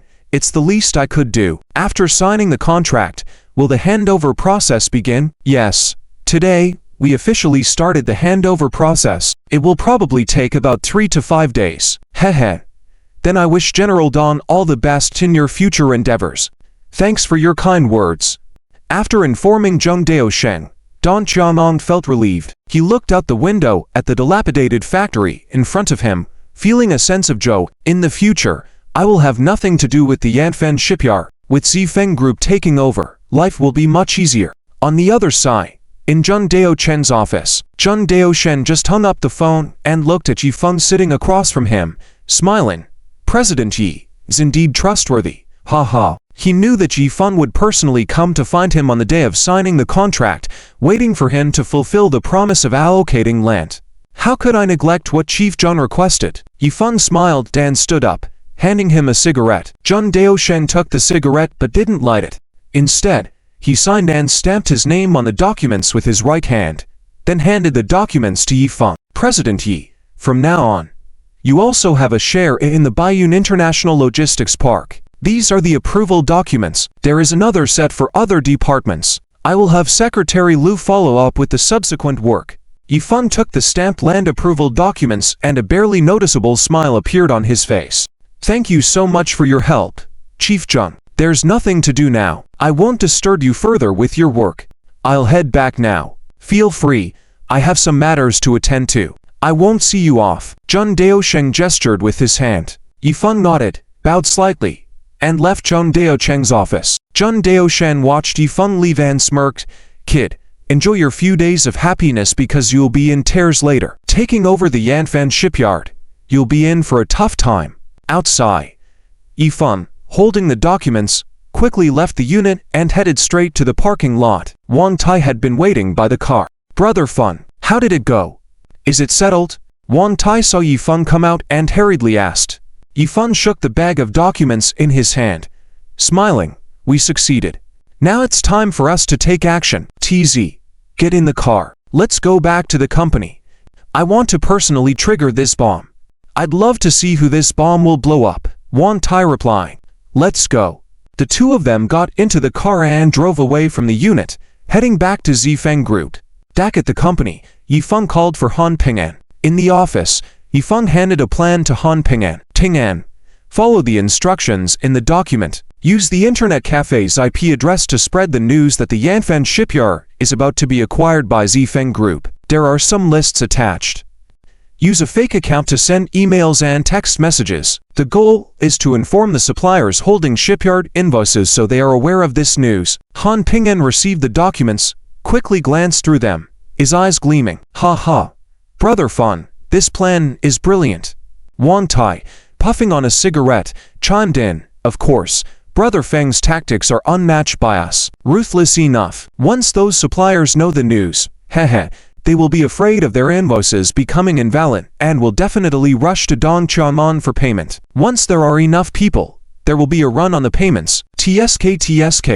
The effect will be explosive. Ha ha. Yifeng took out a cigarette from the pack, lit it, and coldly said, That's not all. I've already informed Yan Na, the journalist from the TV station. She will help us make this bomb sound even louder. Don Chamon, Zheng Daosheng wanted me dead, so I'll make them suffer first.